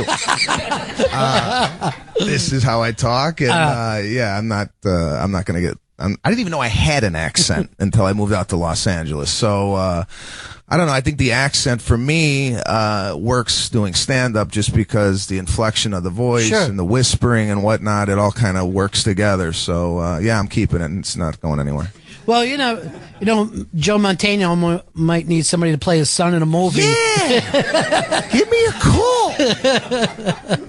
So but as a kid, you realized, hey, I'm being raised a little different than the other kids in the suburbs but at the same time, you became aware of comedy somehow. I became aware of comedy in the house. So what happened was we would sit down at the dinner table as a family, and we would laugh. I mean, that's really all we did growing up. There was not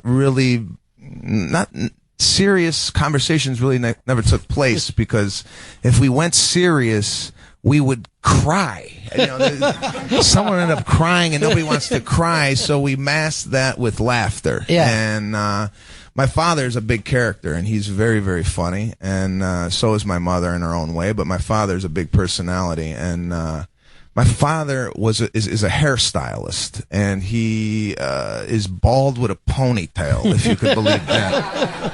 So, I mean, coming to my soccer games, and you know, he's a hairdresser, so he dressed different. I mean, he wore a top hat with a trench coat, and I'm looking at this. I go, this is funny. There's something about this is different. I mean, he didn't watch the games with the rest of the parents. He kind of was off on his own, and it was strange to me, but also very humorous. When did you become aware that people do stand-up comedy, that this is something that people do? I was a huge Johnny Carson fan, and I used to watch stand-up comedy back in the 80s at my cousin's house because I didn't have cable. He had HBO, so he used to tape all those specials. So every Saturday we went over there, and I'm like, can we put the special on? I got to see the new special. So I really became like enthralled with it. I'm like, how do these guys remember all this? This is fantastic. And I knew it was a career. I just didn't know how I was going to get into it at the time. I always knew I liked to make people laugh, but you know, coming from the northwest suburbs of Arlington Heights, right outside Chicago, I mean, that's all I knew was hair and my mother working at a school, so I didn't know how to get into this business. It seems all far away, and you know, when you see people when they would do the old Tonight Show, where there would be a lot more stand-ups than what happened later. You know, Carson loved stand-up, and he had time to do it. If you see a guy for 8 minutes, you're like, oh, I can imagine that. But if you went the first time that you witnessed stand-up, and you saw Carlin go an hour, or Eddie Murphy go an hour, it's like, oh, this is way too much. You know what I mean? No one could ever do that. I remember I got friends of mine to go to see stand-up, and it was Billy Crystal. So they were like, all right, whatever. Because we were always rock and roll guys. So we go there, and he's like funny for 5 minutes. I'm looking around at my friends going, see what I tell you, isn't this great? 10 minutes, 20 minutes. By the time he's at 40 minutes, I'm so fucking depressed. I'm like, this is not anything a human being can do. Yeah. It's impossible if you're a kid and you see someone stand up and do an hour. It's insane. Yeah, it was crazy. And when I was 15 years old, I was dating a girl at the time who had a hookup to a comedy club in Chicago. So while everybody went to go watch like the football games on the weekends, we were going to comedy clubs. And this is the first time I'm seeing live comedy. And I'm like, I was blown away because just like you said, I'm like, I was seeing this for like, 8-minute snippets. Right. And now I'm seeing this guy just rattle off of these jokes in a live setting. And by the way, comedy is best enjoyed live, just to see the nuances and the little movements and whatnot. I mean, TV is great, don't get me wrong, but when you go to a comedy club and you sit there and you see the guy doing his thing, there's nothing better. Do you remember who some of those guys were when you were a kid? No, I mean, at the comedy club, no. Because I was just sitting there looking at him going, oh, okay, this guy's the funny guy for the week, and then the next guy comes in. I had no idea that this was like a circuit. I didn't know what was going on. Right. So I just love to laugh myself. And if somebody could get me laughing, it's like it's gold. So this is in the back of your mind as you're a kid. Back of my mind. But you're not sharing it with anybody? Or? I did share it with my third grade teacher when they did career day. So they asked, what do you guys want to do when you grow up? A fireman, policeman. I said, I think I want to get into stand-up. So I knew at an early age, but again, I didn't have a map to navigate me to how to do it. So yeah, I was just kind of in limbo. So you're actually, as a little kid, you're saying to your teacher, I think this is an opportunity. You know, there's something out there. Let's face it. Did she think you were crazy? She thought you were adorable? Yeah, you know, the whole, oh, yeah, okay. Yeah. You know, the whole thing, like, that's not even going to happen. So, but I didn't take to it. I was discouraged. Right.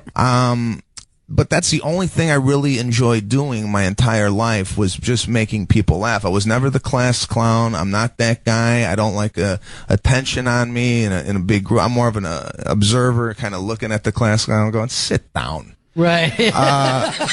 So I was never that guy. But once I got in front of an audience, I really enjoyed making them laugh. It was book reports for me. Like, I would really get into the book reports.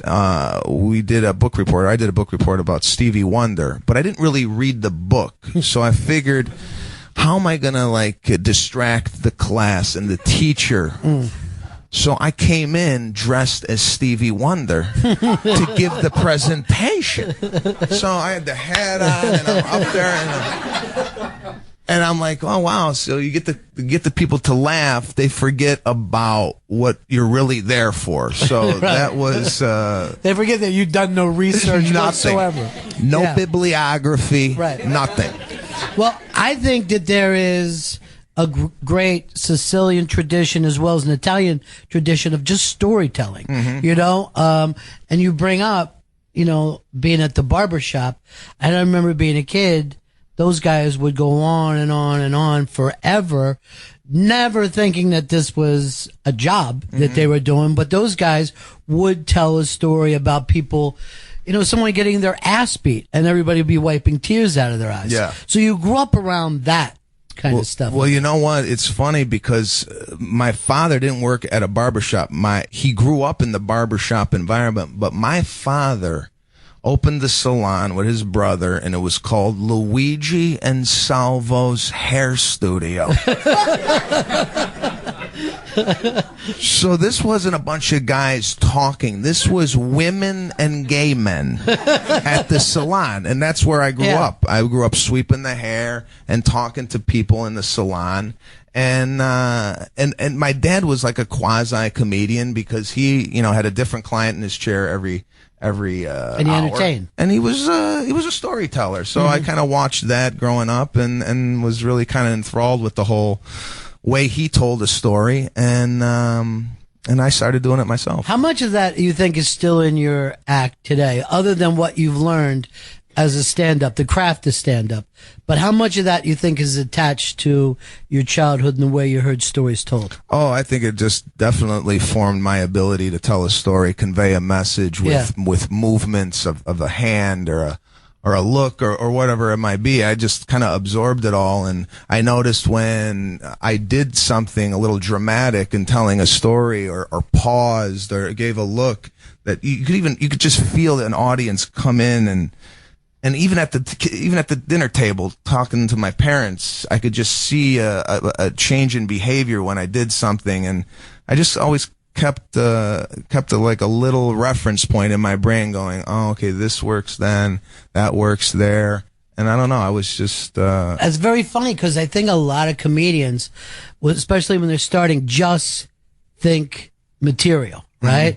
Dice Clay is the first person I ever talked to who worked from the outside in. You know what I mean? He created everything that he wanted to physically do with his face, and he said he worked on that for years before he even thought of a joke. He wasn't interested at all in jokes, but creating that piece. Yeah, I think actually is this show, he actually said that he would not even go and do the material at the club. He would go to like a studio and create like a character and not even do it in front of people. And I found that really, really interesting when I listened to that. Well, I wonder if that is maybe a forgotten piece, that maybe people did that years ago, you know, like Chaplin or something, before you started using words.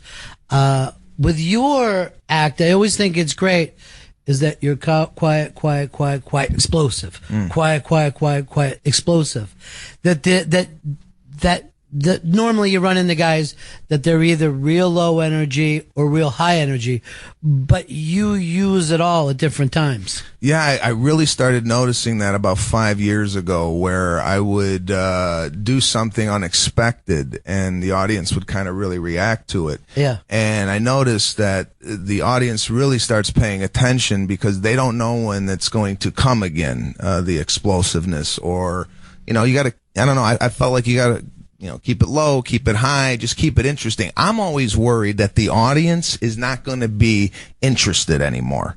So my job up there is to not only give them these inflections, but then also give them something to look at with the physicality. So that's my biggest fear. I'm like, you know, I could feel it in the audience as I'm doing. I go, they're falling asleep. I gotta do something. So, see there, you know, like. But and then you know that you have to have that confidence of, I guess, of doing it before to know they come back. But I brought this up with your new album.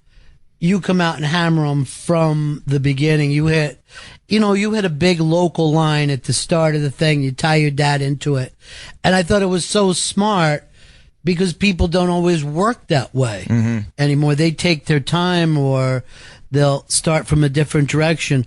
But you made it seem like, and you're playing the theater, but you made it seem like the guy who got over because he was the funniest local guy that night. It was something very personal about what you were doing with that audience. Yeah, I felt like it's my special. It's being shot in my hometown of Chicago. How do I get the audience to kind of pay attention right from the get-go? And I always like doing like a local reference or something that pertains to what's going on at the moment. So even when I do a club, if I see something outside the club or I see something during my day, I will say that to start the show because it's very relatable, number one, to the audience. So they're sucked in right away. And, you kind of did your homework prior to getting on stage and not going into your material right off the bat because someone might not know who you are and you just want to give them a little flavor of that right from the get-go. Well, one of the worst things that you could ever do is say a local word wrong.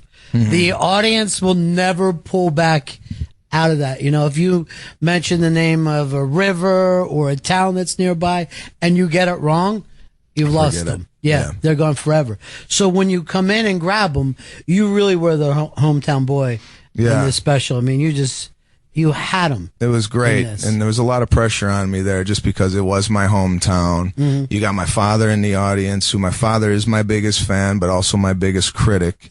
And he will not sit still at a show. He will actually work the room. He'll get up and he'll look at people's reactions and, he's got a legal pad. I'm not kidding. This guy's got a legal pad. He's writing notes. And at the end of the show, he'll come back in the green room and he goes, he didn't even do the subway bit. That kills him. I go, what? Could you just be a fan and not a father? But he can't. But he's very good. I mean, I gotta give it to him. He's very, very clever and he's very observant and, some of his notes are very valid, but it's just sometimes the way he presents it. Just like any father-son relationship, it's like aggressive. It's like I'm not doing a good job. You gotta do this. You gotta do that. All right, So it's tough at times, but God bless him. He's really meant a lot to me in my career. What was it like the first time you performed in front of him? Well, first of all, it was at Zany's Comedy Club in Chicago, and prior to me getting there, he was requesting tickets for everybody at the salon.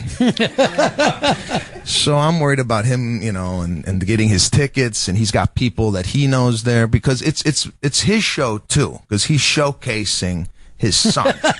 So every time I go back to Chicago, he's always telling me, "You got new material, right?" It's like these people paid $30 last time. They want to see the same thing. So But she has a point, because I always struggle. Like, do people want to see a lot of new stuff? Do people want to see the stuff that they love? So I'm always struggling with that in my head, and I always have my father in the back of my brain going, "Do more, get this going. Your tongue might fall out tomorrow." You know, so it's just always this level of angst with him, but it keeps me going. And you know, for a parent to be this involved and this participatory in a career where it's so up and down and whatnot, it's nice, because I talk to a lot of comedians and they don't really have support from their family quite like I do. My family is behind me 110%. Yeah, I mean, most fathers, and you can imagine, you know, that as you get older, you think the same way. Why do something that's risky? Mm-hmm. Like, for some reason, your parents just want you to be comfortable, even if that's mediocre. Mm-hmm. Go get in something small, stay there, don't get hurt, die after I do. That's the main thing. They want to make sure you bury them. So I'm sure but he left Sicily to come to Chicago, so you know he knows what it's like to roll the dice. Yeah, take a chance. He was supportive from day one. He's like, "This is what you want to do, go do it. But if you're going to do it, you give it your all. This ain't something that's half-assed. You got to give it your all." And watching my father work, and it was a work ethic in my family where, and I talk about it in my act, but it was a work ethic where my father constantly was working, supporting the family, my mother too, and I saw that, and I saw what it takes to, like, you know, pay the bills, buy food, and I started working at a young age, and I felt like I needed to work to, first of all, not get yelled at by my father, because he would come home and go, "You work today?" And I go, "Hey, you know, yeah, well, it's summer vacation. I thought take a couple days off," but I worked a lot of jobs, and I wasn't really passionate about anything. My goal, or my challenge, was to find something that I was really passionate in, and then funnel all that energy into that, and that's what I did with stand-up. So, did you know that right away when you started doing stand-up? Did it seem to you like there's been a flip of a switch of some type, or did it take a while before you know? Right away when I started doing stand-up, I go, this is where I'm going to be. I didn't give myself a time limit. I didn't say 5 years, 10 years. If I'm not doing this, I'm going to do something else. I said, this is it. This is what I'm going to do. And if it works out, fantastic. If it doesn't, it doesn't. But I really had no skill sets other than making people laugh. Sure. I mean, I did go to college. I graduated with a corporate organizational communications degree, whatever that is. But my father said, get a degree, because I was going to quit freshman year of college. And he's like, whatever you do, just get your degree. And then after that, go ahead and do whatever you want. Just get the piece of paper. So it was the best advice I ever got, because I met my close friends in college. I still have today. When I went away to college, it taught me how to be on my own. And it really helped me, and later on in life, just be a lot more independent. You kept doing stand-up all through your college? No, I did college. I only did stand-up once in college. There was the headlining comedian coming for the semester, and they had a contest to open up for the guy. So I went in. I didn't know anything about stand-up. I wrote a whole act out, and I won the contest. And then I go and perform it in front of this guy. Now, it was a primarily black audience at the college. I'm doing my act, and I'm hearing Sandman. And I'm like, what is Sandman? In the back of my head, I'm like, what's Sandman? I later find out that's what they say at the Apollo when the guy sucks. Get him off the stage. So it was probably one of the worst sets I've ever had in my life. It was just not good. But it's material you had never tried before. I was doing nothing. I mean, I was doing you ever go to the parking lot and the alarm goes off and nobody pays attention? So I was dying a slow death. But yeah, that was my first time on stage, and that was it. I didn't do stand-up comedy until I came out to Los Angeles when I was 24 years old. It always amazes me, people who start in Los Angeles or New York. You know what I mean? I get that you would be somewhere else, practice for years, then go, I think I'm ready to go be seen. But to walk up in the same town where, you know, a Jim Carrey might come in and walk out on stage, or a Louis C.K. could drop in, and you're an open mic guy who does 5 minutes, is always amazing. I didn't know any better. I had no idea, you know? I mean, Yeah. you say that now and looking back, and I go, yeah, what was I doing?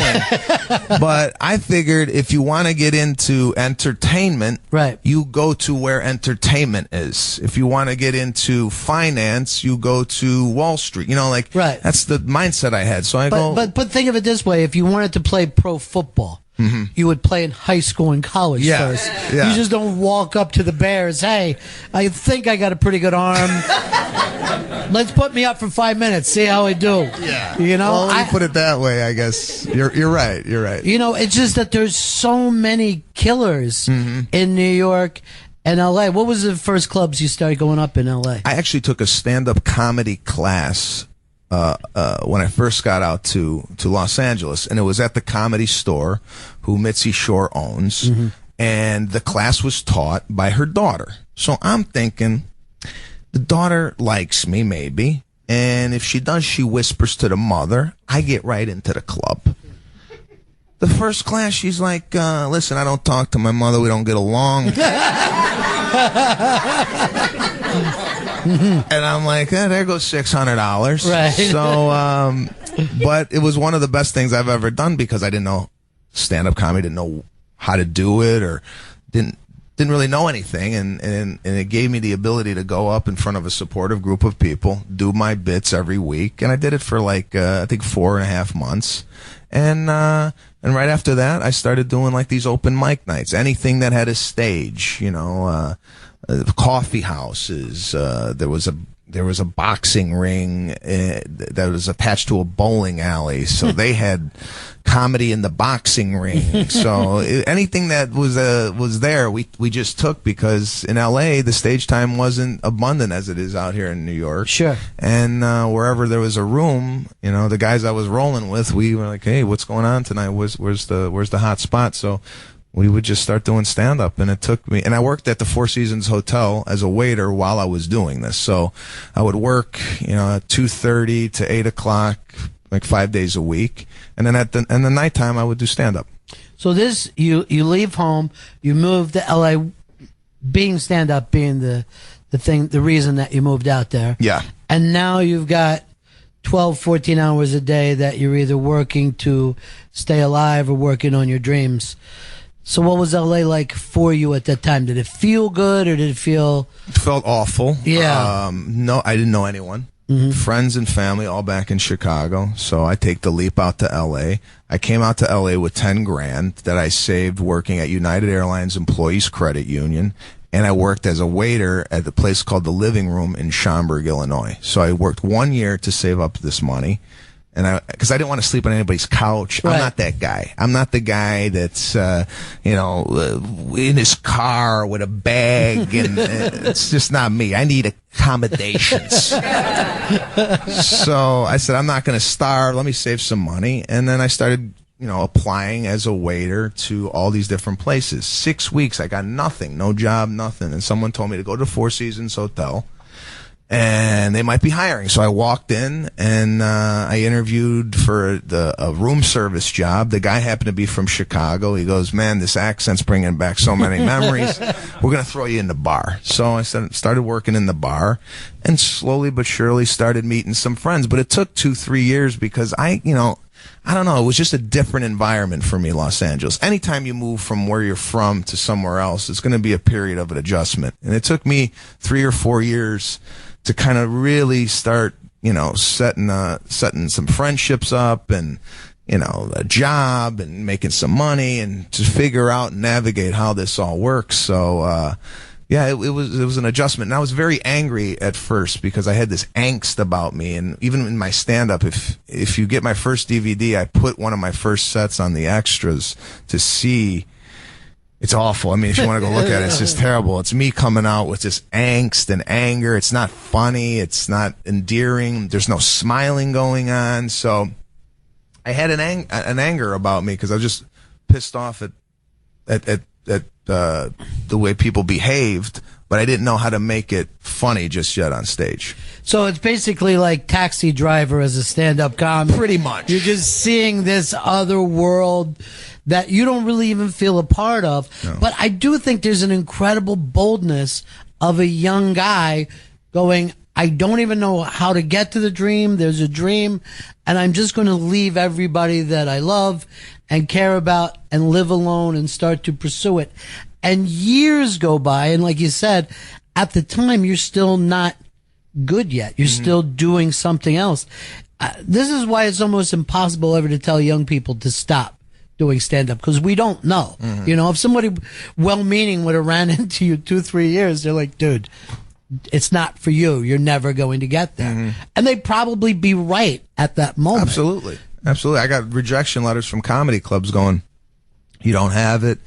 You know, here's your tape back. Right. And that was it. I mean, there was very little encouragement going forward as a young comedian, but in my heart of hearts, I knew I had the ability. It's just I had to practice. It's like you don't become a bodybuilder overnight. Sure. I mean, you got to lift the weights. So same thing with comedy. You got to stick with it. This thing doesn't happen overnight, and eventually, hopefully, things start working for you. But I think it's great now that your material didn't so much change, I guess, as much as delivery, because you still bust balls on the planet Earth. Yeah. I mean, you still act like everybody's manners are shit and they have nothing going for them.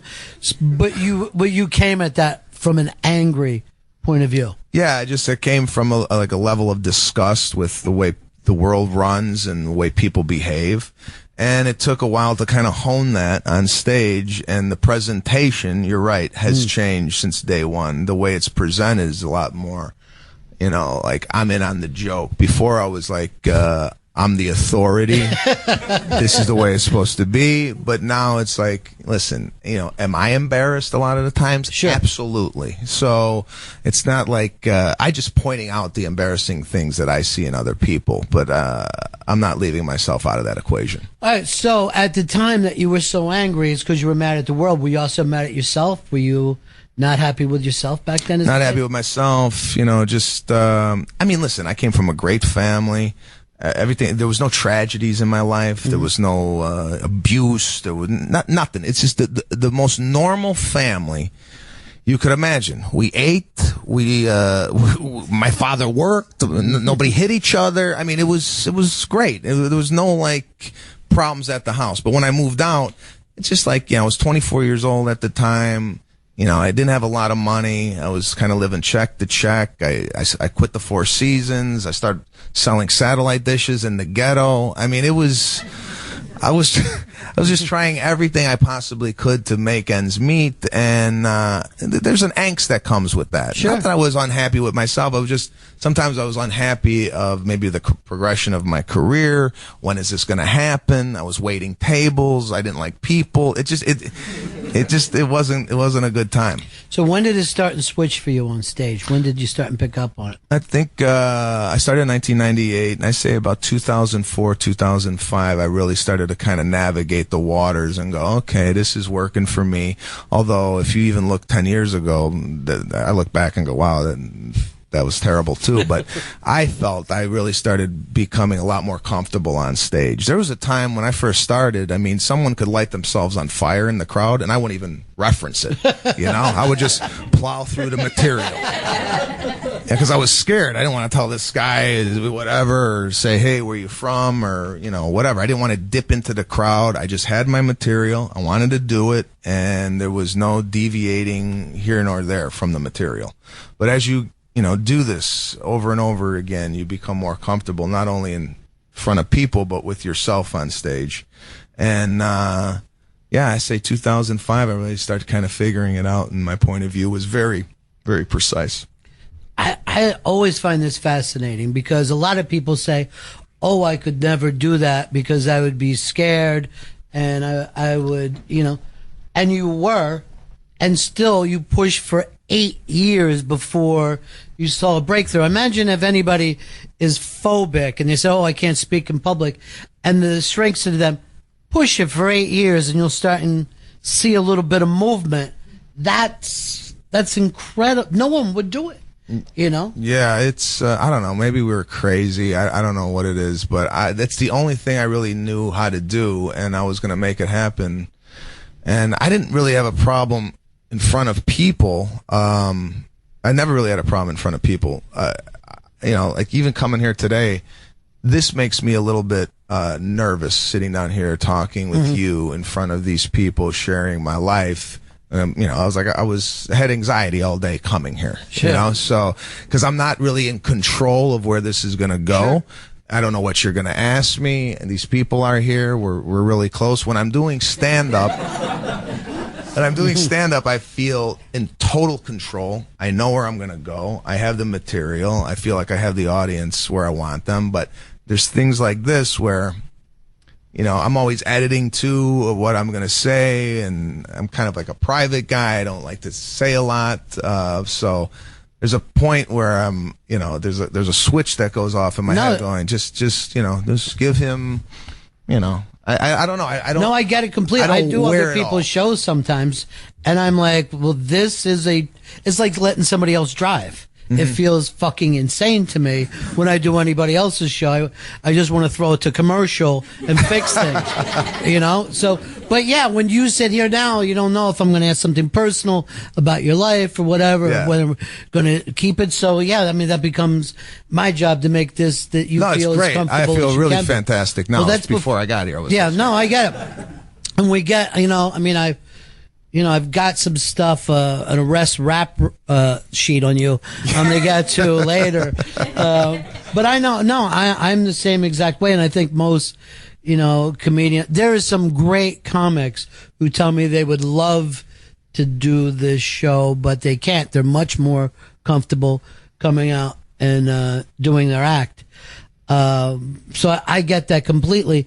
But I think the difference is that most people at home don't get that most comics have the same kind of anxieties anybody would have. Yeah, I mean, anybody know? In the room, if they sit here and talk about their life in front of a group of strangers. Right. I mean, anybody's going to have a little anxiety. I don't care who the hell you are. But, you know, as I'm sitting here and as I'm doing this, you know, there's an ease. You make it very comfortable. The people, you know, it's like the unknown, the environment of the unknown. Sure. What's going to happen when I walk in the room? Right. And you feel that a little bit too when you do stand up. You don't know how they. Every room is different. Every sound is different. It's amazing that it's amazing that comedians take chance after chance after chance. You know, I was just talking with Jim Gaffigan about this the other day, and he, to most of us, would be about as popular as you could get before you become, you know, Tom Cruise or something. Yeah. And he walks out in New York to audiences all the time who don't know him. You know what I mean? He'll play different things, and everything that he's done in this point of his life doesn't matter to them. Yeah. Just he's the new guy walking out. I don't think comics ever get away from that type of thing. No, they don't. It's just you never know who's in the audience. You never know who's coming back to see you, who's new.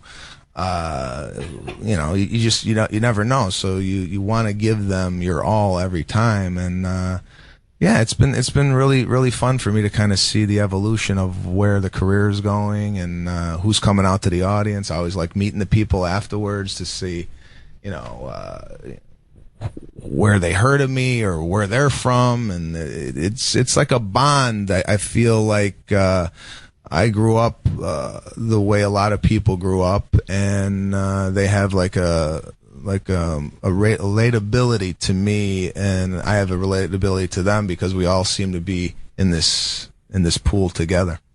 Well, the first time I saw you was with Vince. And that was what year when you did that tour? Yeah, we did it in 2005, and then the movie came out in 2008. And it's a documentary about stand-up comedy. It's me and 3 other comedians, and Vince Vaughn hosted it. We went on a bus for 30 days, 30 cities, and we made a documentary about it. Now, this thing comes out in 2008. My father thinks he's going to retire after this thing. After a documentary comes out. Oh, yeah, he's like, this is it. This is the big break. Comes out in 1,000 theaters. He goes to see opening night in Chicago. It's a Friday night. He calls me from the theater. He's like, I'm the only one here. What's going on? Did they promote this thing?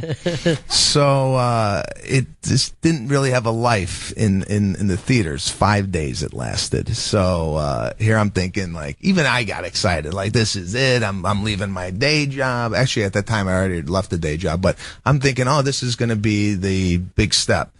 Turns out, over the course of the last 10 years or 8 years, whatever it's been, it's definitely helped my career more than I could ever expected through DVDs and cable. At the time, I didn't know that, but I'm just thinking the theaters. It felt like a flop. Yeah, it felt like, oh, wow, that didn't work. But yeah, if you haven't seen it, it gives you kind of an insight, a background of what we were dealing with as comedians at the time. And Vince was gracious enough to take 4 unknowns, throw them on a bus, and expose them to an audience that was really large at the time. What was his premise behind doing it? Why did he think this was a good idea for a movie star to do? He wanted to go and take entertainment to cities in the country that might not get this type of entertainment. You know, we went to places like Beaumont, Texas, where, you know, Vince Vaughn maybe would never go. Right. And we have, you know, Dwight Yoakam came on a couple of shows with us. John Favreau was there. Justin Long was there. So he was rotating a lot of celebrities in and out as special guests, and he just wanted to do a road show. And you know, he wanted to host, and he wanted to be in front of a live audience, and this was the best tool for him to do that. And we kind of anchored the show as comedians. How'd you get picked? I met Vince Vaughn in, 2003 at a place called Dublin's Comedy Club. It was the hottest comedy venue. It wasn't even a comedy club. It was a Irish bar, and upstairs they had comedy every Tuesday. And Jay Davis and Ahmed, 2 comedians, hosted the show. And at the time, I mean, celebrities were coming in there left and right. Justin Timberlake would come in. You know, a bunch of bands would come in, and it'd be like the place to be. And that's where I met Vince in the back. He's from Chicago. I'm from Chicago. And we started talking Chicago sports, and we kind of developed this just friendship. I would see him every once in a while there. And his roommate was a guy by the name of Ahmed, who was friends with me. And Vince wanted to take 4 of the favorite comedians that he liked at this Dublin's and put them on a bus. So I was working at the Four Seasons at the time. I get a call from one of Vince's people saying, you know, he wants to take you 30 days, 30 cities on a bus. Could you do it? And I go, well, let me call work and see if I could get the time off. Because the money wasn't great, so I still felt like I had to keep the job at the Four Seasons. So they gave me 30 days off to do this. And then at the end of the movie, I was very emotional because, number one, this was ending. And number two, I had to go back to waiting tables the next day. Yeah. So I never went back, though. I never went back to waiting tables after that because work kind of started coming in. Not great work, but just enough to keep the lights on. And I never went back, thank God. Well, you have, like I said, if any break that you get, it seems like you capitalize on it. And every time I see you, I tell you I only hear good things about you. Oh, thank people. you. As from other comics and people in management and network people, everybody always says good stuff about you. A lot of it is because you're funny and you work hard at your material. But there's also a way I think that you carry yourself.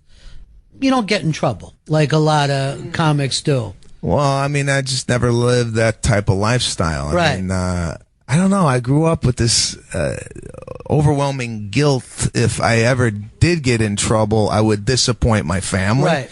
And that's been like on my shoulders my entire life. So I don't know. I mean, I was just never that kid. I was a very shy kid. I never got into drugs. I mean, I like wine, don't get me wrong, but it's like it never interferes with what I'm doing. And yeah, I mean, I'm. You know what? Let's do it right here on UnMasked. I'm going to chop some lines and we're going to snort coke right here. First time ever. Your parents will never find out.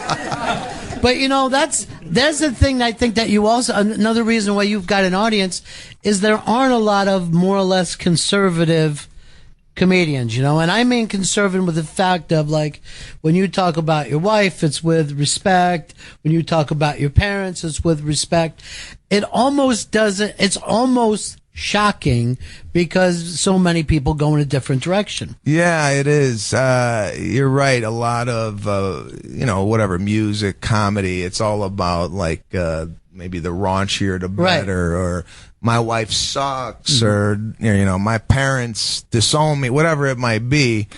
But I don't know. I'm just talking from what I know, and if what I know happens to be like very family oriented, then and people could relate to that, then great. But yeah, I mean, I don't do drugs, so I can't talk about, like, oh, I got high. That ain't my thing, Right. And I don't know if a lot of people can relate to that. At least the people that I'm talking to might not. But not that there's anything wrong with it, but it's just I'm speaking about how I grew up. And you decided, as you got out to see the world, that the stuff that your parents presented with you when you were a kid was not untrue. You know what I mean? At the time, I didn't know. Right. But now looking around, I'm like, they definitely had an eye out for me. They definitely know what they're talking about. And hopefully when I have kids, I'll be able to, although my wife is extremely different than me and didn't grow up the way I did. So when we have kids, it's going to be great because it's going to be great for comedy. Well, how is she different than you? What's the background? The background, she grew up in Memphis, Tennessee, in the South. She's Spanish Jew and totally different culture. She grew up with some money. I grew up in a middle class family, so there's definitely a lot of contrast there, and really ripe for material. So yeah, and she's so sweet and nice and, like, naive, and she thinks everything is, everybody's good, and I'm, like, always on the defensive. So yeah, she opens up our house to a lot of people. Like, she just befriends people really quick, where I'm more of like, let's take it easy with this group. Right. You're not the type of people that you want to come home and there's a bunch of friends. Oh, it's the biggest thing we have. And I had to tell her, I go, listen, when I come off the road, and I want to be with you. I don't want to be with a lot of people, because I'm with people the whole week. I just was in the Stress Factory, and, meeting and greeting and talking and getting hit by people, and I'm like, yeah. Think I'm your cousin? No, I don't think so. So, you get a lot of that. You want to come home and you just want to be. I'm a bit of a loner, so I like to be alone. I like to be with my wife, and my wife likes to be with a lot of people, and going out with couples and going out with groups, and let's have a party. So, and I'm more like, let's just go and relax.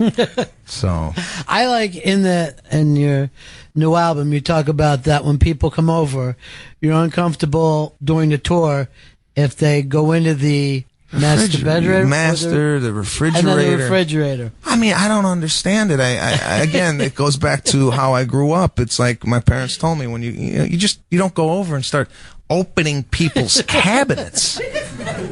You just wait until they offer, and a lot of times they don't offer. But then on the way home, we go, "Can you believe they didn't offer?" But you don't go help yourself. So, and again, that my wife didn't grow up in that environment. It's like, hey, my house is your house. You want it, go get it. But but some people just don't even wait for that invitation. They go right into the refrigerator. I find it, like, odd. I don't know what it is about. I had never thought about that before that you said it, and immediately it clicked. Immediately it clicked, and I never thought of that exact point before, because I will just be the opposite and say help yourself, but then just think it or feel it. Yeah, you express it. It's fine if you say help yourself, but it is not fine when someone comes over and takes the liberty of just going, "What do you got?" So yeah, and then stuff like that. But it's no big deal. It's just the differences in culture and growing up. I think it's like looking in someone's pants. I'm going to agree with you. Yeah. I think it's just something that you don't do. Yeah. You also have played just about every late night show that you can. What was first for you? First late night was Craig Kilborn, when he used to have the show before Ferguson. So that was my first one. And of course, first late night show, I tell my family and friends, and thank God for these friends I got, because, you know, they call up going, "You look like you were scared last night." You know, it's never, "Hey, good job." It's always, "You look like your eyes were going to come out of your head." So, yeah, I got like people around me that tell exactly how they're feeling. So, there's no like massaging me at all. Yeah, there's no celebration after your accomplishments. None at all. I mean, it's harsh. Now, you are a kid who grew up watching The Tonight Show. So what was it like for you to step through that curtain? It was great. I mean, I was nervous. Jay Leno was very, very supportive. He could tell I was kind of, you know, shaking a little bit. And he's like, "You know what? I'll be right back." And he went back out before the show even started, told the audience, "Listen, it's the kid's first time on The Tonight Show. Just, you know, be very supportive of him." And this, and hearing that was like, wow, I got the support of not only Jay Leno but the audience behind me, and it was great. I mean, to step out on that stage, it was pretty amazing. You know, that's a really sweet story, and for some reason, when people tell Jay Leno stories, it tends to be an anti-Jay Leno story. Mm-hmm. And yet, I've heard a bunch of stories like the one that you're telling right now. Why do you think that he's not getting that respect? I don't know. I mean, I guess it's everybody's individual relationship with him. Mine was good. He gave me an opportunity. Anybody that gives me an opportunity is a good guy. I mean, he put me on his show. I mean, I don't have a friendship with the man. I mean, it's not like I got But you his know number. that he didn't have to do that. I think to do that's that. what's unbelievable. All right, so you walk through that curtain. You're standing in that light. You're shaking before. How long before you get comfortable and are thinking to yourself, "I got this"? I don't think I was comfortable at all. At the all. whole set. Yeah, it was pretty nerve-wracking for me, because, you know, when you do late night TV and you're coming from the clubs, the people are right here. The Tonight Show and these other shows, the audience is far, and then you have the cameras kind of between you and the audience. Right. So you're not getting that connection that you would typically get in a club. Plus, you got 4.5 minutes. You got to stick to the bullet points that you provided. It's not like you could kind of veer off if a joke is not working. It's like, "Oh yeah, you know what? I'm going to do this one. No, I got to go on to the next one." So for me, and how I do my material, it's more like a souffle. It needs time to like bake. And these shows are so quick, you don't really get like because I like to tell stories. Right. And my stories tend to be 4.5 minutes. And do you want to tell a 4.5 minute story on the Tonight Show, or do you want to give them a bunch of different stuff? So for me, it's a little nerve-wracking. I mean, I was on Jimmy Fallon last November promoting the Showtime special. I go out, and this is the Tonight Show in New York City, where it originated. This is another milestone for me. I get out, I'm a minute into the act, and I go blank. I literally forget what I'm going to talk about. So I'm like, I'm Italian. And there's cue cards there, but I can't see the cue cards. I just can't see the next joke. So there's a point where I'm going to say, "Jimmy, I need to come back out again." But in my head, I'm like, I don't know if you could even do that. So it felt an eternity, but it was like for 12 seconds that I couldn't find my footing. And then boom, it clicked back in. And then the whole time I'm doing the set after that, there's another part of my brain thinking, "Oh my God, that I just screwed up on the Tonight Show." And then when I went back to talk to Jimmy during the commercial break, I go, "I'm so sorry. I don't know what happened to me." It happens all the time, man. We'll just edit that out. And I'm like, what? So if you go back and look online, you could see a jump cut where it looks like I'm coming out of a coma.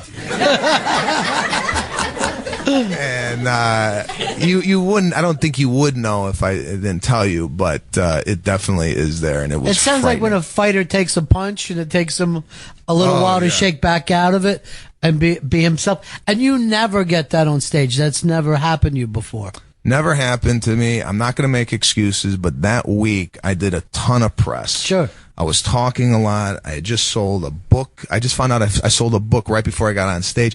I had my mother-in-law, my mother, my wife there. I had like an entourage backstage, which I never have. I do all these things solo. I don't come with anybody. Typically, I just like to be alone. But this thing was like it was very celebratory because I was doing the Jimmy Fallon. And I'm talking in the back like I'm having a party. Guys want anything? And they're like, you're up. And I'm like, I got this. And I went out there and I completely lost it. So now I'm thinking, wow, do I got a problem going on TV? Is this going to be an issue? Because I had a Conan to do in 4 weeks. So now coming up to the Conan set, I'm thinking, all right, let's really hone in on this. I didn't have really anybody with me. I had my wife there. God bless her. She kept coming backstage. She's like, you want to just do it in front of me? I said, yeah, let me do it in front of you. I did it in front of her, and I said, get out. You gotta get it out of here. So she kept coming back and forth, and then I went out there, and it was fine. But it was just that one time on Fallon where I don't know what the hell happened to me. I blanked out, and it was bad. Well, because like you said, there's different factors than you work with. You've got cameras in between you and the audience, and everything else that you do is in front of an audience. It's like if a Major League Baseball player, like once we get to the World Series, by the way, it's in 3 feet of water. You know what I mean? Yeah. And not expect that to be totally different in the way you play. But what I love the fact that Jimmy just immediately said to you, hey, don't worry, that happens all the time. We don't know whether it does or not. I didn't know. I thought I was the first comedian to lose his lines. Right. And he's like, don't worry, we have bands come in there all the time. They forget the lyrics of the song. We start it over again. Don't worry about it. So it's like the magic of TV. Yeah, there's something about those guys that host the Tonight Show that look out for people, which is also really, really sweet. Well, like I said to you, and I'm always glad to see you, the new album is Aren't terrific. You Embarrassed? Thank you. Aren't You Embarrassed? And it's really kind of an old school album in the fact that it starts with a big laugh, rushes all the way through, ends with a big laugh. You're a good guy, and I'm glad that you did this, man. Well, I thank really, you for really having me. appreciate it. God bless you. And Thank I'll you. see you again next time, all right? Thank you. Sebastian Maniscalco, everybody. Oh, that was terrific. Thank you. Sebastian, Thank you. Thank you, everybody.